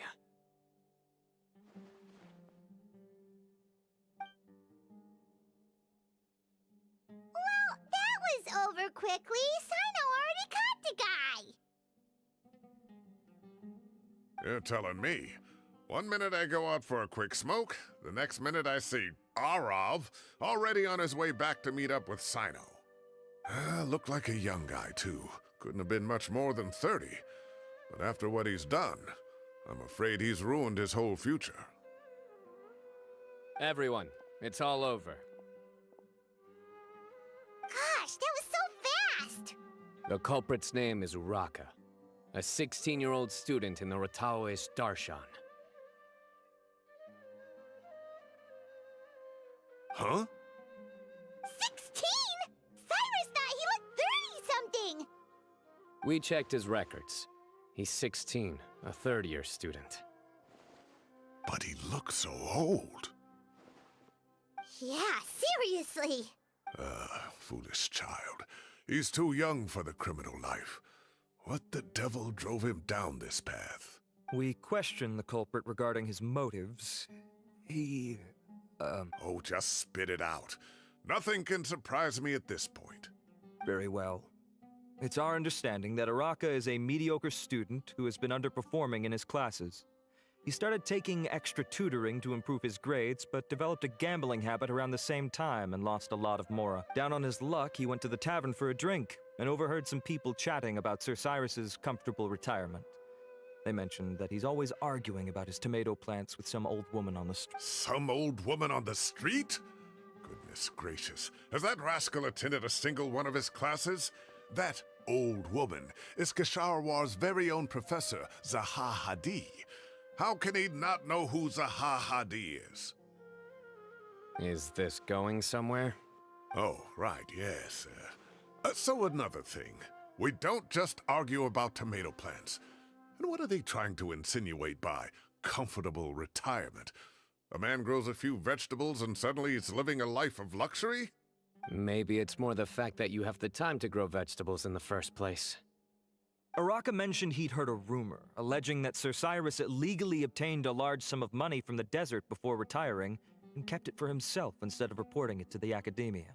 Araka believes this money to be the reason why Sir Cyrus hasn't kept up with any academic research or other projects since his retirement. And given your advanced age, he thought you'd be an easy target to blackmail.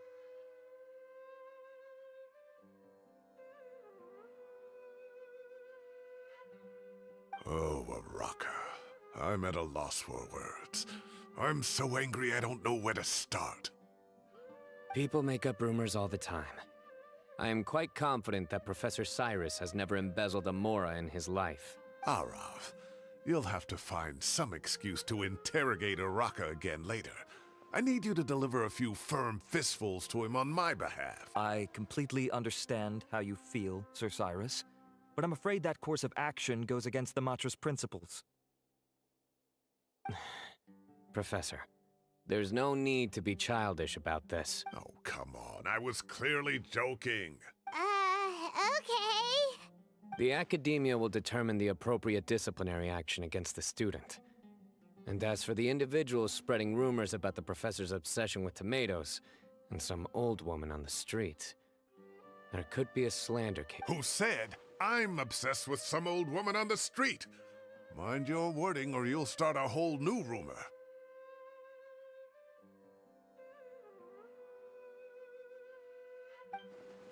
You seem confused. Oh, don't you understand? Uraka is just a young boy who made a very rash and very stupid decision based on some groundless rumor he heard. Besides, I didn't actually hand over any Mora to him. The whole thing sounds a lot worse than it is. All it costs me is a little reputational damage. That's all. Please rest assured, Professor, that the Academia will... Yes, I have no doubt about that. But as a former educator, I'd still like to have a serious conversation with the boy's parents. Their family lives in the city, yes? Correct. We looked into the family. Both parents are merchants, and they're often away on business. They've never taken much of an active role in their children's lives. Oh, what a mess. You don't have to seal the evidence away yet, do you? I'd like to have that letter back for the time being, if possible. I need something concrete for when I talk to the family tonight. We have to show them how serious this situation is. The relevant authorities have already reviewed the evidence and are now discussing Uraka's punishment. You can hold on to the letter for now. Just make sure to return it within a couple of days. Oh, so you'll be able to close the case in 2 days? Give or take. Cases like this are quick to resolve. Very good. Well, thank you for all your help. Perhaps we can all go for a meal together. Oh, my treat, of course. My apologies, Sir Cyrus, but I have a prior commitment. Enjoy the meal, everyone. Ah, I see. Well, that's a pity. But Sino, you have to come. You found the culprit at record speed, and I owe you for that. Ah, and isn't Tainari in town at the moment? Bring him along, too. Wait, you mean Tainari's in the city? He is. Tainari's master, Sir Nephis, called him and Kale to the Academia to help out on a project. They should be at Nephis's office at this hour. Though I must say, I'm surprised you're extending an invitation to Tainari. Did you do something to offend Sir Nephis? Don't be outrageous. Nephis offends me all the time. It's never the other way around. Anyway, hurry up and fetch Tainari. I'll head over to the tavern with the Traveler and Paimon. See you there. Go on now. Don't keep us waiting.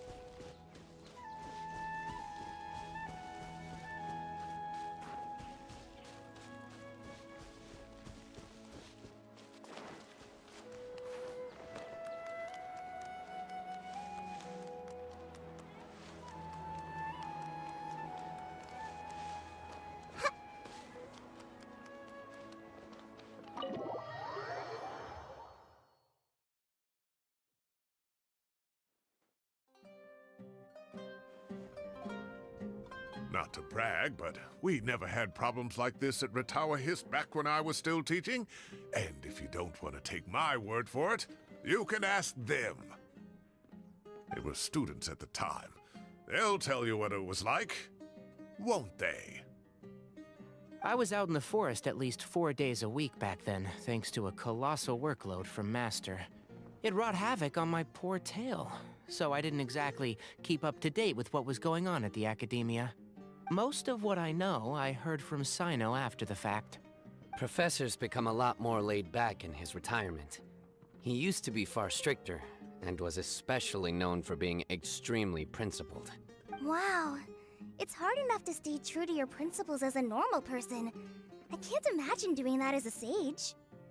It's a pity Kale wasn't around at the time. I would have happily taken her on as a student. And then we'd have one more person who has to address Lisa as upper-class woman. Really? Can't you just call her Lisa? She seems to prefer it when people treat her like an older sister. Oh, believe me, back when she was a student, nothing made her happier than the younger students acknowledging her seniority. Whoa, more food? Are you sure about this? We don't want to take advantage.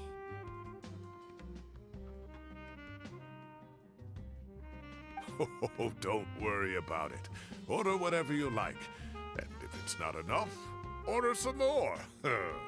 After all your help today, treating you to dinner is the least I can do. I thought I heard some familiar voices. Ah, and Sir Cyrus is here as well. Oh, Kaveh, it's been a while. Zahahadi was talking about you last month. How have you been? I've been all right, thank you. You're looking very well, sir. I'm glad to see it. Have you eaten yet? Care to join us? That's awfully kind of you, but I had a late lunch, so I'm not really hungry just yet. I'll have dinner a little bit later tonight. I just came to Lombard's to buy some wine, and when I heard some voices I recognized, I thought I'd come and say hello. So what's the occasion, anyway? Some sort of celebration?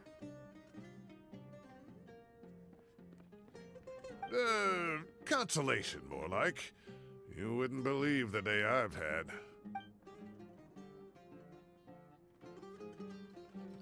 Sounds like things have really gone downhill since I was there. My whole time as a student, I've never heard of anything remotely like that. I can't believe how young the guy is. Oh, what are his parents going to think? Young people are always more susceptible to making rash and ill-advised decisions. Their minds are still developing. It's just an unfortunate fact of life. But still, this boy has some nerve. Just look at what he wrote. Oh, it makes my blood boil. Wow, yeah. Jeez. I will always be watching you and all of your secrets. And then he just followed you into the house of Dana? If this were my son, he'd get the scolding of a lifetime. Oh.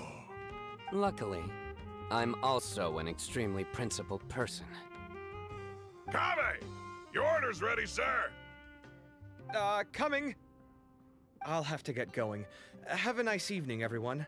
Okay, bye-bye! Here I am. The coffee beans are in here, too. Yep, it's all there. I'll stop babbling away now. Let's eat before the food gets cold.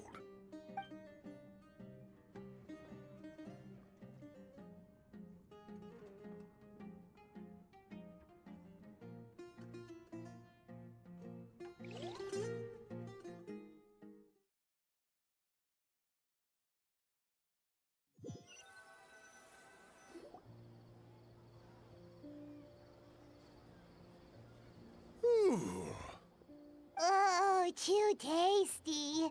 Paimon's belly is about to explode. Oh, mine too. I'll have to walk home to burn some of it off. Thanks for dinner, Sir Cyrus. Master Tainari and I will bring you some homemade herbal tea next time. It'll do wonders for your sleep.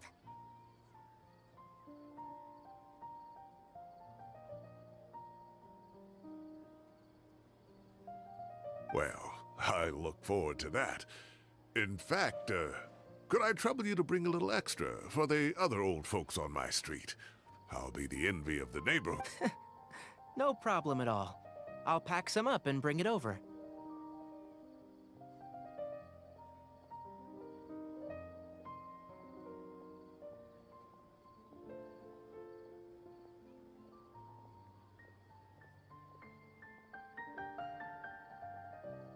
I'll see you all later.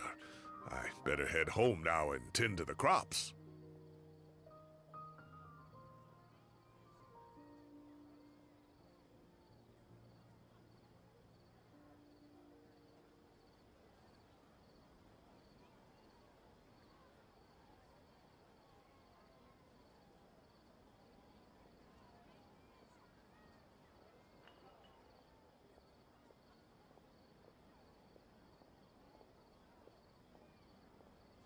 Good night, Professor. Don't let those tomatoes keep you up too late. Hey, my tomatoes are serious business. I am not about to be beaten by Zaha Hadid. Anyway, I'll be leaving now. Don't stay up too late now, children. I bid you all a good night. Take care. Have a safe trip home. All right. Now, we finally have some us time. What do you mean, us time? Well, I was talking with Tainari and Kale, and since we all have some free time, we thought we could all go camping together. Camping? Oh, that sounds fun. Paimon's in! Wait, no! That's my job! Don't take it away from me. Why don't you and Paimon help out Master or Sino? You don't have to play the hero when you're out with us. This is your chance to just, you know, laze around and switch off for a bit. Everyone, let's meet tomorrow afternoon at the riverbank to the southeast of Gandharvaville.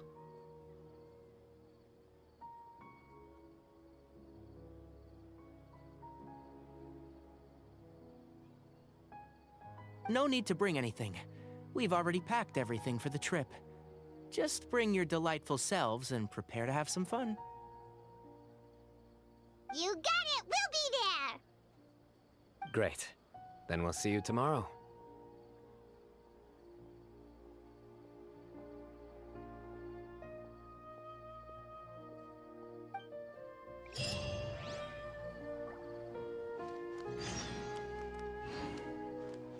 I see everything.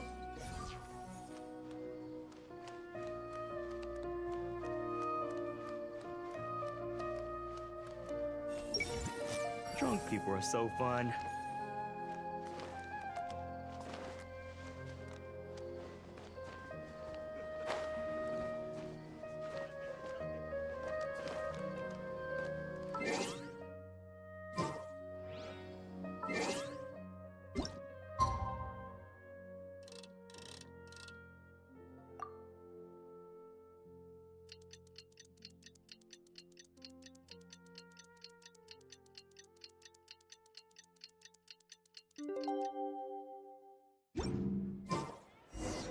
Time to set off. Let's head to the southeast of Gandharvaville and meet up with the others.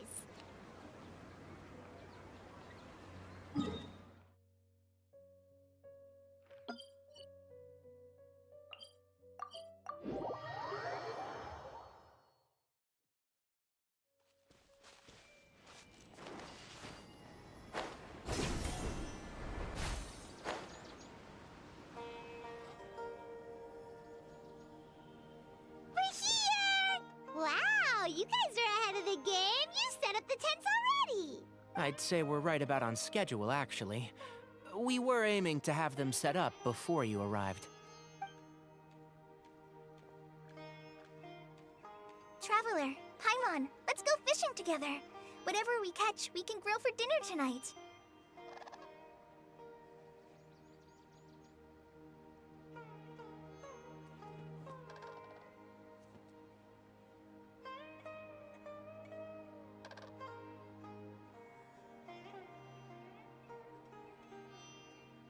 You got it. Dinner's on us tonight.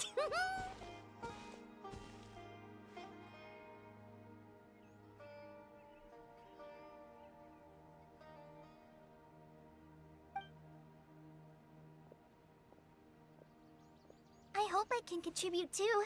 The other Forest Watchers gave me some fishing tips a little while ago. I'm really looking forward to giving them a try.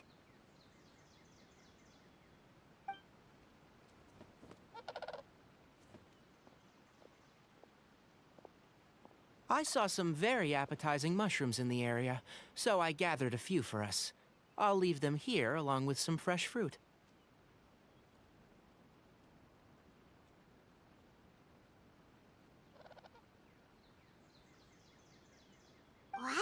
camping with a forest watcher is the way to go. They think of everything. And even if they don't, they can improvise. This is true. I don't think I've ever had a single rough day in this forest. So, how has everything been going for you?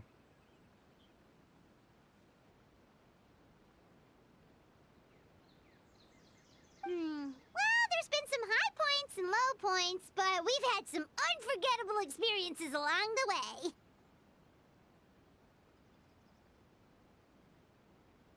I see. Oh, in that case, you should try a valberry.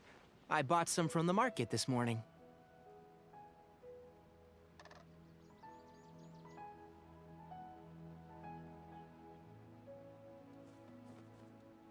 A valuable suggestion. Just don't bury your feelings using food.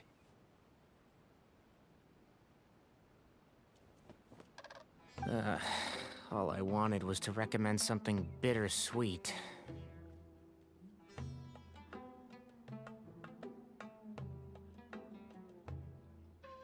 Oh, I have a sudden craving for fruit tea.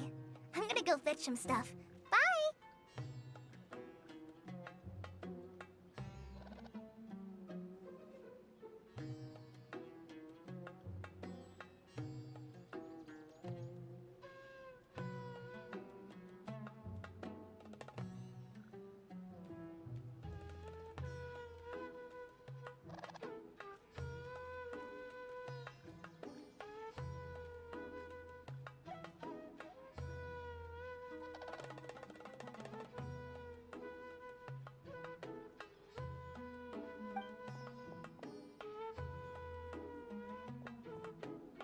She sure made a run for it.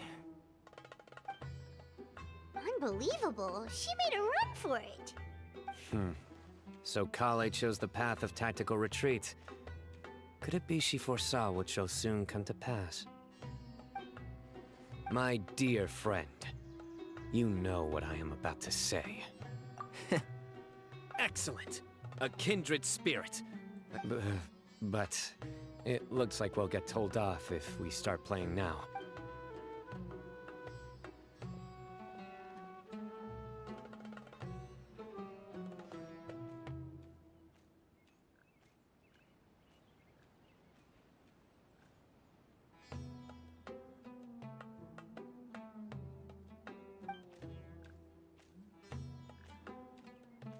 We got a bite! I'll reel it in.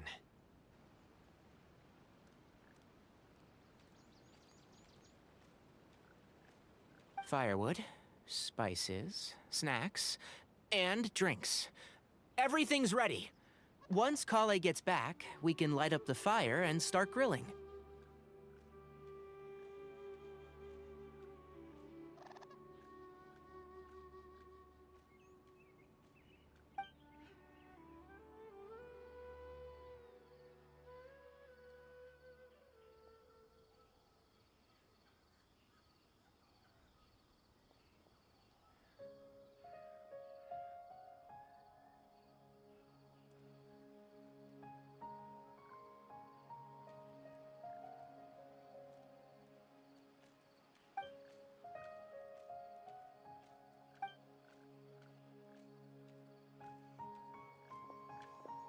There are 3 tents.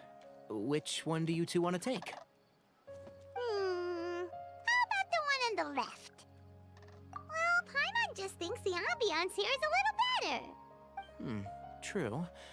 But it's also the closest to the water. If there are any sleepwalking fungi around tonight, they might stumble into your tent.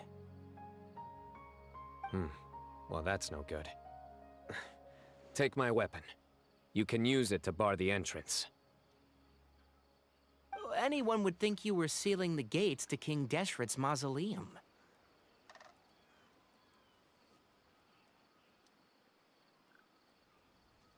Excellent. Then this tent will be an impenetrable fortress.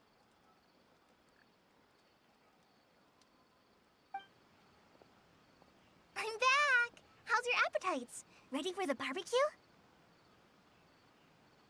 Always.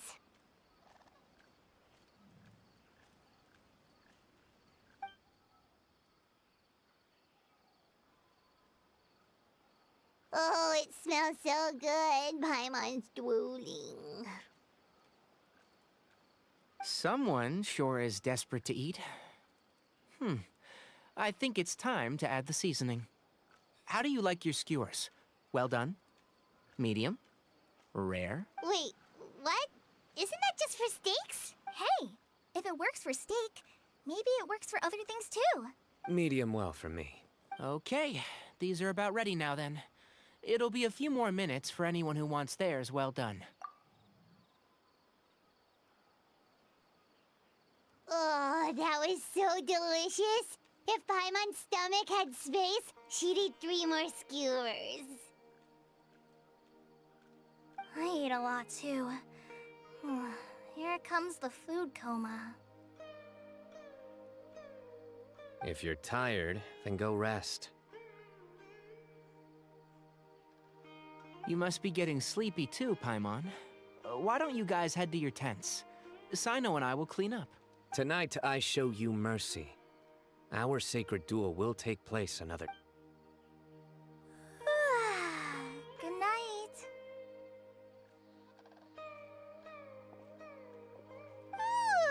Paimon's struggling to keep her eyes open.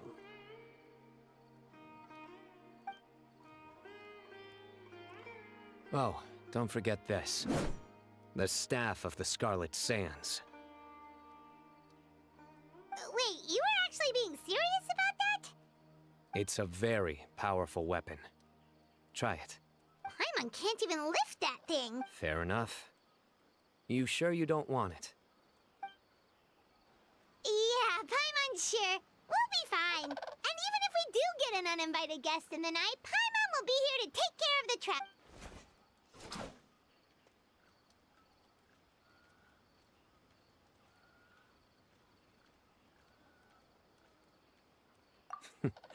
That reminds me of a parting king of invocations.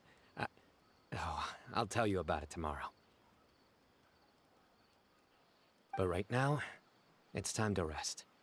Sleep well and sweet dreams.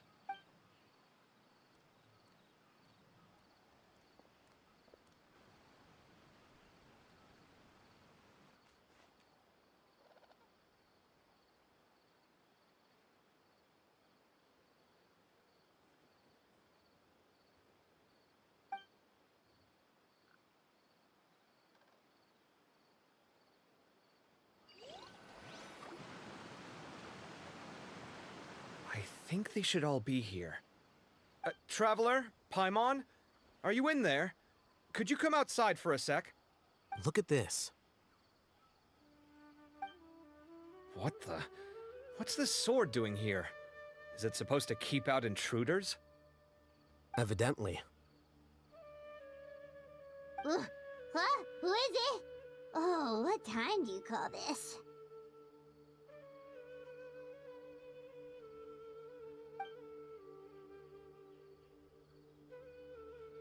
Paimon's gonna take out the sword. Yeah!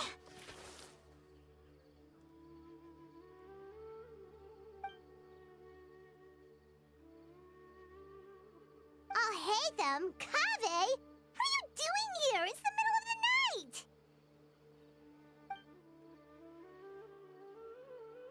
Sorry to wake you up at this hour of the night, but we've got a situation on our hands. Let's get dressed and talk about it outside.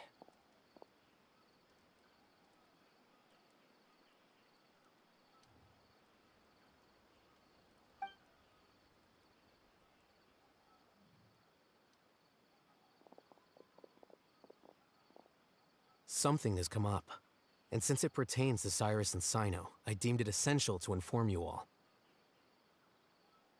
Whoa, back up. Let's start from the beginning.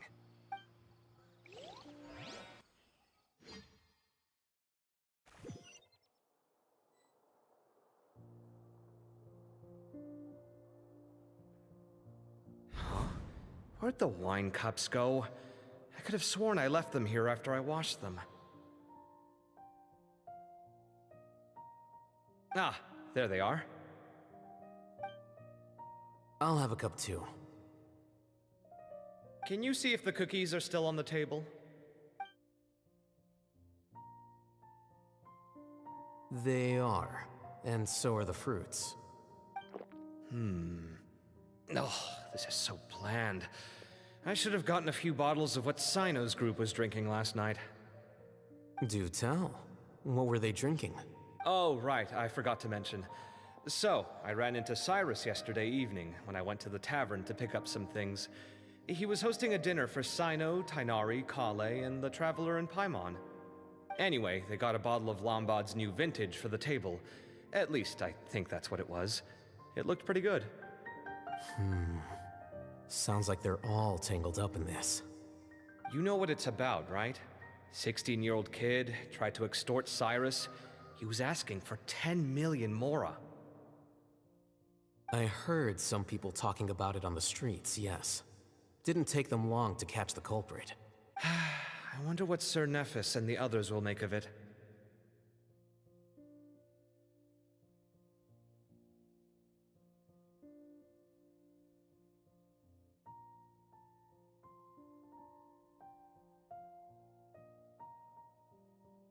Oh, Cyrus showed me the extortion letter, too. It was crudely written, but the paper had this beautiful pattern on it that I've never seen before. Really caught my eye. Give me a sec, I'll sketch it out for you.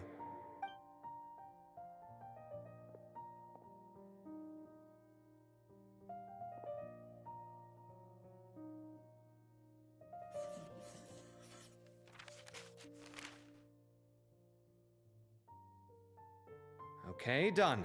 Take a look. You see what I mean? I don't think I've ever seen writing paper like this around before. God knows where the culprit got it from. Interesting. These are all motifs associated with the tribes of the desert. What? Really? Take this, for instance. Looks like an outline of a spire, similar to the kind found on some ancient palaces. And the crisscrossing and mirroring here. I recognize that too.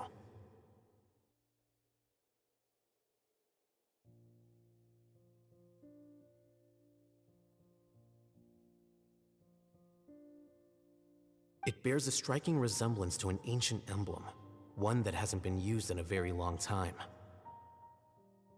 Whose emblem is it? It's the emblem of the Temple of Silence.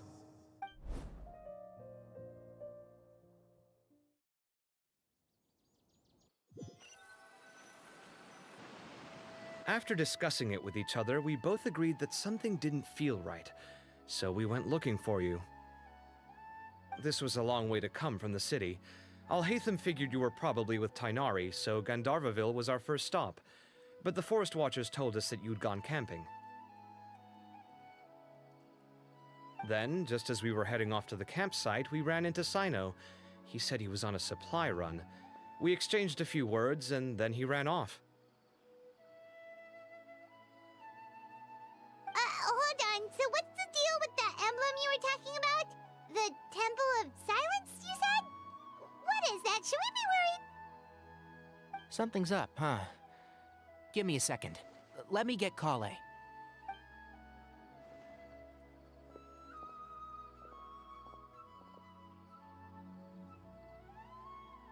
So you've never heard of the Temple of Silence?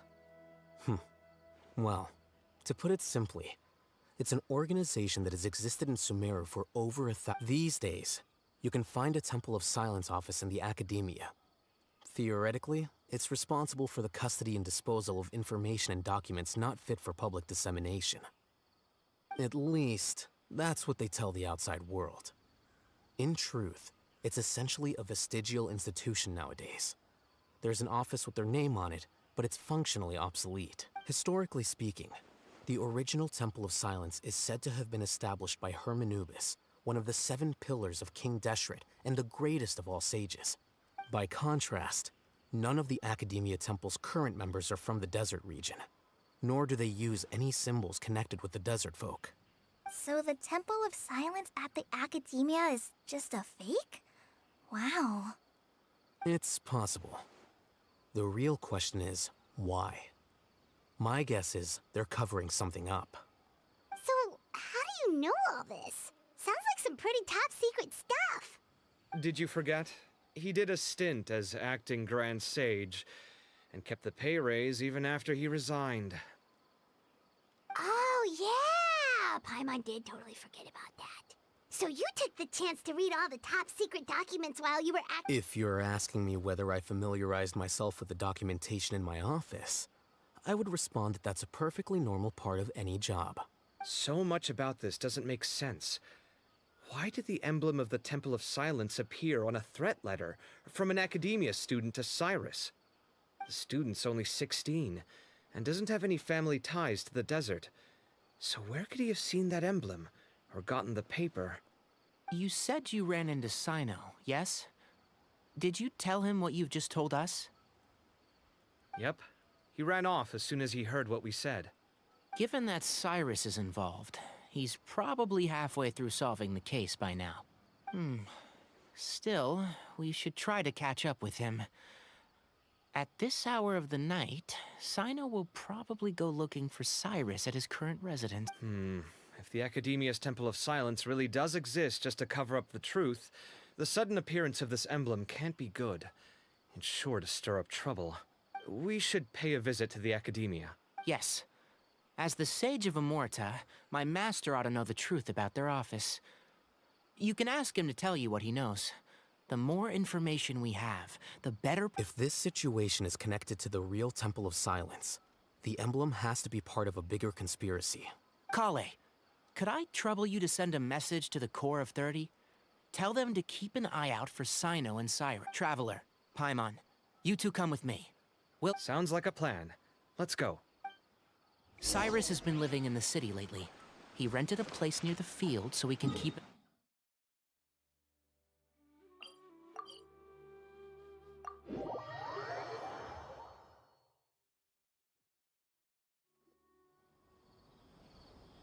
Here we are.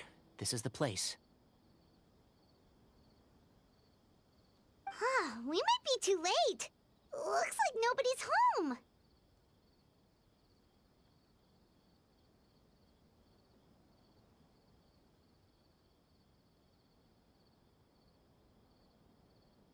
Oh, Sino moves fast. If he was here, he's probably long gone by now. I know that voice. Is that Tainari I hear? Ah! Professor Zahahadi! Wow, so it really is you. My goodness, whatever is going on tonight?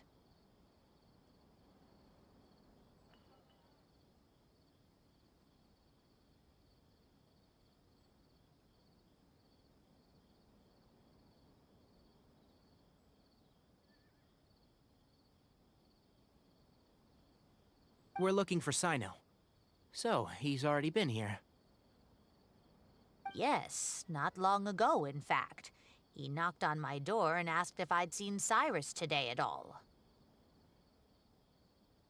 I told him the old fool left early this morning, and I hadn't heard him come back. So we went to his place, and would you believe it? He's gone. Goodness knows where to.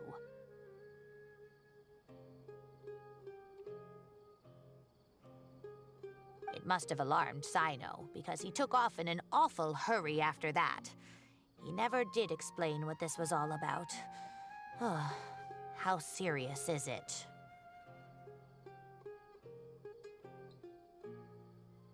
Well, if Cyrus isn't at home... Oh, it sure doesn't sound good. Professor, did you hear that a student recently tried to extort Cyrus? Why, yes. When I left the house that day, I noticed he was watering his flowers in the field in complete silence. He had a piece of paper clutched in his hand, and he looked lost in thought. I could tell something was troubling him, but he wouldn't tell me what it was. If Sino hadn't happened to visit him that day, he'd probably still be holding on to that thing. After seeing the letter, Sino told him to contact the Core of 30, but Cyrus was very reluctant. He claimed it would only damage his reputation. Eventually, he relented, after much persuasion from Sino.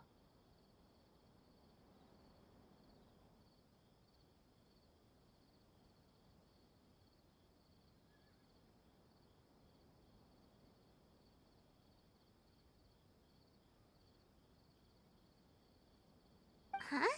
Cyrus didn't want to report it? Well, that's strange. When we saw him, he seemed pretty okay with the idea of the kid getting his just desserts. As a former sage, it's possible Cyrus still has enemies at the Academia.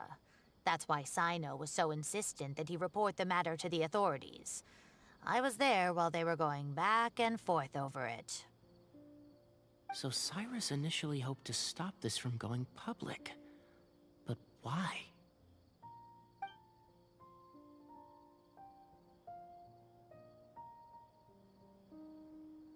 Oh, dear. What on earth has that old fool gotten himself wrapped up in? Oh, I do hope he's not in danger. Oh, I almost forgot. Sino left me this letter to pass on to you. He wrote it when he came by early. Thank you. What does it say? Let Paimon take a look!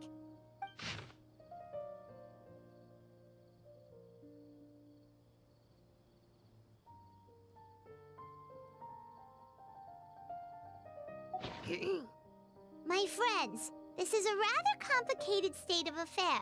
Unfortunately, I cannot disclose more than that. Yep, that sounds like Sino. Thank you, Professor. Please do not worry.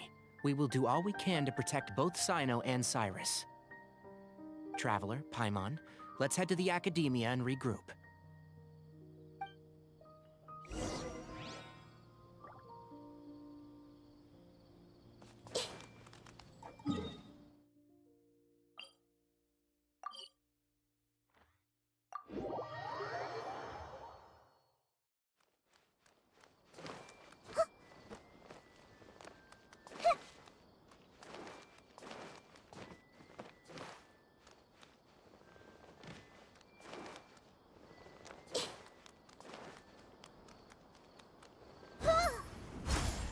Everyone hold it. Our North actually exist?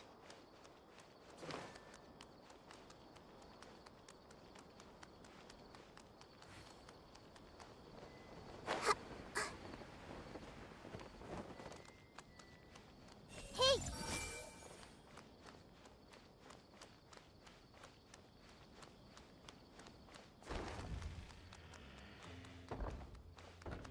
Everyone hold it.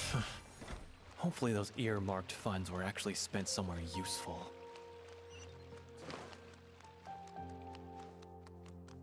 I see everything. So, what is a vision actually made of?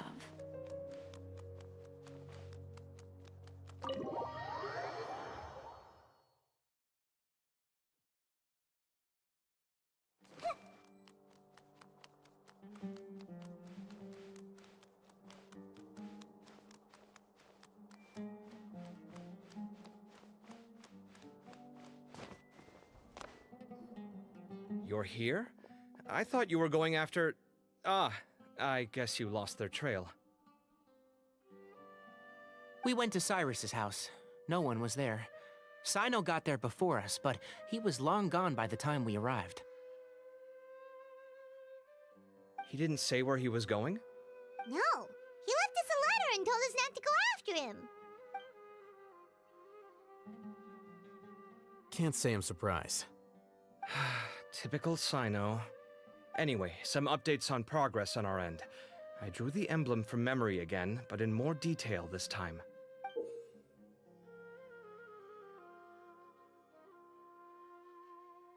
I checked some ancient texts for a similar design. The one I found was a little blurry, but the similarities in the general form and certain details were clear enough to confirm a match. Yeah, and we're lucky we found anything at all. It turns out the emblem was all but lost to history. We scoured the entire Academia collection, and that book was the only one with a record of the motif.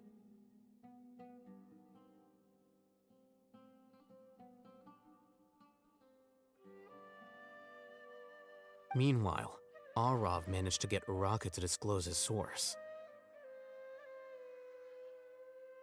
The one who told him about Cyrus's embezzled funds was a young man from the desert. According to Araka, he had a striking presence and was well educated.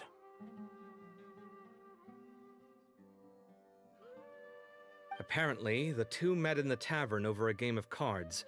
The guy claimed to be in the city for business as part of a merchant caravan.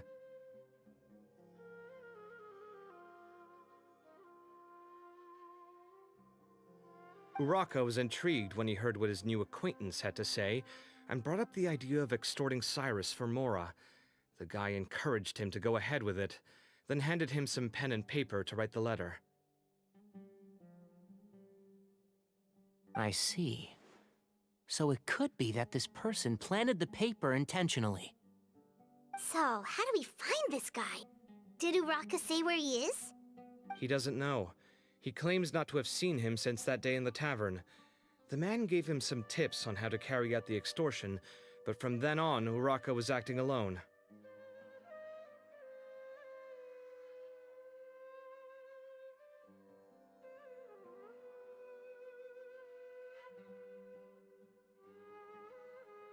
Nephis and Arav have gone to meet the Court of 30 and review the city's entry and exit records.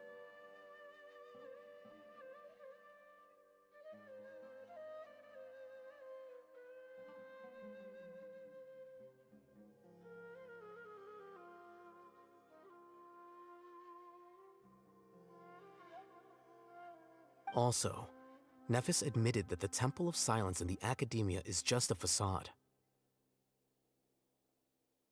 The true Temple of Silence once came to the rainforest to establish a collaboration with the Academia, but as time went by, the sages gradually became corrupt and foolish.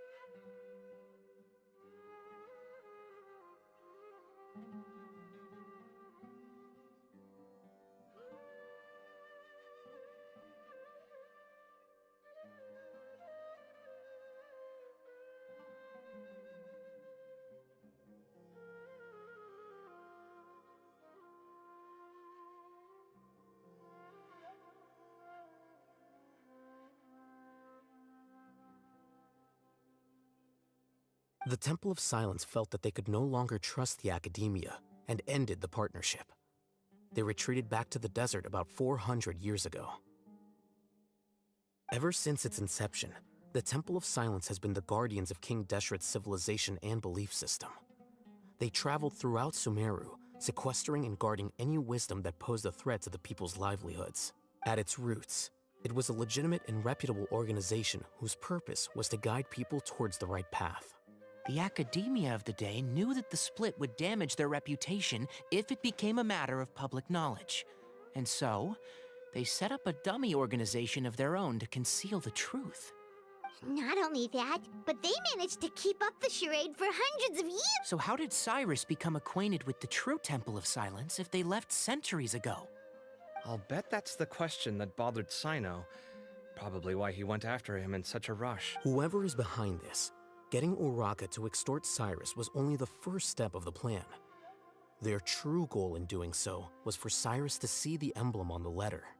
He must have recognized it right away. That'll be why he didn't want to involve the authorities.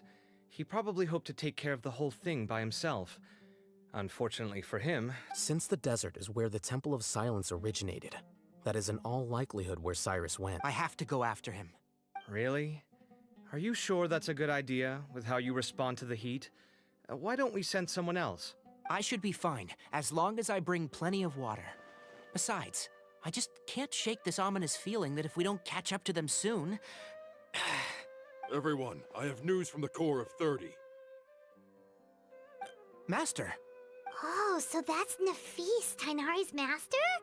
Oh, we're finally getting to meet him in person. It's a pleasure to meet you, Traveler in Paimon. Several independent eyewitnesses have reported seeing Cyrus and Mahamatra Sino leaving the city at different times. Both were heading in the direction of Caravan Ribat. I was going to suggest that you join forces with the Corps of 30 in this case. However, as I'm sure you've already heard from Al-Haytham and Kaveh, the Temple of Silence, the Academia has made a number of decisions throughout history that I am ashamed to talk about. It may well be that no better choice was available to them, but I won't attempt to make you understand the Academia's perspective. Now is the time for action.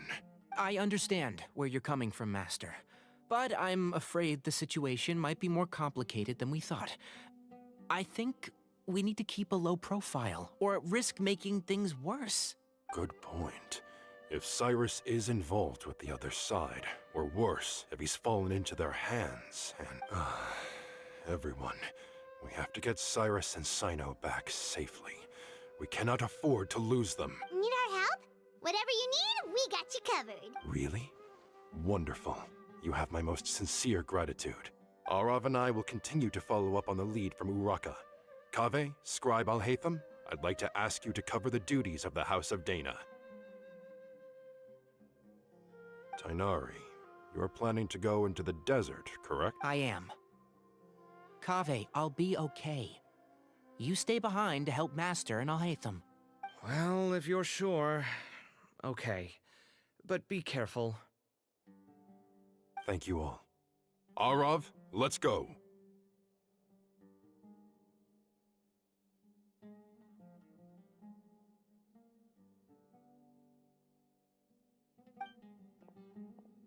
You'd better get moving.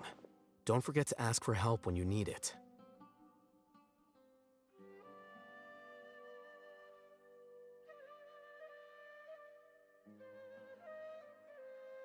Will do. Let's go, Tainari. Hopefully we can catch up with Sino before it's too late.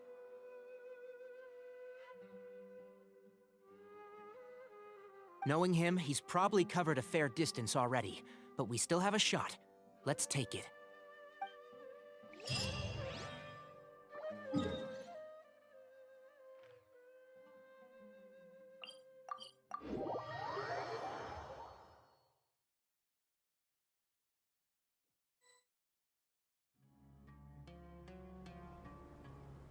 Okay, we made it to Caravan Ribat. Where should we go next? Maybe we should ask the nearby guards if they've seen anything. Hold on. Look over there. Is that Dia? You sure you want to brave the desert alone? I mean, it's your choice at the end of the day, but still... It's not my first time. I'll be fine. Sino. If you're really going to go through with this, then at least take our advice. When you're packing for your trip, budget for 5 days more than you plan to spend out there. Makes sense. Okay, I'll go get ready. Thought we might find you here. You're trying to retrace Cyrus's steps, aren't you? Didn't I tell you not to come after me? I thought I had a good lead on you. Well, sorry, but we never agreed to that. Why would you go off on your own like this? Nothing personal. It's just a complex situation. And I'd rather not involve anyone else if I can help it. Takes a special kind of person to get Sino chasing them all the way out to Caravan Rebot. But why so coy today, huh? You only gave us his age and description. Why can't you reveal his name? Is he Sumeru's most wanted or something? Oh, also, hey guys, it's been a while.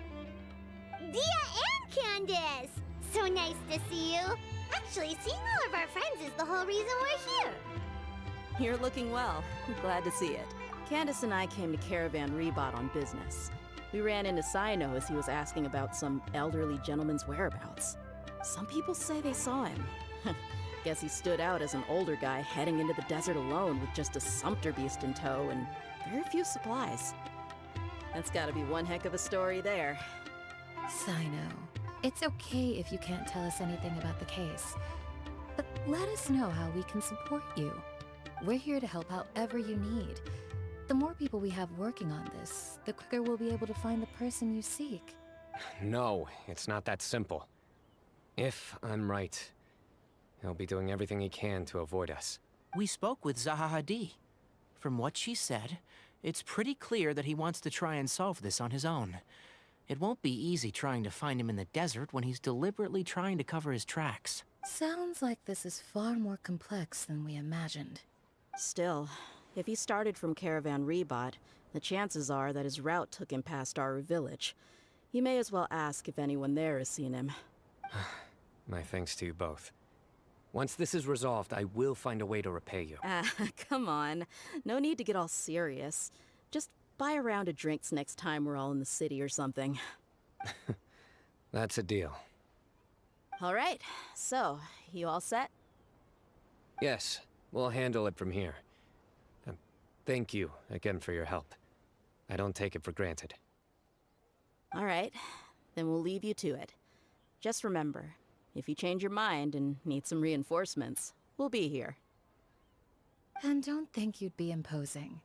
You can depend on us. Don't worry, we'll keep him out of trouble.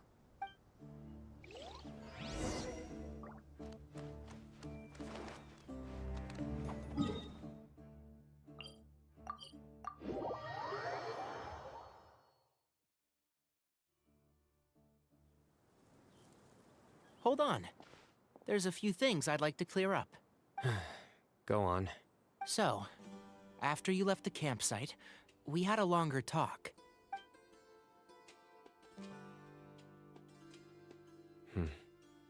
Clearly, we've only scratched the surface of the Temple of Silence question. It doesn't surprise me at all that the one in the academia is a fake.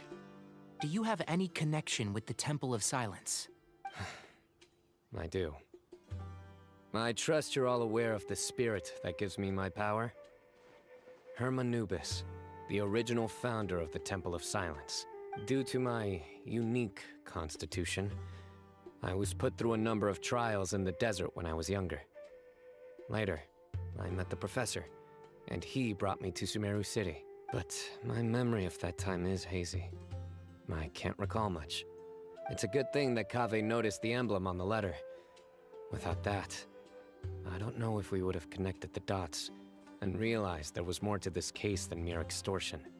I did not recognize that symbol at all. Whether that's because I've never seen it, or because my memory fails me, it's hard to say. Yeah, you're right. Thank goodness for Kaveh, and for Alhaitham's diligence during his time as acting Grand Sage. But Cyrus must have recognized it right away, right? Otherwise, he wouldn't have had any qualms about you reporting it. Oh, maybe his connection to the Temple of Silence goes even deeper than yours. I suspect so too. Professor has never once mentioned the Temple of Silence in conversation. And whenever the conversation turns to Hermanubis and the concept of spirit indwelling, he avoids going into any... Well, speaking of avoiding things, you do realize, don't you, now that we've caught up with you, you're stuck with us for the rest of the way. I am aware. And I have accepted it. Or rather, I don't see how I could manage to ditch you en route, so I might as well accept that you're coming with me. That's right. Fact is, we're coming with you whether you like it or not, so the best option now is to try to look out for each other. Fair enough. Then at least let me buy you a drink once we're back in the city.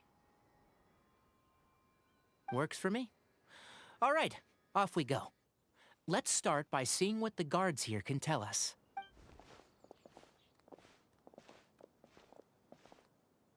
Hello.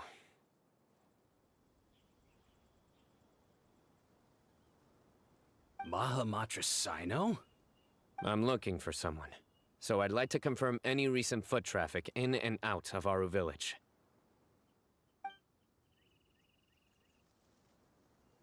A man matching that description passed by Aru Village not too long ago.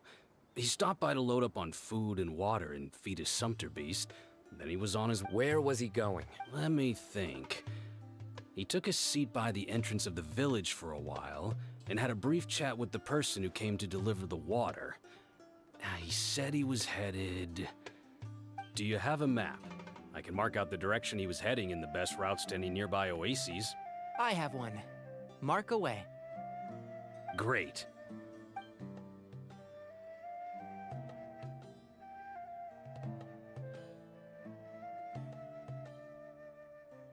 There you go.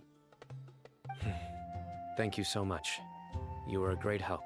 You've got a really good memory. Ah, you're quite welcome. Just doing my job. Best of luck. I hope you...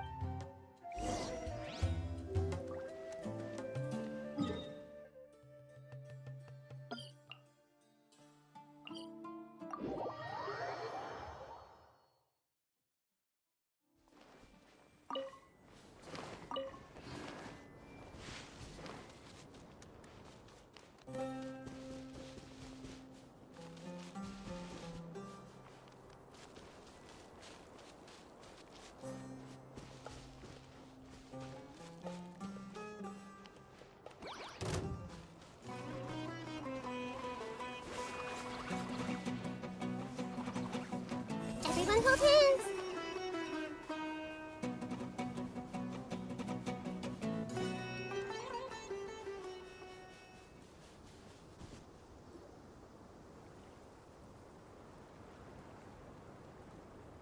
Hold on. I see some people over there. Do you think it's safe to ask them what they know? Should be. I'll go... No. I'll do it.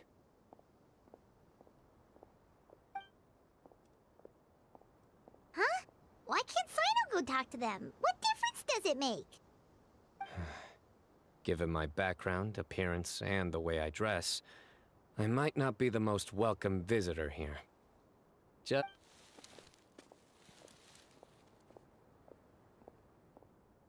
Ah, hello there. I hope I'm not interrupting. My friend and I are looking for an elderly man who's gone missing around these parts. Any chance I could ask you a couple of... Oh, a missing person, huh? Sure. What do you want to know? I'm just wondering if you've seen him. Let me give you the details.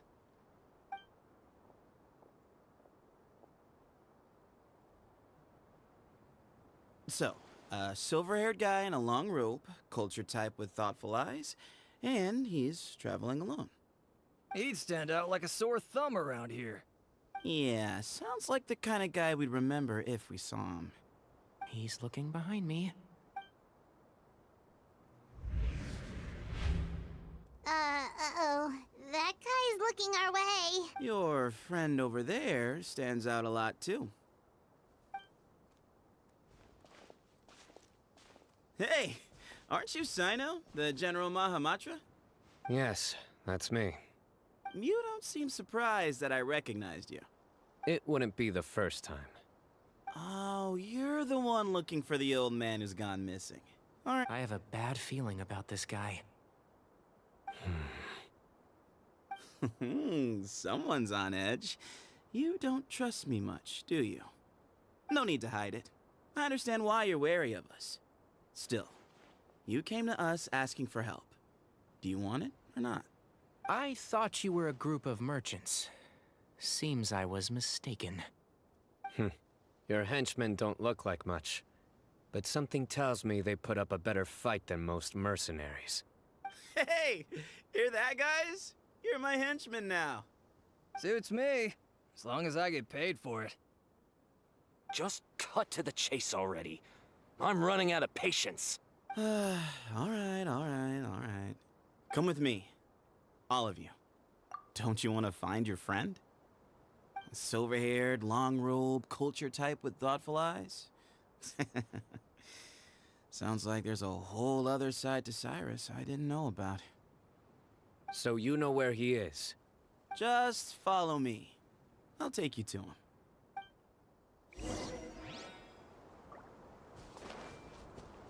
Hey! Huh. Those guys are pretty cautious. They just sent one person to try to talk to us. I see everything.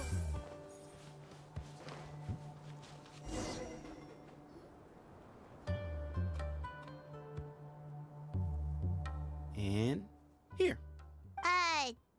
What? Where are you looking? There's nothing here. Please step back. Whoa! Something's coming out of the ground!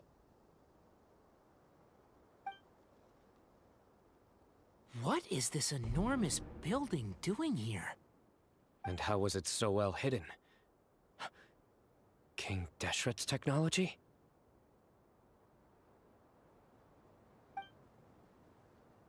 Wait, so... Hold on, who are you guys really? Is this the Temple of Silence? So you're a member? All good questions. There'll be plenty of time to address them later.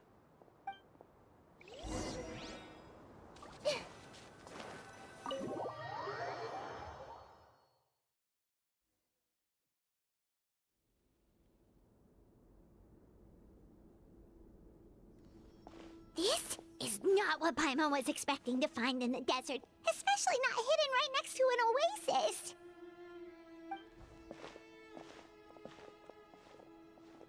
Ooh, Paimon's scared.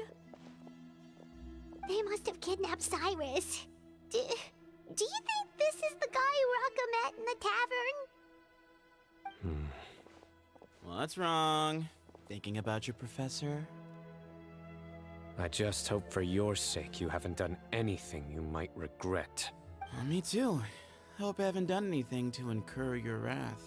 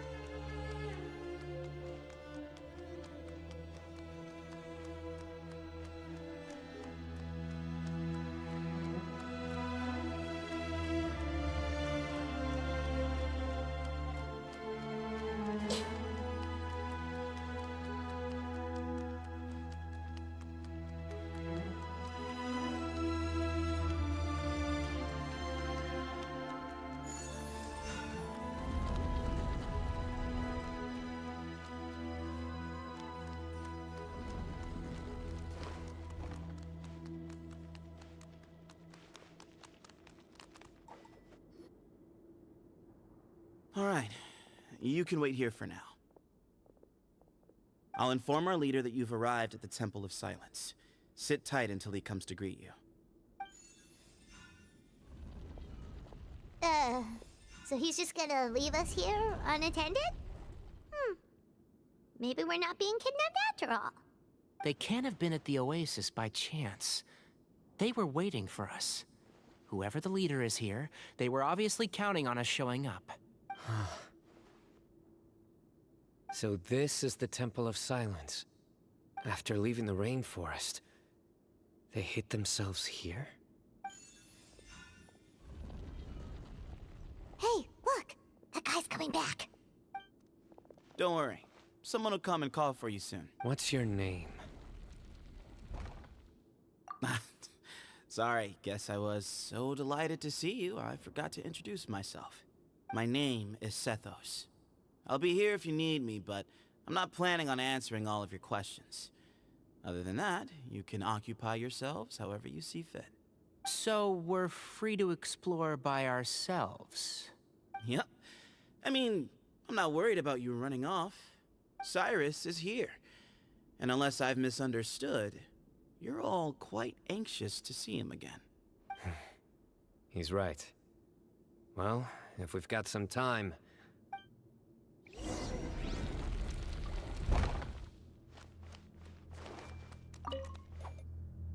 Hey! Sure.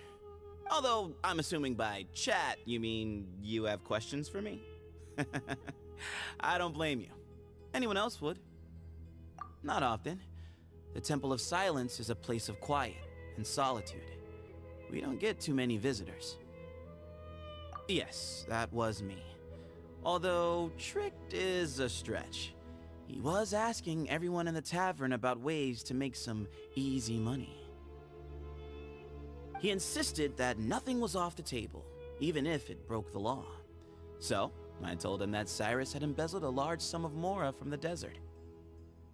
So you framed Cyrus for a crime that he did not commit? No. That's not entirely true. Let me jog your memory. The letter just said that he had uncovered Cyrus's secret. It didn't say what secret that was. Of course, Uraka was a great accomplice, really. Very cooperative with a little bit of wine in him. Did exactly what he was told. And not much of an original thinker, though. It doesn't surprise me that he struggles academically. Why did Cyrus leave for the desert as soon as he received the letter? You'll have to ask him that one yourself. Certain things I can't answer for him. I'm neither judging nor defending it. All you need to know is that he recognized our emblem, and it was his own choice to take the bait. Mm-hmm.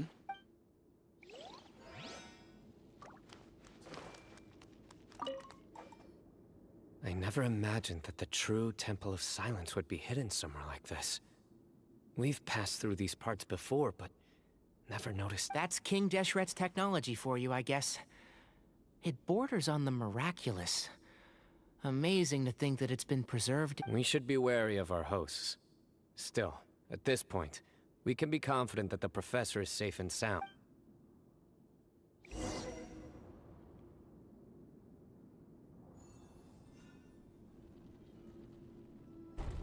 Ah, here he is.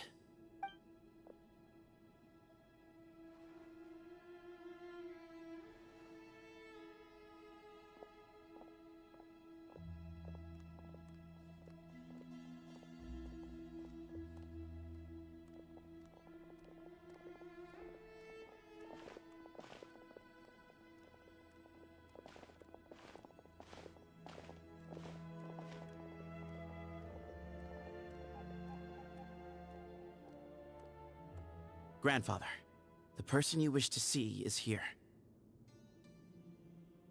Well done, Sethos. Greetings, one and all. I am Ba Moon, the current leader of the Temple of Silence. I know why you are here, and I thank you for your patience. Bring him out.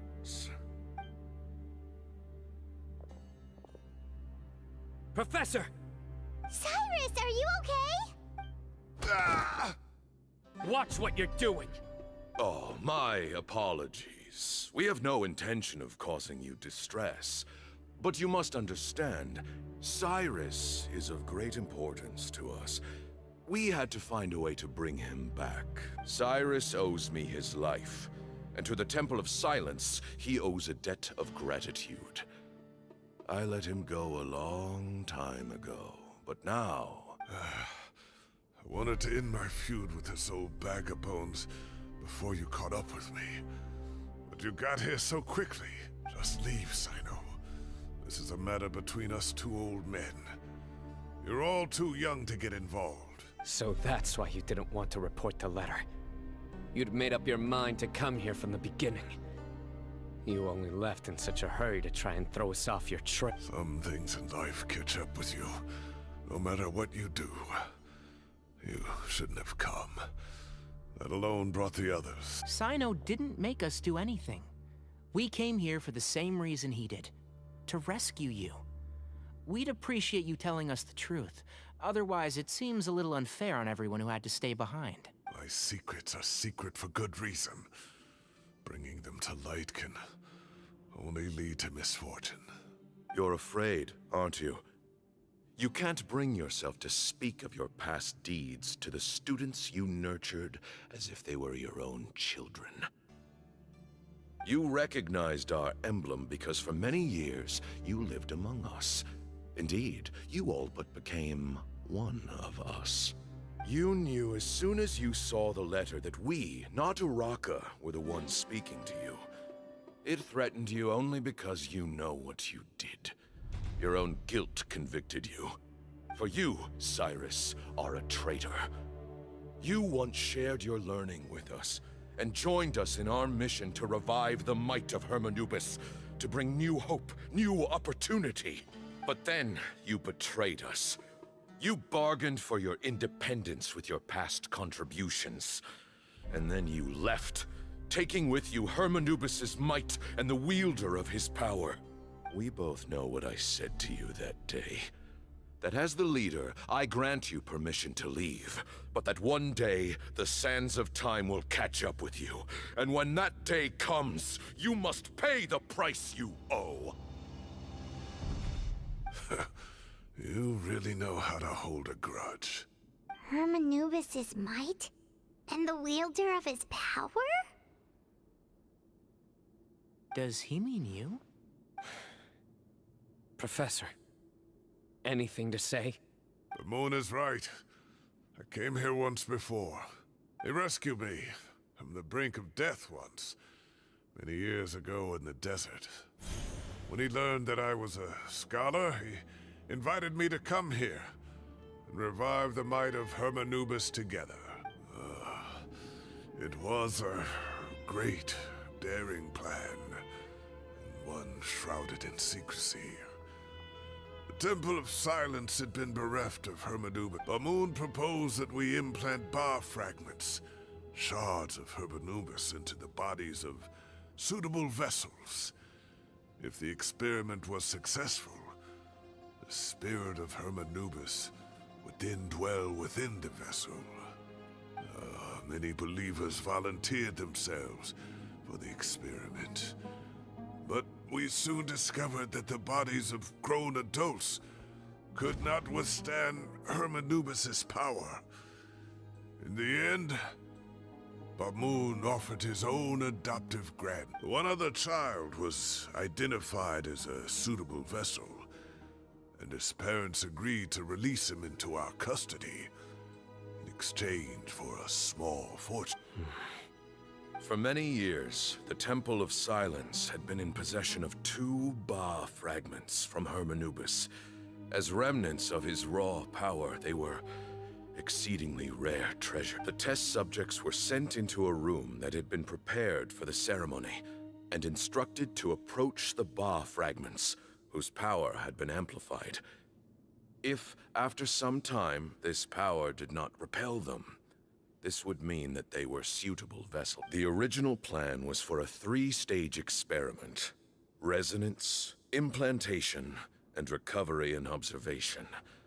The resonance stage went quite smoothly for both As the 2nd stage began, I realized a decision had to be made. Should we implant the fragments one at a time? This would allow us to monitor the results after the first round and adjust our plan accordingly. Or alternatively, we could implant each fragment in a different vessel but as I was deliberating, both Ba fragments suddenly became active. They glowed with a light we had never seen before. I knew that if they were not implanted right away, they would disintegrate and be gone from the world for good. Our 2 vessels had both displayed great promise by successfully resonating with the fragments. Under the circumstances, the thought of implanting both fragments into the same vessel seemed out of the question.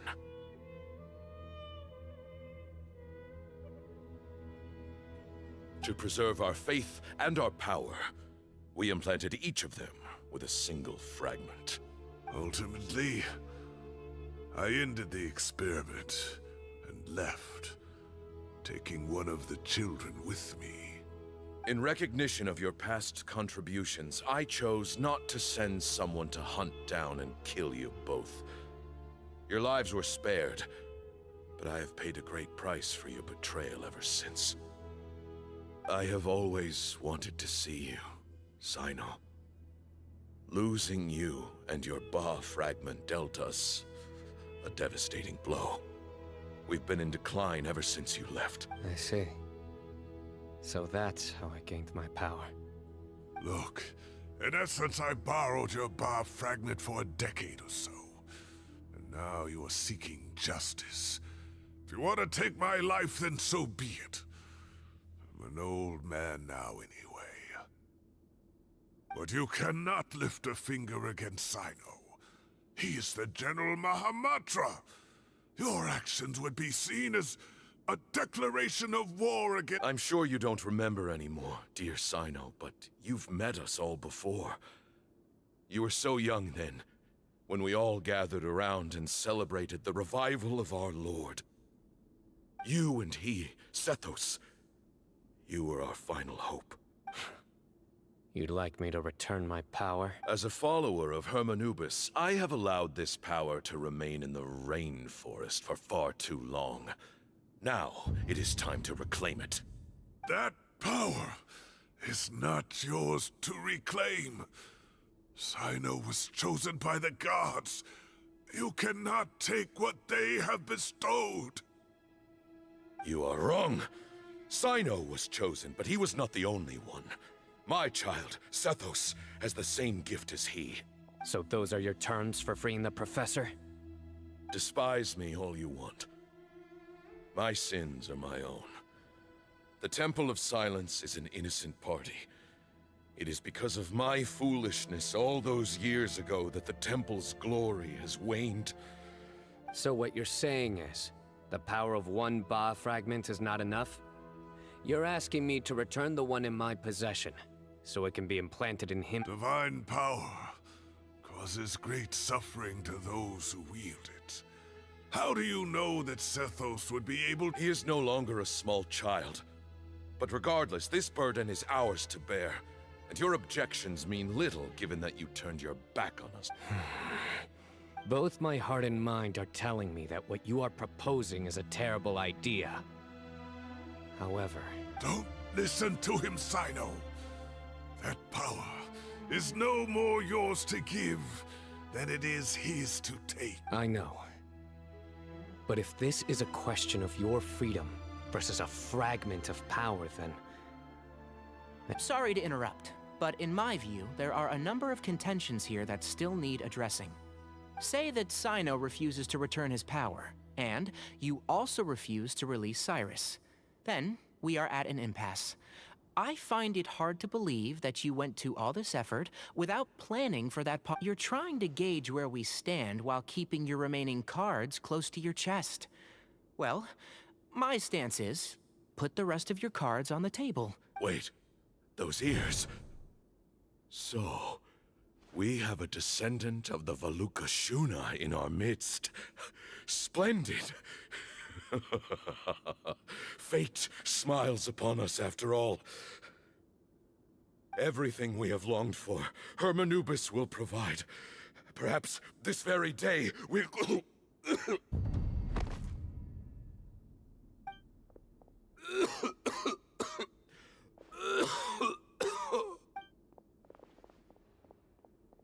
Why is he coughing so much?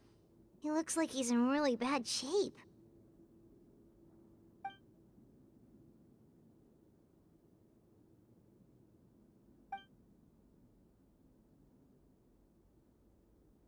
Moon, you... Take our leader back to his room. Grandfather, I know what you wish to say. Leave this in my hands. I don't like to drag out conversations, so I'll just cut to the chase. Had Cyrus not stopped the experiment all those years ago, the plan would most likely have been a success. The wisdom of Hermanubis would have been ours. Still, it's no use talking about what-ifs. We cannot change the past. I'm not like my grandfather. The Temple of Silence has a grand legacy and a sacred duty to fulfill. So it's somewhat inevitable for the leader to have an inflated sense of self. But I see things a little differently. I don't believe the temple has the same stature that it once did. Time has worn away at its prestige and changed things almost beyond. So I'm not going to force your hand. You're all free to leave. Except for Cyrus. My grandfather gave him his chance once. And now I'm... You have courage and wise judgment, kid. Reminds me a lot of Bamoon and his younger. I truly wish that the temple would take an objective look at the academia of today. You've been to the city yourself, and things will only continue to improve. Why not consider cooperating with the academia once more? If you hadn't betrayed my grandfather, I might well be open to persuasion. But it's a bit too late for that now, Cyrus.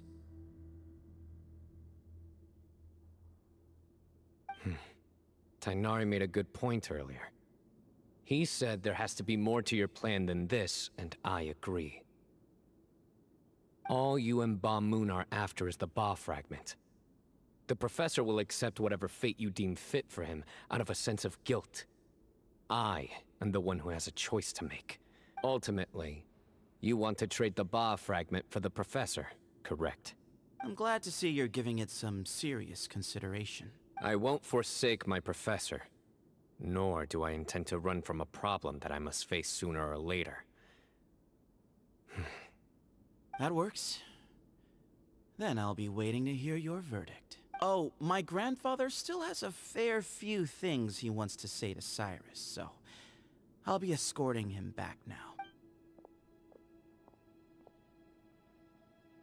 Are you sure about negotiating with him? I need to think this through. Everyone, let's meet again later tonight. Until then, take some time for yourself.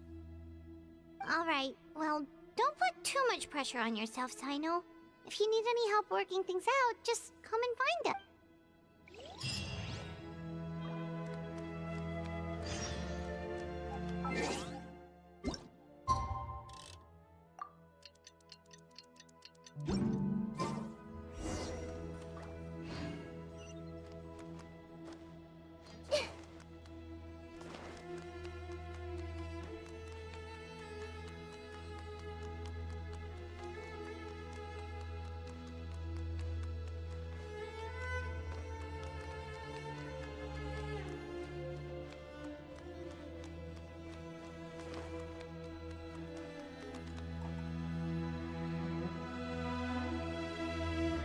I've taken some time to reflect on this.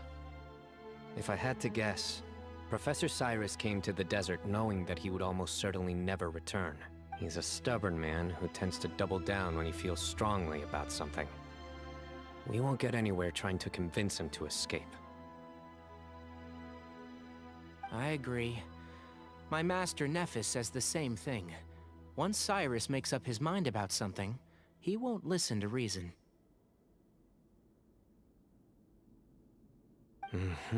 So that's one thing. A few other things come to mind too. You've heard all you need to hear about the Temple of Silence, so on that, I don't have anything to add. My own memories of this place are hazy, though. Probably something to do with the overpowering presence of the Ba fragments. That might explain why I suffered from constant headaches and fevers as a child. I do remember having some fleeting moments of profound emotion when vague images would appear in my mind. But I don't recall much, only bits and pieces. I was still young then, and all I could understand was that there was a strong will inside my mind. Thinking back on it now, I suppose it was Hermanubis' way of trying to encourage me, even if we couldn't communicate.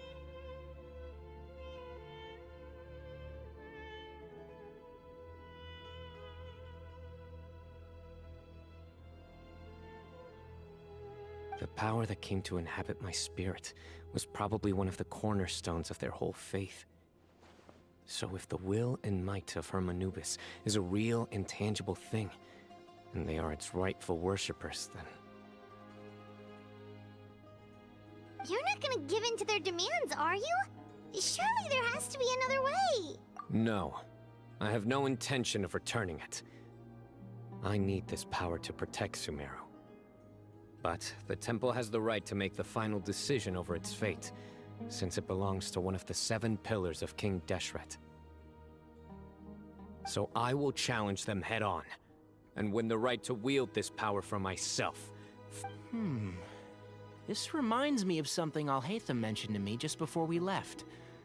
He said that the Temple of Silence was originally founded by the ruling elite of the day. Traditionally, Suchort Kaveh has made similar observations about the desert tribes from his work trips there. He says many of them have their own internal rules. They talk about the importance of never dishonoring their tribal bonds, or the rules laid down by their ancestors. I think we could turn that to our advantage. Go back to them with a proposal of our own.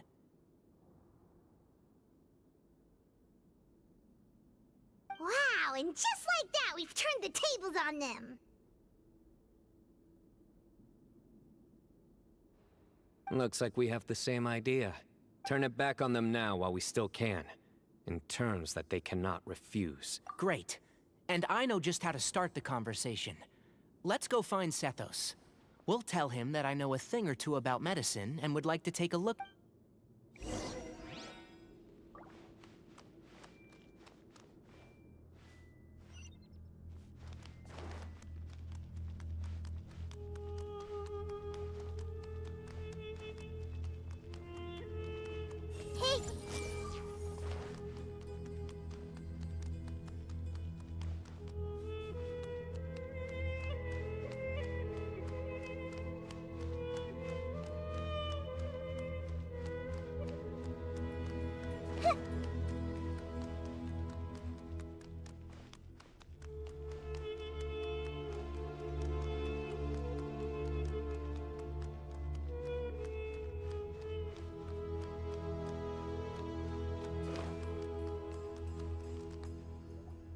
Sethos, let's talk.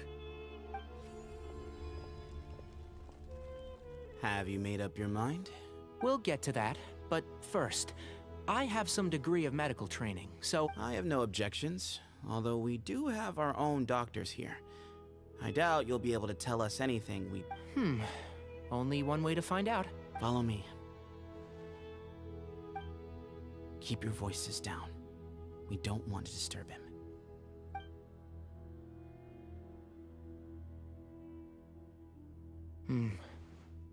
Let's talk outside. Bamoon has fallen into a deep coma, and his prognosis is quite grave. I'm sure that your physicians have come to the same conclusion. He appears to have sustained a serious injury in his youth, which has been exacerbated over the years by the heavy burden of work and now by the effects of... Regretfully, I must inform you that based on what I've seen with patients in a similar... Yeah. I've known for a long time. You're his heir, aren't you? You clearly have a lot of respect for the man. But you also see things differently. You have a broader range of concerns and a more pragmatic... So tell me how we can end this on your terms. Let's find a way to bring all this to a resolution while Bamu... Yeah, there's no time to waste here. You know that better than anyone. You know, the two of you are actually in a very similar predicament right now. Both of you have a very different perspective from the men who raised you. Right. And you didn't create this situation. They did, but somehow you've ended up having to make the tough decisions. You're right. We both... I accept, Sino. This all began because of Hermanubis. So let's end it with the rite he himself created. Legend has it that when Hermanubis first arrived in Tuletula, he sparred with the city's residents. He and his 2 companions proved their mettle by fighting over several days, winning the support of many fine people. That group of supporters were some of the first members of the Temple of Silence, and the sparring matches were enshrined as one of our founding rites. Sounds very fitting. I'm in. As a fellow vessel of Hermanubis, your ties to the Temple of Silence run deep. So I will permit you to participate in this rite. 3 against 3. Sounds good. However, I have some additional terms. As the challengers, you must win all 3 of your fights to win. And letting Cyrus leave with one of the Ba fragments was a mistake, made by my grandfather out of pity. It is a long-standing issue that must be addressed for the Temple of Silence to move forward. I can make no concessions on that front. None needed. We're on the same page. If I win, the Temple of Silence must release Cyrus, and consider this past dispute resolved. If you win, I'll return my power to you. It's a deal. Then let's meet at the ceremonial hall tomorrow evening, 8 o'clock.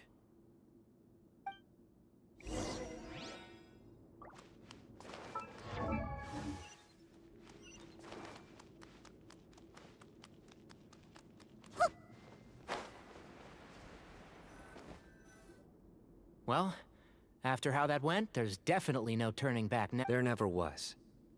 Turning back hasn't been an option for me since the moment the professor slipped away to return to the desert. You have to win. You need this power, both as General Mahamatra and for yourself. Yeah, that's right! Besides, it stayed with you ever since you were a small child. Surely that's a sign it thinks of you as its rightful owner. Both as General Mahamatra and for myself. Yeah, when you put it that way. I've had to overcome a lot to tame this power and claim it for myself. Exactly! The Traveler and I will never lose. And neither shall I. The desert was home to an ancient and great civilization that, for a variety of reasons, fell out with the civilization of the rainforest. It's just as Dia said. Prejudice has pushed people apart. But there must be personal factors at work here too. I can't shake the feeling that Bamun cares for many more things than he lets on. And I don't think that Sethos is any kind of villain. Tomorrow, everything.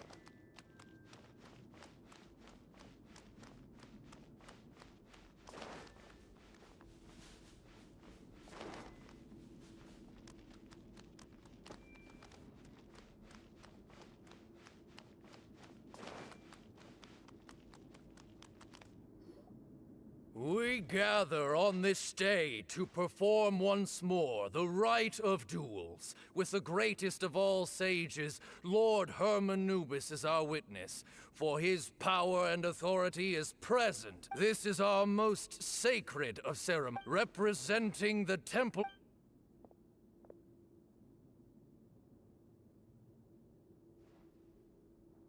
Grandfather, you're here. A rite of duels after all these years. I am surprised by your decision, Sethos. I know what I'm doing, Grandfather. Just leave it to me. Representing the Academia, the Challengers. Ready. We will fight to have our voices heard. Warriors, take your positions and decide on the order of battle. We come not to debate what brings our challengers here, nor what will become of the defeated duelists. Duelists, the might of Hermanubis himself is at stake here. Huh? Are you sure? I agree. She's very strong. Sending her out first will definitely intimidate the opposing. Okay, then you're second. Sure. We have decided. So have we. Let's begin. Duelists of the first bout, please step forward.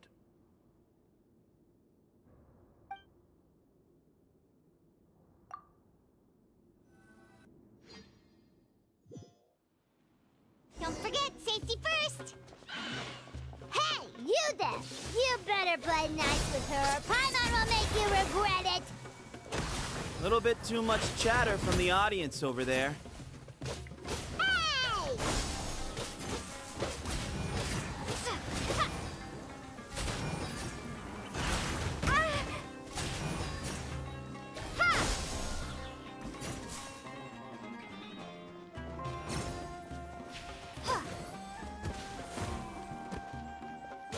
Scatter!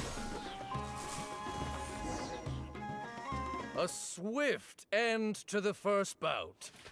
I now invite the duelists of the second when you're both ready. Let's begin. Watch out! He drank plenty of water before the bout, so he should be fine.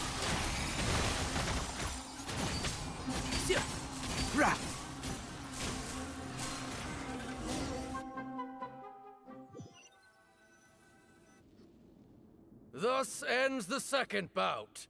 We will now move to the third bout. Duelists, please step forward. I'm ready. So am I. This is the final stage of the rite. I remind you both that the terms you agreed upon in advance are binding. When you're both ready, you may...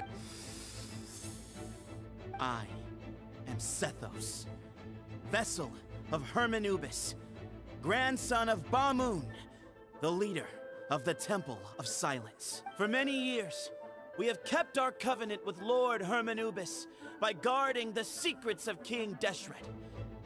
And even in our darkest hour, when we could not see a way forward, we chose not to abandon hope, but we earnestly sought Lord Hermanubis' wisdom and power, longing to see his spirit and his light descend upon us.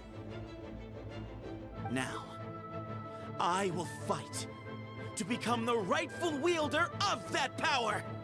I am Sino, General Mahamatra of the Academia, student and successor of Cyrus, the Sage of Spantamad. I fight in defense of my power, my professor, and my nation. And you, I think you left some things unsaid. This is a sacred duel, and Hermanubis is watching.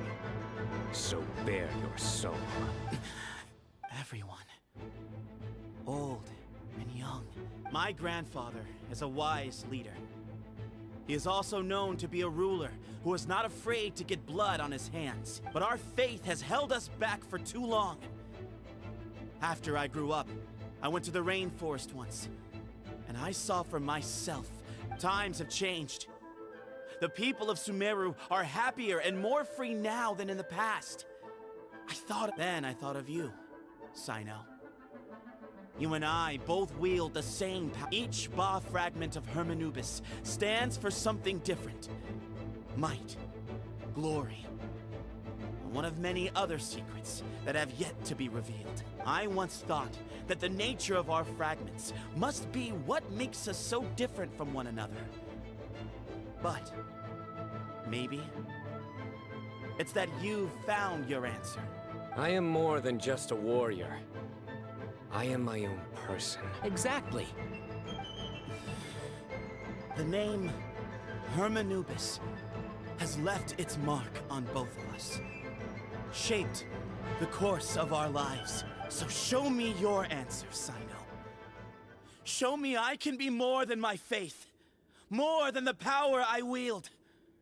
Show me the person I can become!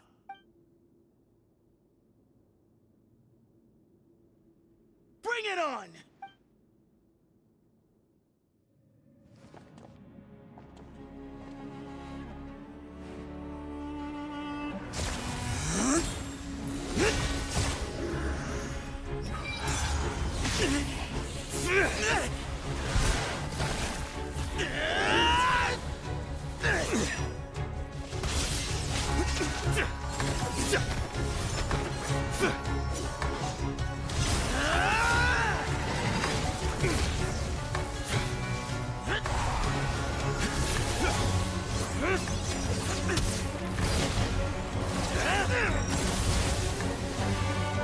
all you've got?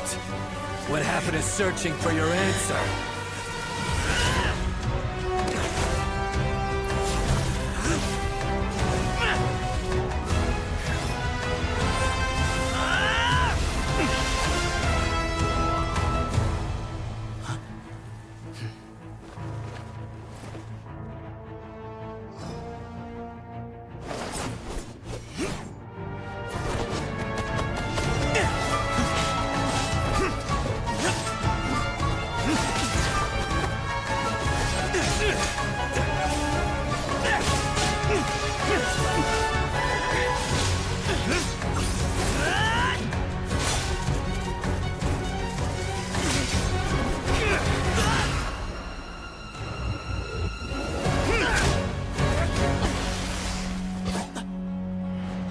Fight's over. Do you yield? You won. Well then, looks like you found your answer.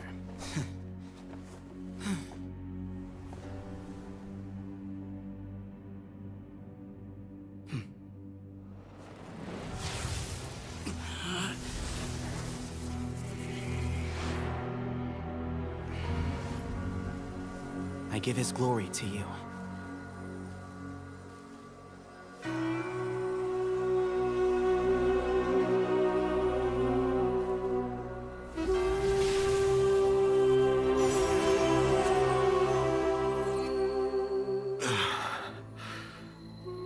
I've seen that light. That is the light of our Lord, the great Hermanubis, priest over all other priests. His spirit dwells within that lightning, and his will lives on. Once a warrior of Tynar, he emerged from the barren desert sands to serve the god king Al-Ahmar. After the death of the god king, Hermanubis gathered his followers and the Tynarian priests and led them to the city of Tule-Tula. There, they founded the Temple of Silence, and from that day forth, we became stewards of all knowledge that survived from King Deshret's civilization. Barely a century passed before war ravaged the desert. One by one, Eremite leaders took up arms against each other in battles that would devour what little remained of their civilization. Only the wise city of Tule-Tula was spared under the guiding hand of the Tynarians. But peace did not last.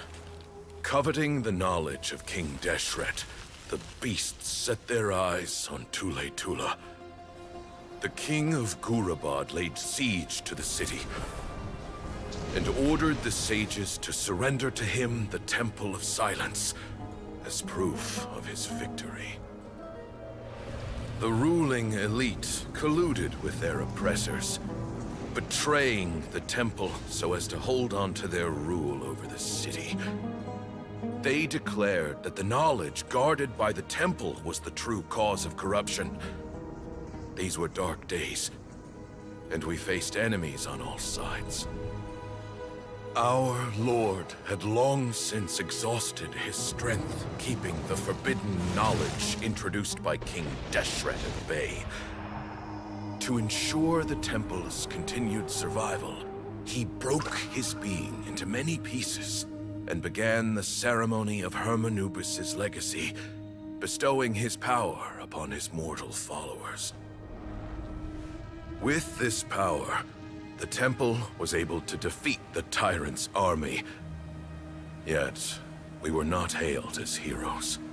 Strange and unfamiliar as this power was, it struck fear into the people's hearts and drove them to reject us. In the end, the people of the temple and the Tule-Tula Tynarians left the city for good and made their way to the rainforest. What followed next was inevitable.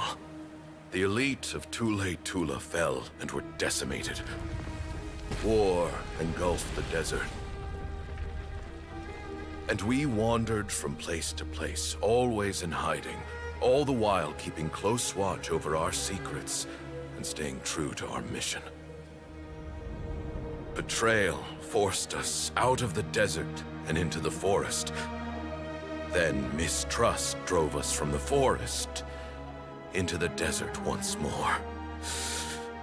We have lived in exile for far, far too long. Yet, today, the Temple of Silence has borne witness to the glory of Hermanubis once more. Thank you.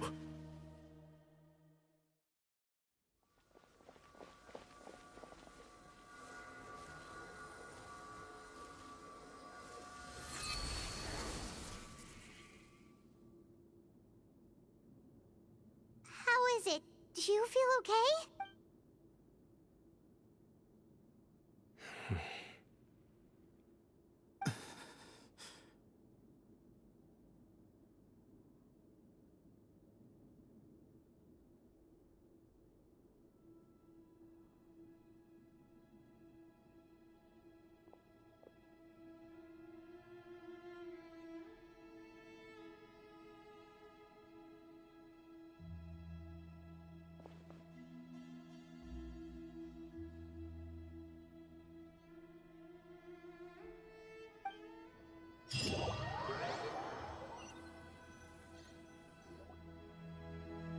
Grandfather.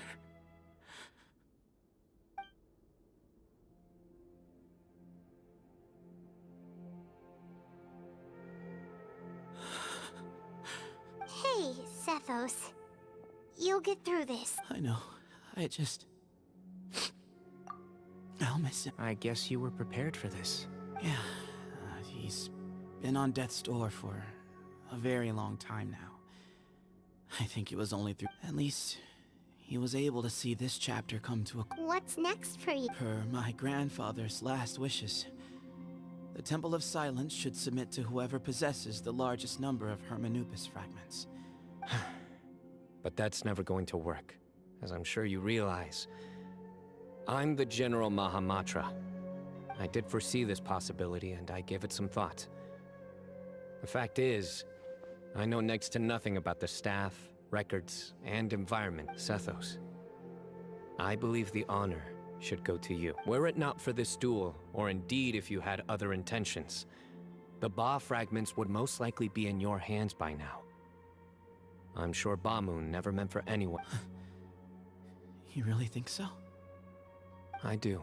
Still, I didn't think Ba-moon looked very surprised by the final result. Perhaps he had an inkling that this would be the way things end. Well, in any case, since the Ba fragments are with me now, Sethos, I would like you to succeed Ba-moon as the new leader of the Temple of Silence. You are more suited to... But doesn't that render everything that... No, it doesn't. This experience has allowed us to become friends, which means that the Academia and the Temple of Silence will become partners once more.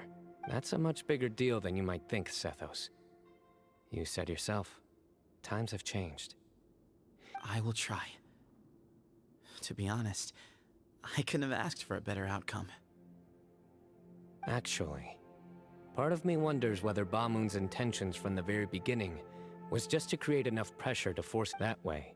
No matter who won, one of us would have to surrender our Ba fragment, and the power of Hermanubis would be constant. Had you won, the Temple of Silence would have doubled its strength. And were I to win, he correctly anticipated that I wouldn't suddenly drop everything to become the leader of the temple, much less integrate the temple into the Academia by force. He knew that the temple's future would depend not just on the guidance of Hermanubis, but the support of the Academia too. So he made it his responsibility to ensure his successor would be free from the burdens of the past. His plan meant that whoever ended up succeeding him, they would have an easier time interacting with the Academia. With one single letter, he lured out the professor, no matter what happened. And here I thought the General Mahamatra wouldn't care for all these trivial details. You're absolutely right. Grandfather and I considered this from every angle. We had to find a way to mend our relationship with the academia. In that sense, thank you for everything, Sino. As a gesture of our gratitude, to those that you and Lesser Lord Kusanali deem worthy, I will grant the honor of access to the Temple of Silence for their pursuit of knowledge.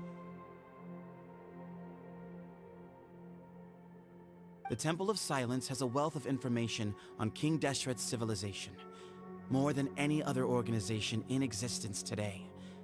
In times when you need information that only we... But you must be exceedingly careful with your selection of candidates, lest you lead humanity to repeat the same mistakes. By the way, Tainari, my grandfather was so happy to see you. You are a descendant of the Veluca Shuna, and we are the heirs to the will of Hermanubis. The story goes that King Deshret chose the sage Hermanubis from among the Tainarians and appointed him as his familiar. He went on to fight many valiant battles with his Tainarian companions. They always stood by each other. From the founding of the Tainarians who left Tuletula, joined their human counterparts in the rainforest. A few centuries later, when some of the group returned to the desert, many of the Tainarians chose to stay and put down roots in the rainforest. In all likelihood, those were your ancestors. How fascinating.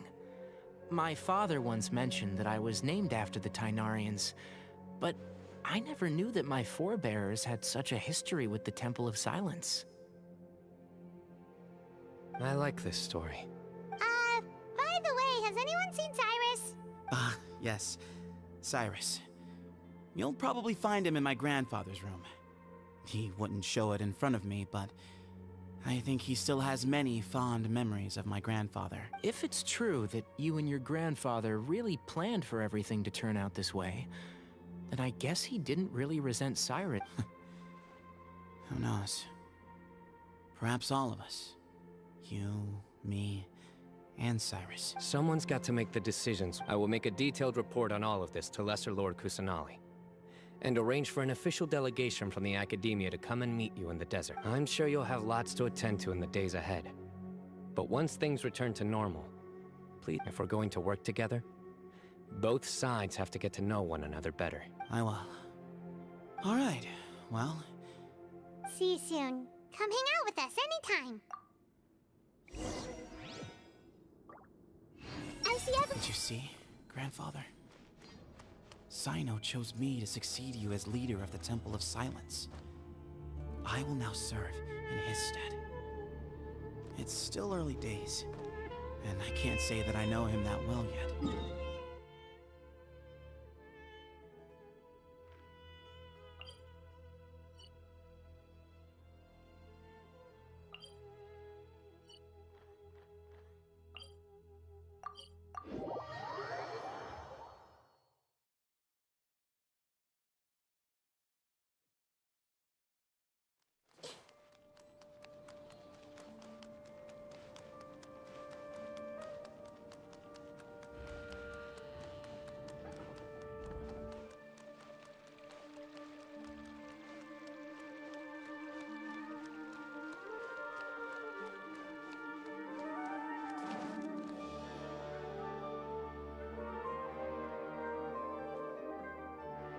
What were you thinking gallivanting off into the desert alone at your age?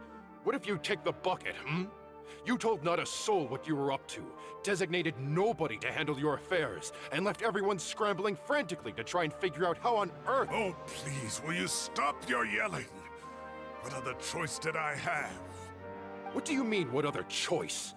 Do you mean to tell me that after all your years of learning, and sagehood no less, the only idea you could conjure up in that white-haired walnut of yours was to shoot off into the unknown like some hot-headed one-man suicide mission, That's the best idea that one of the finest minds of a generation can come up with, is it? It astounds me that you survived the journey, and you're lucky that Ba Moon didn't finish you off when you were— All right, all right. Honestly, the way you're going off on me, it's like you wish you'd been there to lend him a hand. Does it mean nothing to you that I'm your colleague and former classmate? I've got nothing more to say. What's the point of berating an old bag of bones? What do you mean, bag of bones? I'm a flesh and blood hero who, despite his old age, saved our General Mahamatra from being stripped of his power. Okay, look. Fine, I admit it, I was in the wrong. How can I make it up to you? What about, 1 month? Try 3. Tighnari's master is really laying into Cyrus. Let's give them a wide berth. Professor brought this on himself. Don't pay any attention to him. Wow, I haven't seen Master get this riled up in a long time. The last time he chewed someone out like this must have been back when I was still a student. I think I'll go around and update everyone. Tell them the situation's resolved. We can go for dinner afterwards. My treat. Makes sense. I'm in. Paimon's coming too! Let's go! Hey! I should have asked him to come help out at work much earlier. That would have kept him out of trouble and avoided this whole debacle.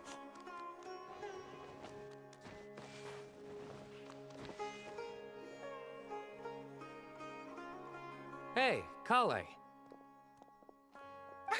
You're back! Well, look who we have here. Would you mind explaining to me what has been going on this past few days? I heard you all ran off into the desert and got embroiled in a major catastrophe. All taken care of. That does not answer my question. How could you be so careless?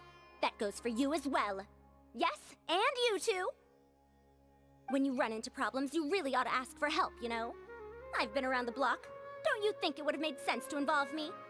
And let's not forget, I know the desert like the back of my hand. Now would not be a good time to attempt to argue with Farazan. You're right. Mm-hmm. It's not the first time that I've had to talk to you about this sort of thing either. You need to learn that there are times when the right thing to do is get a more experienced member of staff involved. Do I make myself clear? Because if you don't, Kale, please do something. He's giving me the signal. All right, guess it's time to play my ace in the hole. Say, Madam Farazan, I can see you're pretty upset, but, I was just wondering, remember that time you offered to give me a tour of the academia? Does that offer still stand? Huh? Wait, did I hear that right? Kale, you remember? Wonderful. Well, of course the offer still stands. Come on, Madam Farazan will show you around the old classrooms.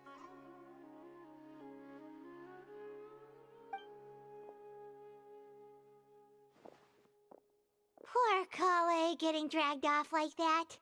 Also, check out Farazan acting like some sort of official academia tour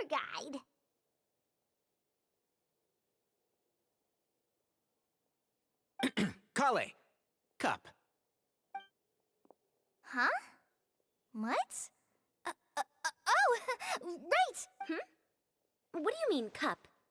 You need a cup. Oh, it's nothing. Just Master's way of reminding me to stay hydrated while I'm out and about.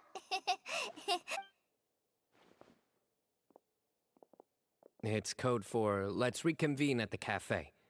Tighnari and I used it while we were in school, and it's become something of a family tradition now. Oh, that's kind of fun. Mm-hmm. 2 people left. Let's bring them along, too.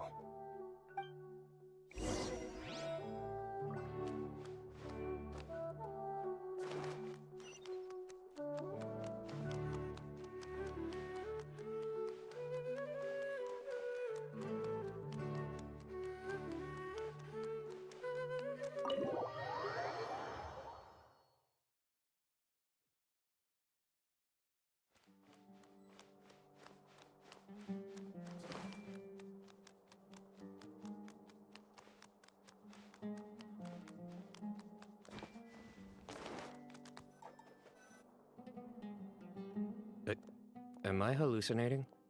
Or do I see Kaveh and Alhaitham engaged in diligent studying? We're just reorganizing all the books we used. Look, there's a whole mountain of them. There's no rush. Nobody reads these books anyway. My sincere thanks to you both. Yes, with your help, we resolved the issue rather swiftly and painlessly. And the outcome was better than we could have hoped for.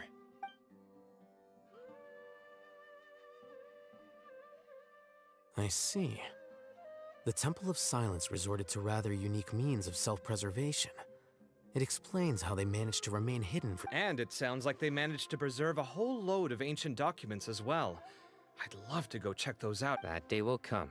The Temple of Silence is a hugely important organization, and we'll be sure to maintain good relations with them in the future. Now, as a token of my appreciation, I'd like to treat everyone to coffee. Sounds good. Yeah, sounds great. Although after the last few days, I don't know if I can handle another coffee. But I can just order something else. Sure. Let's go.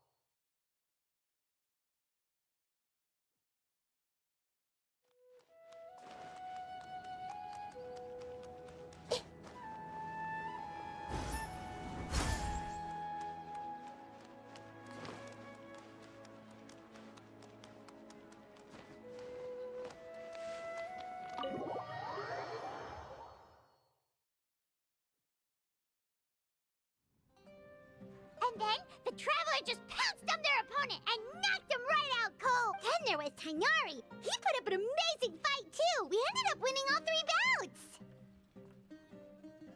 Whoa! Part of me wishes I'd been there to see it, but I'd have been biting my nails off worrying about you guys. A truly edifying account of the events. Bereft of detail, but it has livened up the room all the same. Hey, Paimon included all the juicy details! The Traveler just pounced, and then waved their sword like this, then spun around and blocked. Despite winning 3 bouts in a row, you still ceded the position of leader to him. That's very dignified of you, Sino. Of course. Being dignified comes with being a true champion. I got to be a champion too for once. I've not sparred much with desert folk before. It was a pretty unique experience. Yeah! Huge place! It felt like something right out of an epic poem! Imagine this. It was like there was... Maybe save that one for later, Paimon. Dessert's here.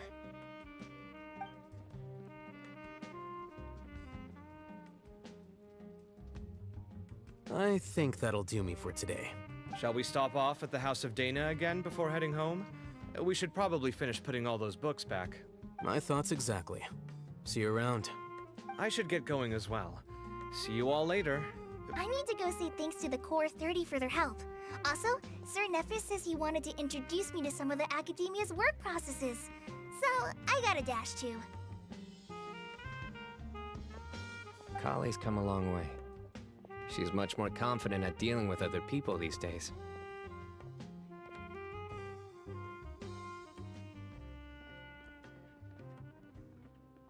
Everyone's a work in progress. You never stop learning. Yeah, true.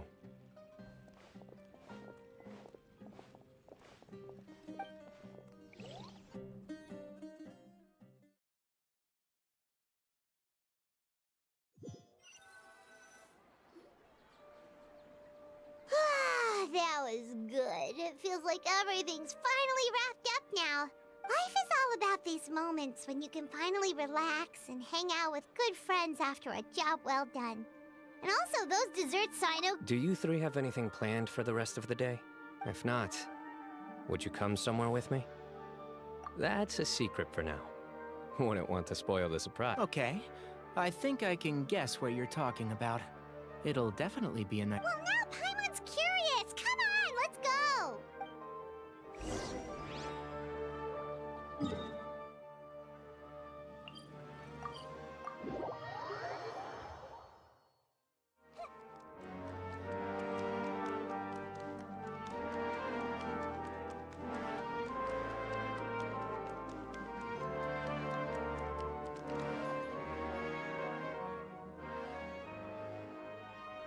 Been a while since I last made my way up here. Wow, look at this place! We're so— Need any help? As you wish. It's a nice spot, isn't it? What a great view! We're so high up, we can see for miles! Traveler, turn around.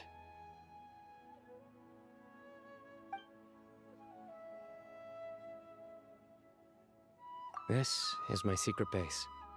Somewhere I only bring my best friends.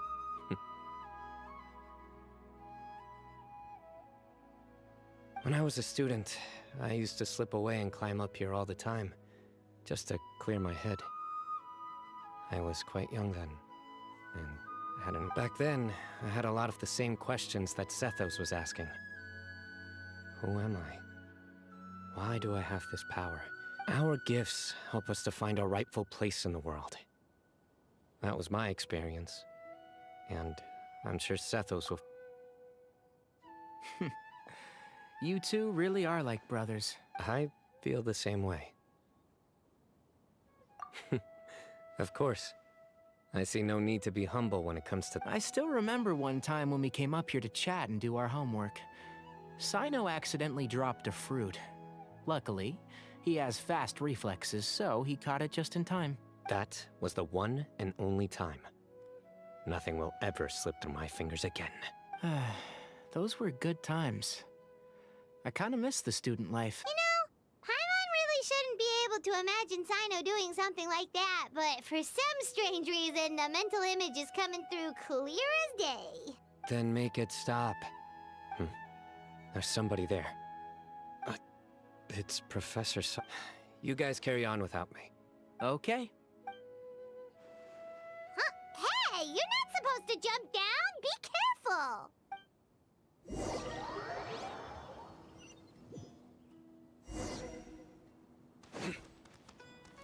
Nowhere to run! Oh my days. I can't believe how stupid I look in this one. Professor, what are you muttering to yourself? Sino. Just the man I'm looking for. Guess what I found in some old notebooks? Some old photos? Can you believe it? This notebook was just sitting in a pile of odds and ends in the Sage's office.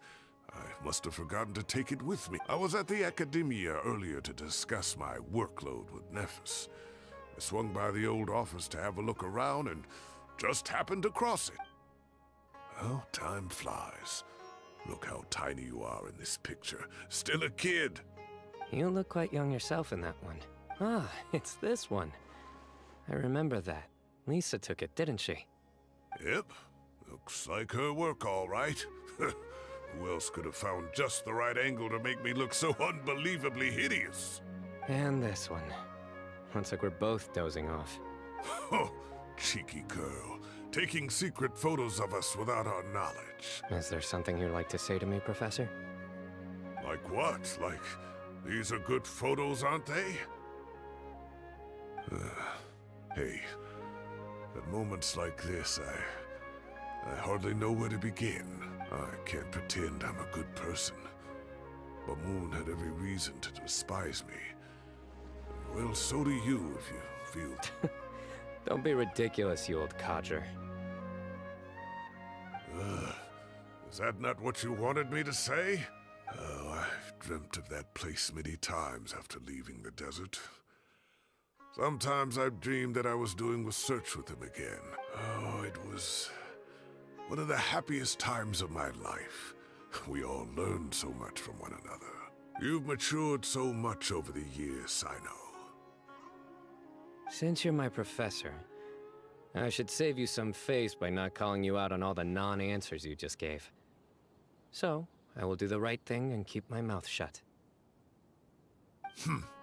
Good thinking. Take your own advice next time. Seriously, why bully an old man like me? I thought heroes were supposed to be gracious. Hey, wait, how did I not notice this one earlier? Lisa strikes again. Just how many did she take? Look how cute you were when you were little. I remember how well-mannered you were back then, too. Yeah, and look how serious and professional you used to be. Oh, I can't compete with you anymore. First you get better than me at the deadpan jokes, and now you're besting me at those little quips, too. Don't say that. I still have a lot of respect for you. Huh, that's more like it. Hey, what would you say to meeting up with Lisa again sometime? I'd like that. Let's find a time and pay her a visit in Mondstadt. All right, I'll add it to my schedule. Let's go next week. Wait, no. Next week is the tomato growing competition. I have got to beat Zaha Hadid. Or you could find a real hobby, Professor.